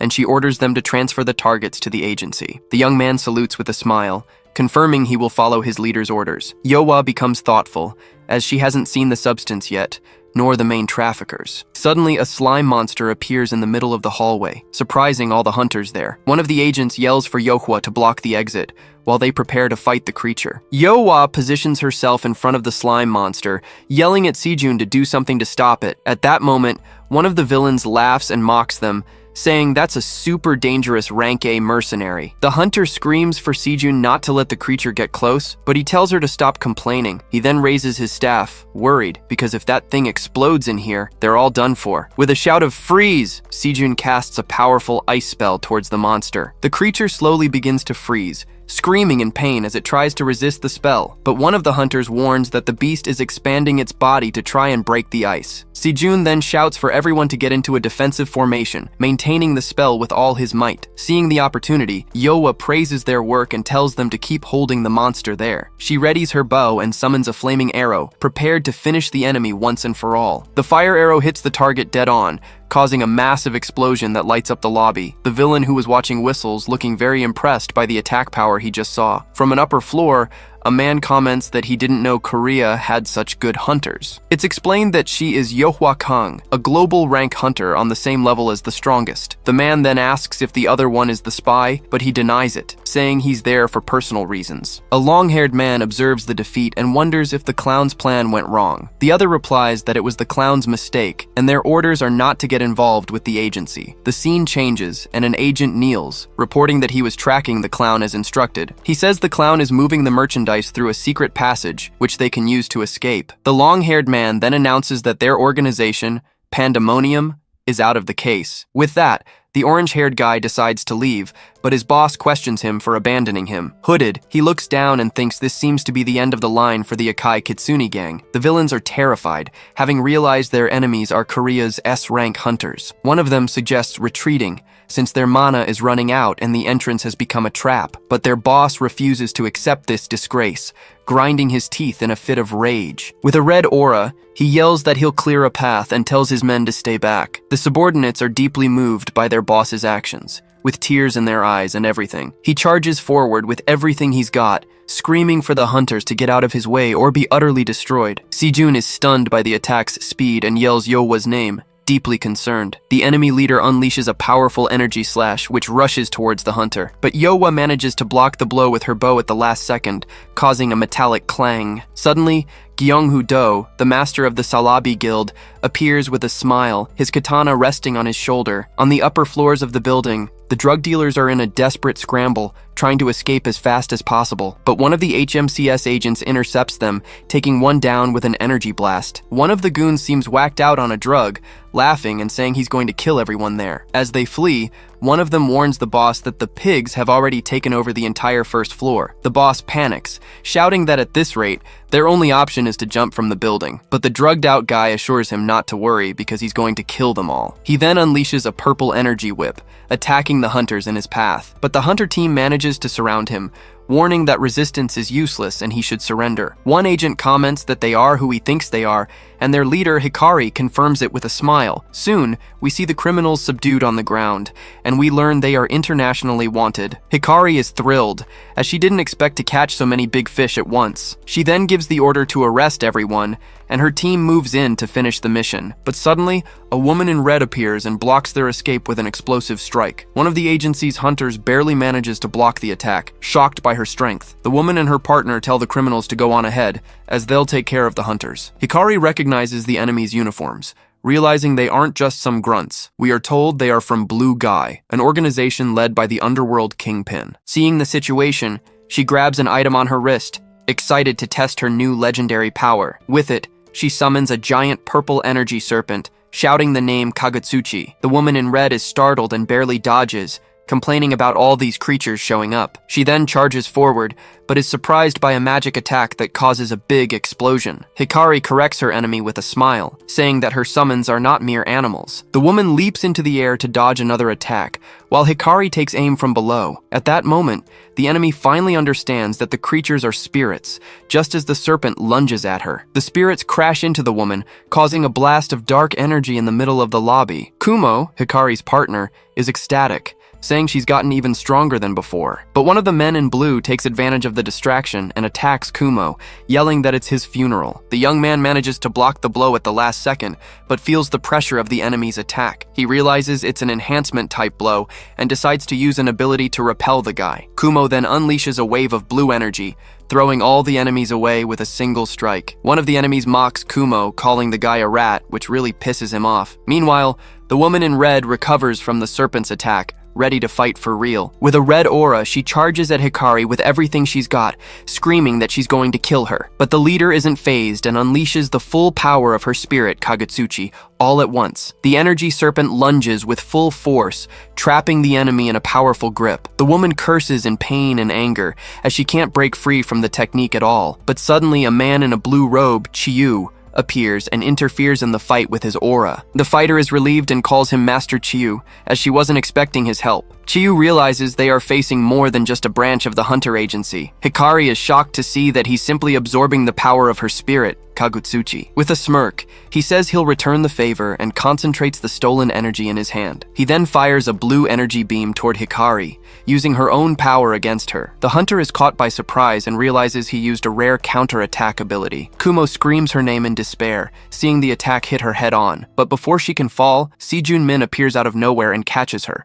preventing the worst. Si-jun appears in midair holding Hikari and states that he doesn't recall giving them permission to leave. The hunter is completely surprised, recognizing Hunter Min, who saved her at the last second. From below, Chiyu glares at him, recognizing the figure that suddenly appeared in the city skies. He then grinds his teeth in hatred, screaming that Si-jun was the one who killed his brother. Calmly, Si-jun comments that he found those sunglasses very familiar. He then deduces that the guy must be the brother of that counterattack user he faced before. Chiyu swears on his brother Leiyu's life that he will tear Si-jun to pieces with his bare hands. With a blue aura, he promises he'll succeed, even if it costs him his own life. But Si-jun just gives a wry smile, lamenting that he has to ruin the enemy's plans. With a red glow, he charges forward and says, "There's no happy ending," landing a powerful blow. Far away, two men watch the fight and confirm their escape route is secured. A green-haired girl calls him Sir, but he seems focused on the ongoing battle. He observes Si-jun's golden aura, thinking that it's a pretty, sinister color. The man with orange hair then calls his two subordinates,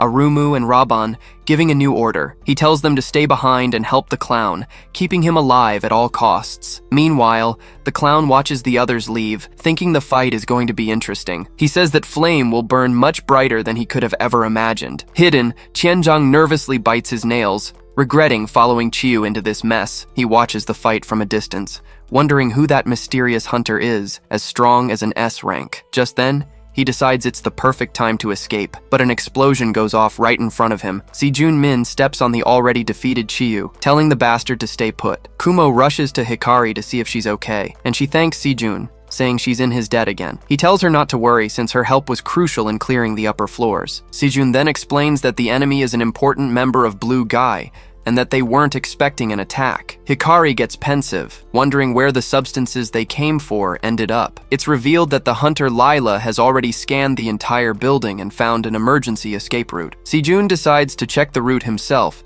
and tells Hikari to handle the remaining enemies. But before leaving, he hands her a mysterious item that looks like a golden bracelet. He explains it's a mana-enhancing artifact, confiscated during their last mission. Hikari then remembers how Si-jun's power inspired her to train and get stronger. She says she really wanted to be of more help, but she still has a long way to go. Kumo panics, asking if she's really going to give him her precious item, Takemizuchi. Kumo gets indignant, asking if Hikari has a thing for Si-jun for giving her a legendary item. She gets all flustered and says it's just to repay the debt, telling him to focus on the mission. In her thoughts, she complains that Kumo is overthinking it, since Si-jun saving her doesn't mean she likes him. But then she remembers Si-jun's face up close and blushes at the memory. The hunter starts stammering, not knowing what to say, completely lost in her thoughts. Just then, Si-jun interrupts her by catching Qianzhang trying to escape, asking where he thinks he's going. The guy panics and lies through his teeth, saying he's just a normal person, not even an awakened. But Si-jun doesn't buy it and threatens to punch him,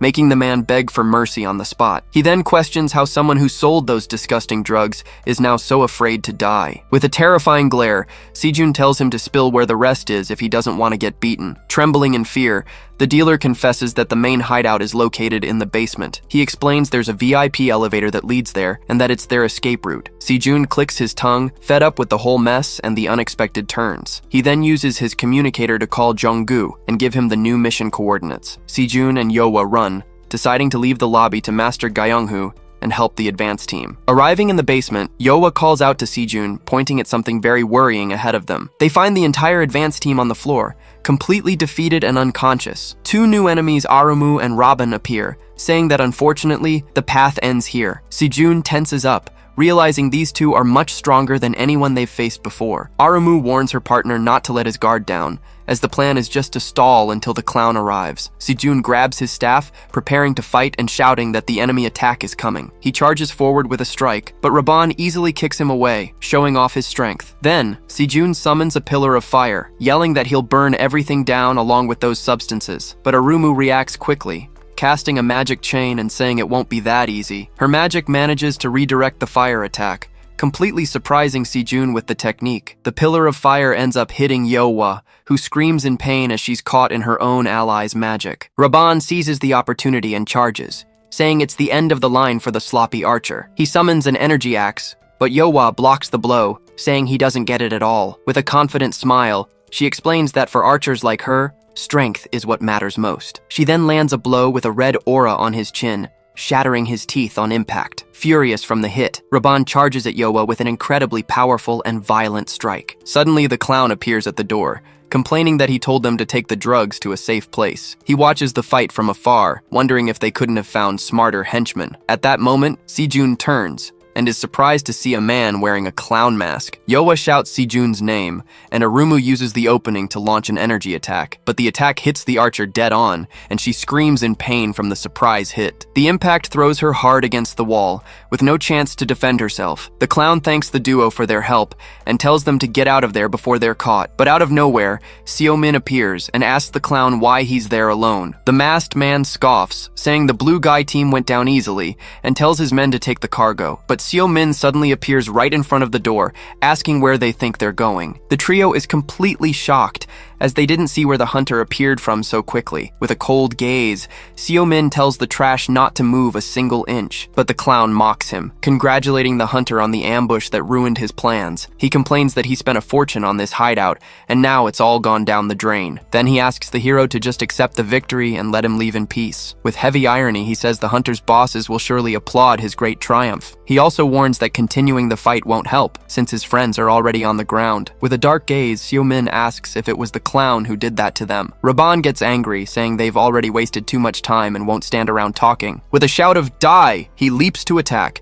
ready to finish Seo-min right then and there. But the hunter uses his Iron Fist skill, stopping the axe with a single hand. Arumu is in complete shock, as Seo-min killed Raban with a single blow. Seo-min now understands that the clown must be the main figure behind this incident. She suggests to her boss that they retreat, but he says he'll handle it and tells her to protect the drugs. The clown then tries to talk, asking for a moment with investigator Seo-min of the gangbook team. But Seo-min pays him no mind, already focusing his energy to end this charade. Seo-min charges with full force, and the clown narrowly dodges, leaping behind an explosion. He praises the attack, saying he barely managed to dodge it even with his absurd speed. Seo-min then asks if he's the main dealer behind all of this. The villain plays dumb, but Seo-min explains it's because he talks more than anyone else. The hunter demands to know where the drugs come from, telling the clown to speak while he still has teeth. The masked man laughs, amused by the question and looking quite confident in his position. He rubs his hands together and asks if Seo-min really thinks he's that easy. Just then, the clown rushes forward with surreal speed,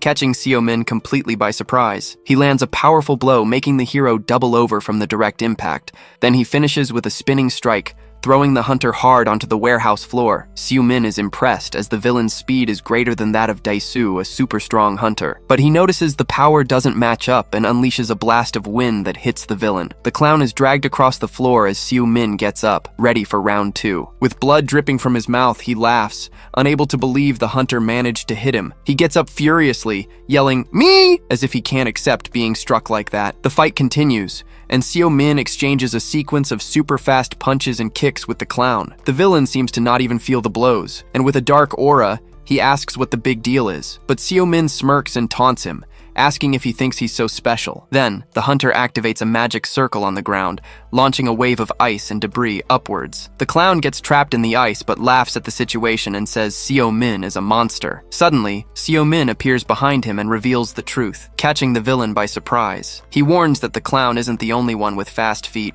and attacks him with a freezing stomp. The villain screams in pain as his entire body begins to be frozen by the hero's magic. With the enemy trapped in ice, Seo Min finishes the move, creating a pillar to seal him for good. After the fight, he takes a deep breath as the side effects of his power start to wear him down. Seeing his injured brother, Sejun approaches and asks him to stay still so he can heal him. He then uses his healing magic, and a golden light begins to treat all of Seo's wounds. Arumu watches from a distance, shocked by that absurd power and Sejun's life magic. Seo Min then gets up and picks up the enemy's weapon from the ground, telling her not to move. He says she's no ordinary henchman and demands to know the source of the dealer's power. Seo Min threatens Arumu impatiently, telling her to answer or she'll die along with her friend. But from within the ice, the clown whispers the word overheat, activating a new ability. With that, white smoke begins to leak from the ice prison, putting Seo Min on high alert. The clown then shatters everything with a wicked laugh, freeing himself with impressive power. Surprised, Seo Min asks if that was the true ability the villain was hiding. The masked man smiles and says that now that he's seen it, there's no choice but to fight. He then decides he will burn Seo Min along with everything else in that place. Arumu panics and screams, asking if he's really going to set the entire area on fire. But she is shocked to see a silhouette standing in the middle of the flames, completely unharmed. Seo Min controls the fire with his hand and asks why all the drama over a simple scratch. He then tells the guy to cool down and launches a new powerful wave of ice in his direction. The ice surges forward and shatters, trapping the clown again and slamming him against the wall. Seo Min complains that the clown made him waste his precious mana on this whole mess. But suddenly, he feels a strange pain, like an unexpected side effect of his power. Trapped in the ice, the clown gives a victorious smile and says he's finally got the hunter.